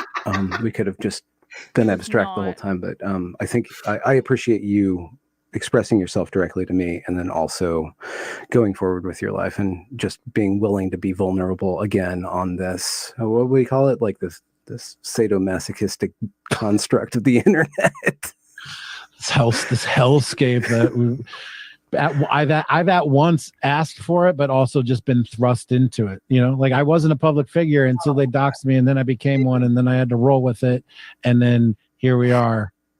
Sort of I asked for it, sort of I didn't, but it's my life today, and I'm going for it. You won the lottery. Some lottery. Like the what's the name? Oh, I can't remember. The short story woman wrote the lottery. It's called Shelley. I can't remember. Oh, the lottery where like they pick one person every year to kill. Yeah. Yeah, that lottery. Yeah, exactly.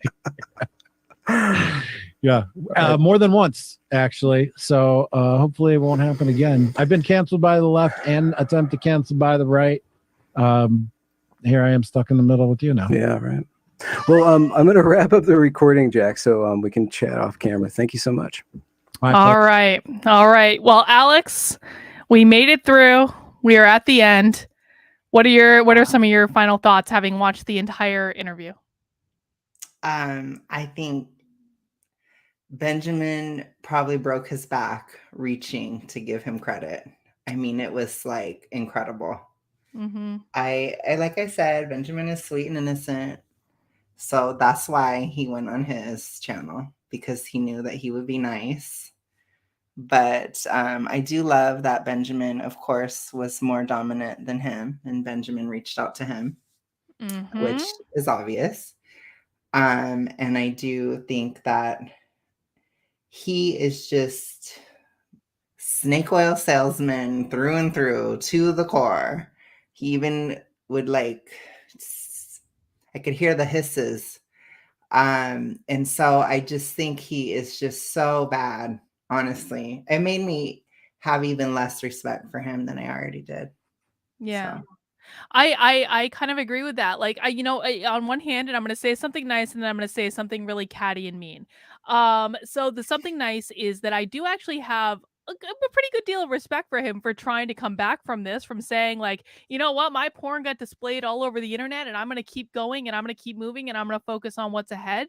You know what? Props for that, because that is not an easy thing to do. And I think that most people in his shoes probably would not have done that unless he felt like there was no way out of the situation, unless he felt like there was nothing else that he could do.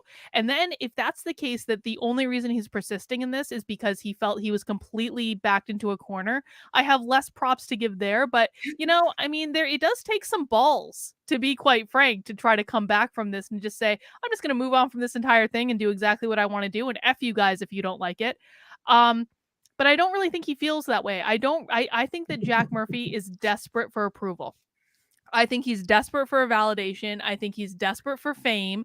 And not necessarily just for like fame's sake, but for the money that comes with it. Mm-hmm. And so, I mean, time will tell if he's able to build this back up. And I want to just address something that I saw Brent say earlier, because I do think this is an important point. Brent asked if we might be with these Sassy Saturday streams. And I know this is the first time you've joined, so I think this is more a question for me than it is for you, although you did instigate all of this, and I want you to get credit for that.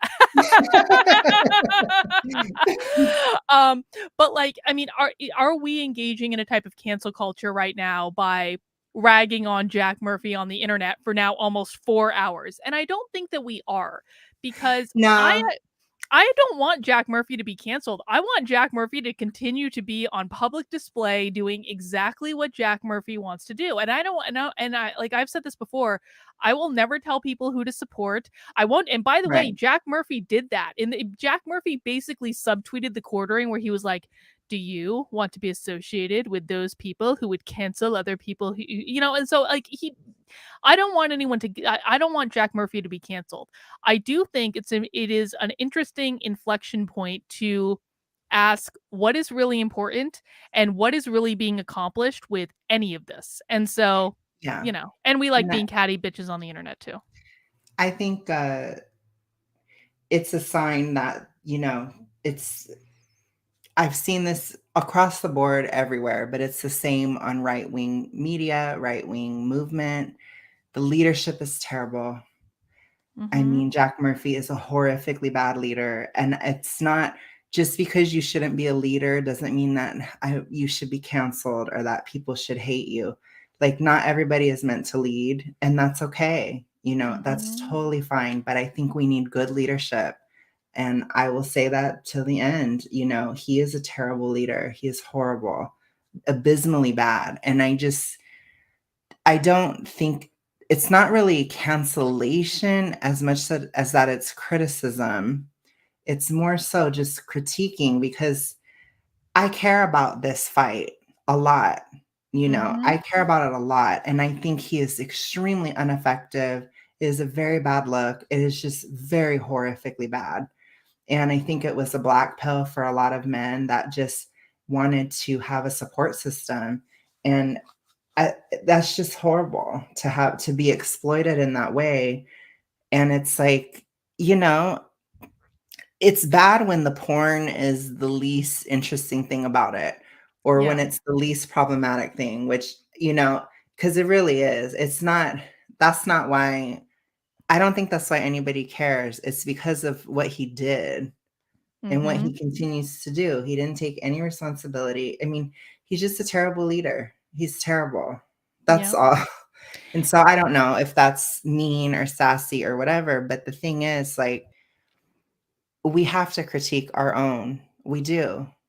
If we want to get better. And he kind of talked about it at the end where he's like, you know, the right wants to transform into what it was or transform into something new at the same time and blah, blah, blah. And to me, it's like, I'm going to speak for a lot of people on the right, maybe not everybody, but I am not trying to go back to anything. I'm trying to move forward. Okay. What we did in the past did not work. It didn't work on the left. It didn't work on the right. It's time to move forward. It was something new and fresh and effective, because our country is going to hell. And it is partly the right's fault for lifting up horrifically bad people for very superficial reasons. And that's the Achilles heel of the right. Like, stop. Just stop. I totally agree. And I think that there's value in examining a case like this for lessons, because the big lesson of this is just own it. Own your responsibility, own your role, and just say, you know what? Yeah, and if you think it was a legitimate mistake, say, yeah, you know what? I fucked up in the past and here's what I learned from it.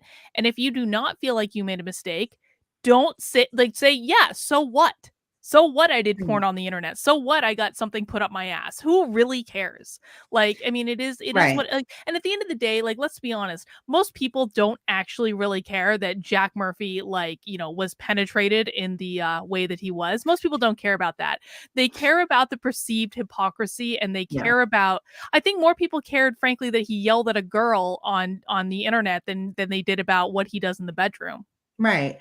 I think what he did to Sydney was humiliating to her. It was so uncalled for. It was just wrong. And, you know, he acted as if everybody was just white knighting for her. And it's like, you know, we don't actually hate women on the right, Jack. Like, clue in. We don't. That was disrespectful. That was wrong. She is very cool as a person. It was just wrong. And, you know, then he tried to cancel. I don't know. Sometimes it's like, if people try to cancel, then you know what? Maybe you should be canceled if you want to cancel other people, because he tried to do it. So he deserves criticism. That's all. I don't think he should be canceled, but I think he needs to do better, or just stop trying to lead. Stop trying to talk from the bottom. Just listen to someone else. You know, just obey and listen and submit to whoever, because he'll be happier that way too. And that's okay. Exactly. Well, George says you were very cordial to him with some spice here and there, and just pointed out the things you thought he was doing was wrong. I think that we were very cordial and very philosophical in this stream. I thought we were going to talk a lot more about anal sex than we actually did. Too, but I don't know. I guess, I don't know. Karlyn teaches me a lot. That's what a good leader, a good cult leader does. So. And speaking of cult leader, Sean says, here is my monthly tithe priestess Karlyn. Also, Alex is adorable. He has such great energy. So, Alex, you're going to join me on future Sassy Saturday streams? Of course. It's all about the clout and fame and posting stuff naked online. I'm just kidding. No, but no, I love it. You know, I love it. I love it all. I do.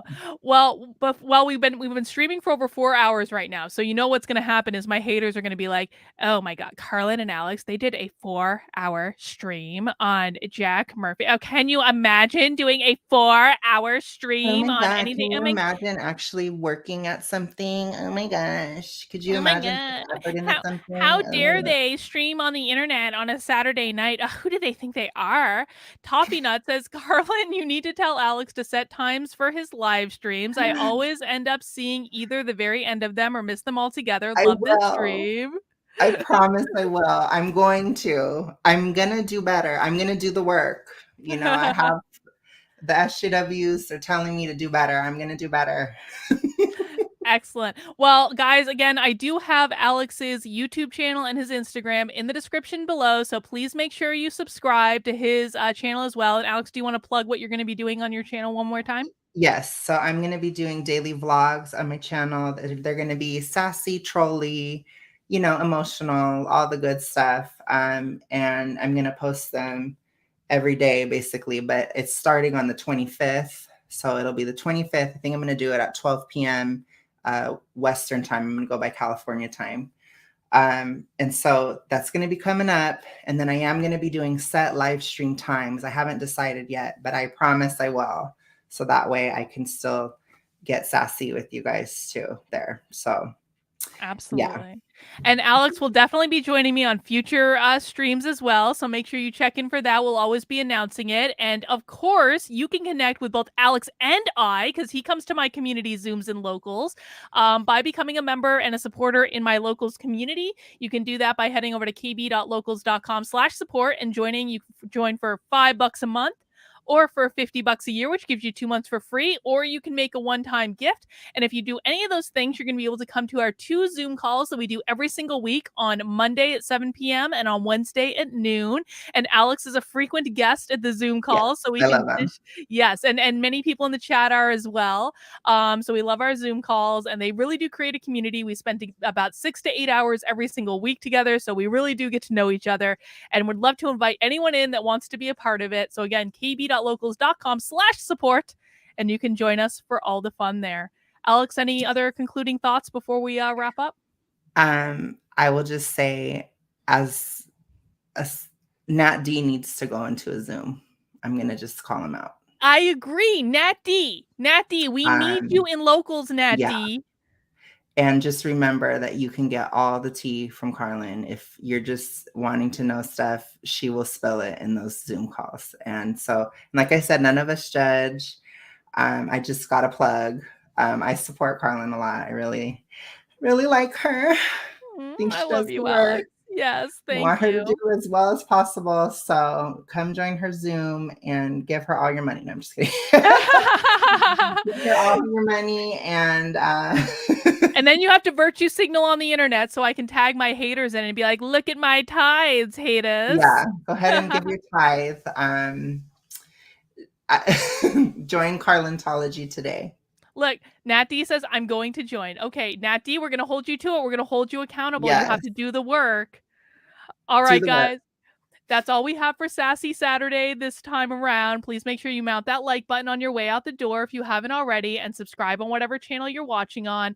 And I will be back live at 5 p.m. tomorrow for Effed Up News. Take care, guys. Have a good night. We'll see you soon. Bye.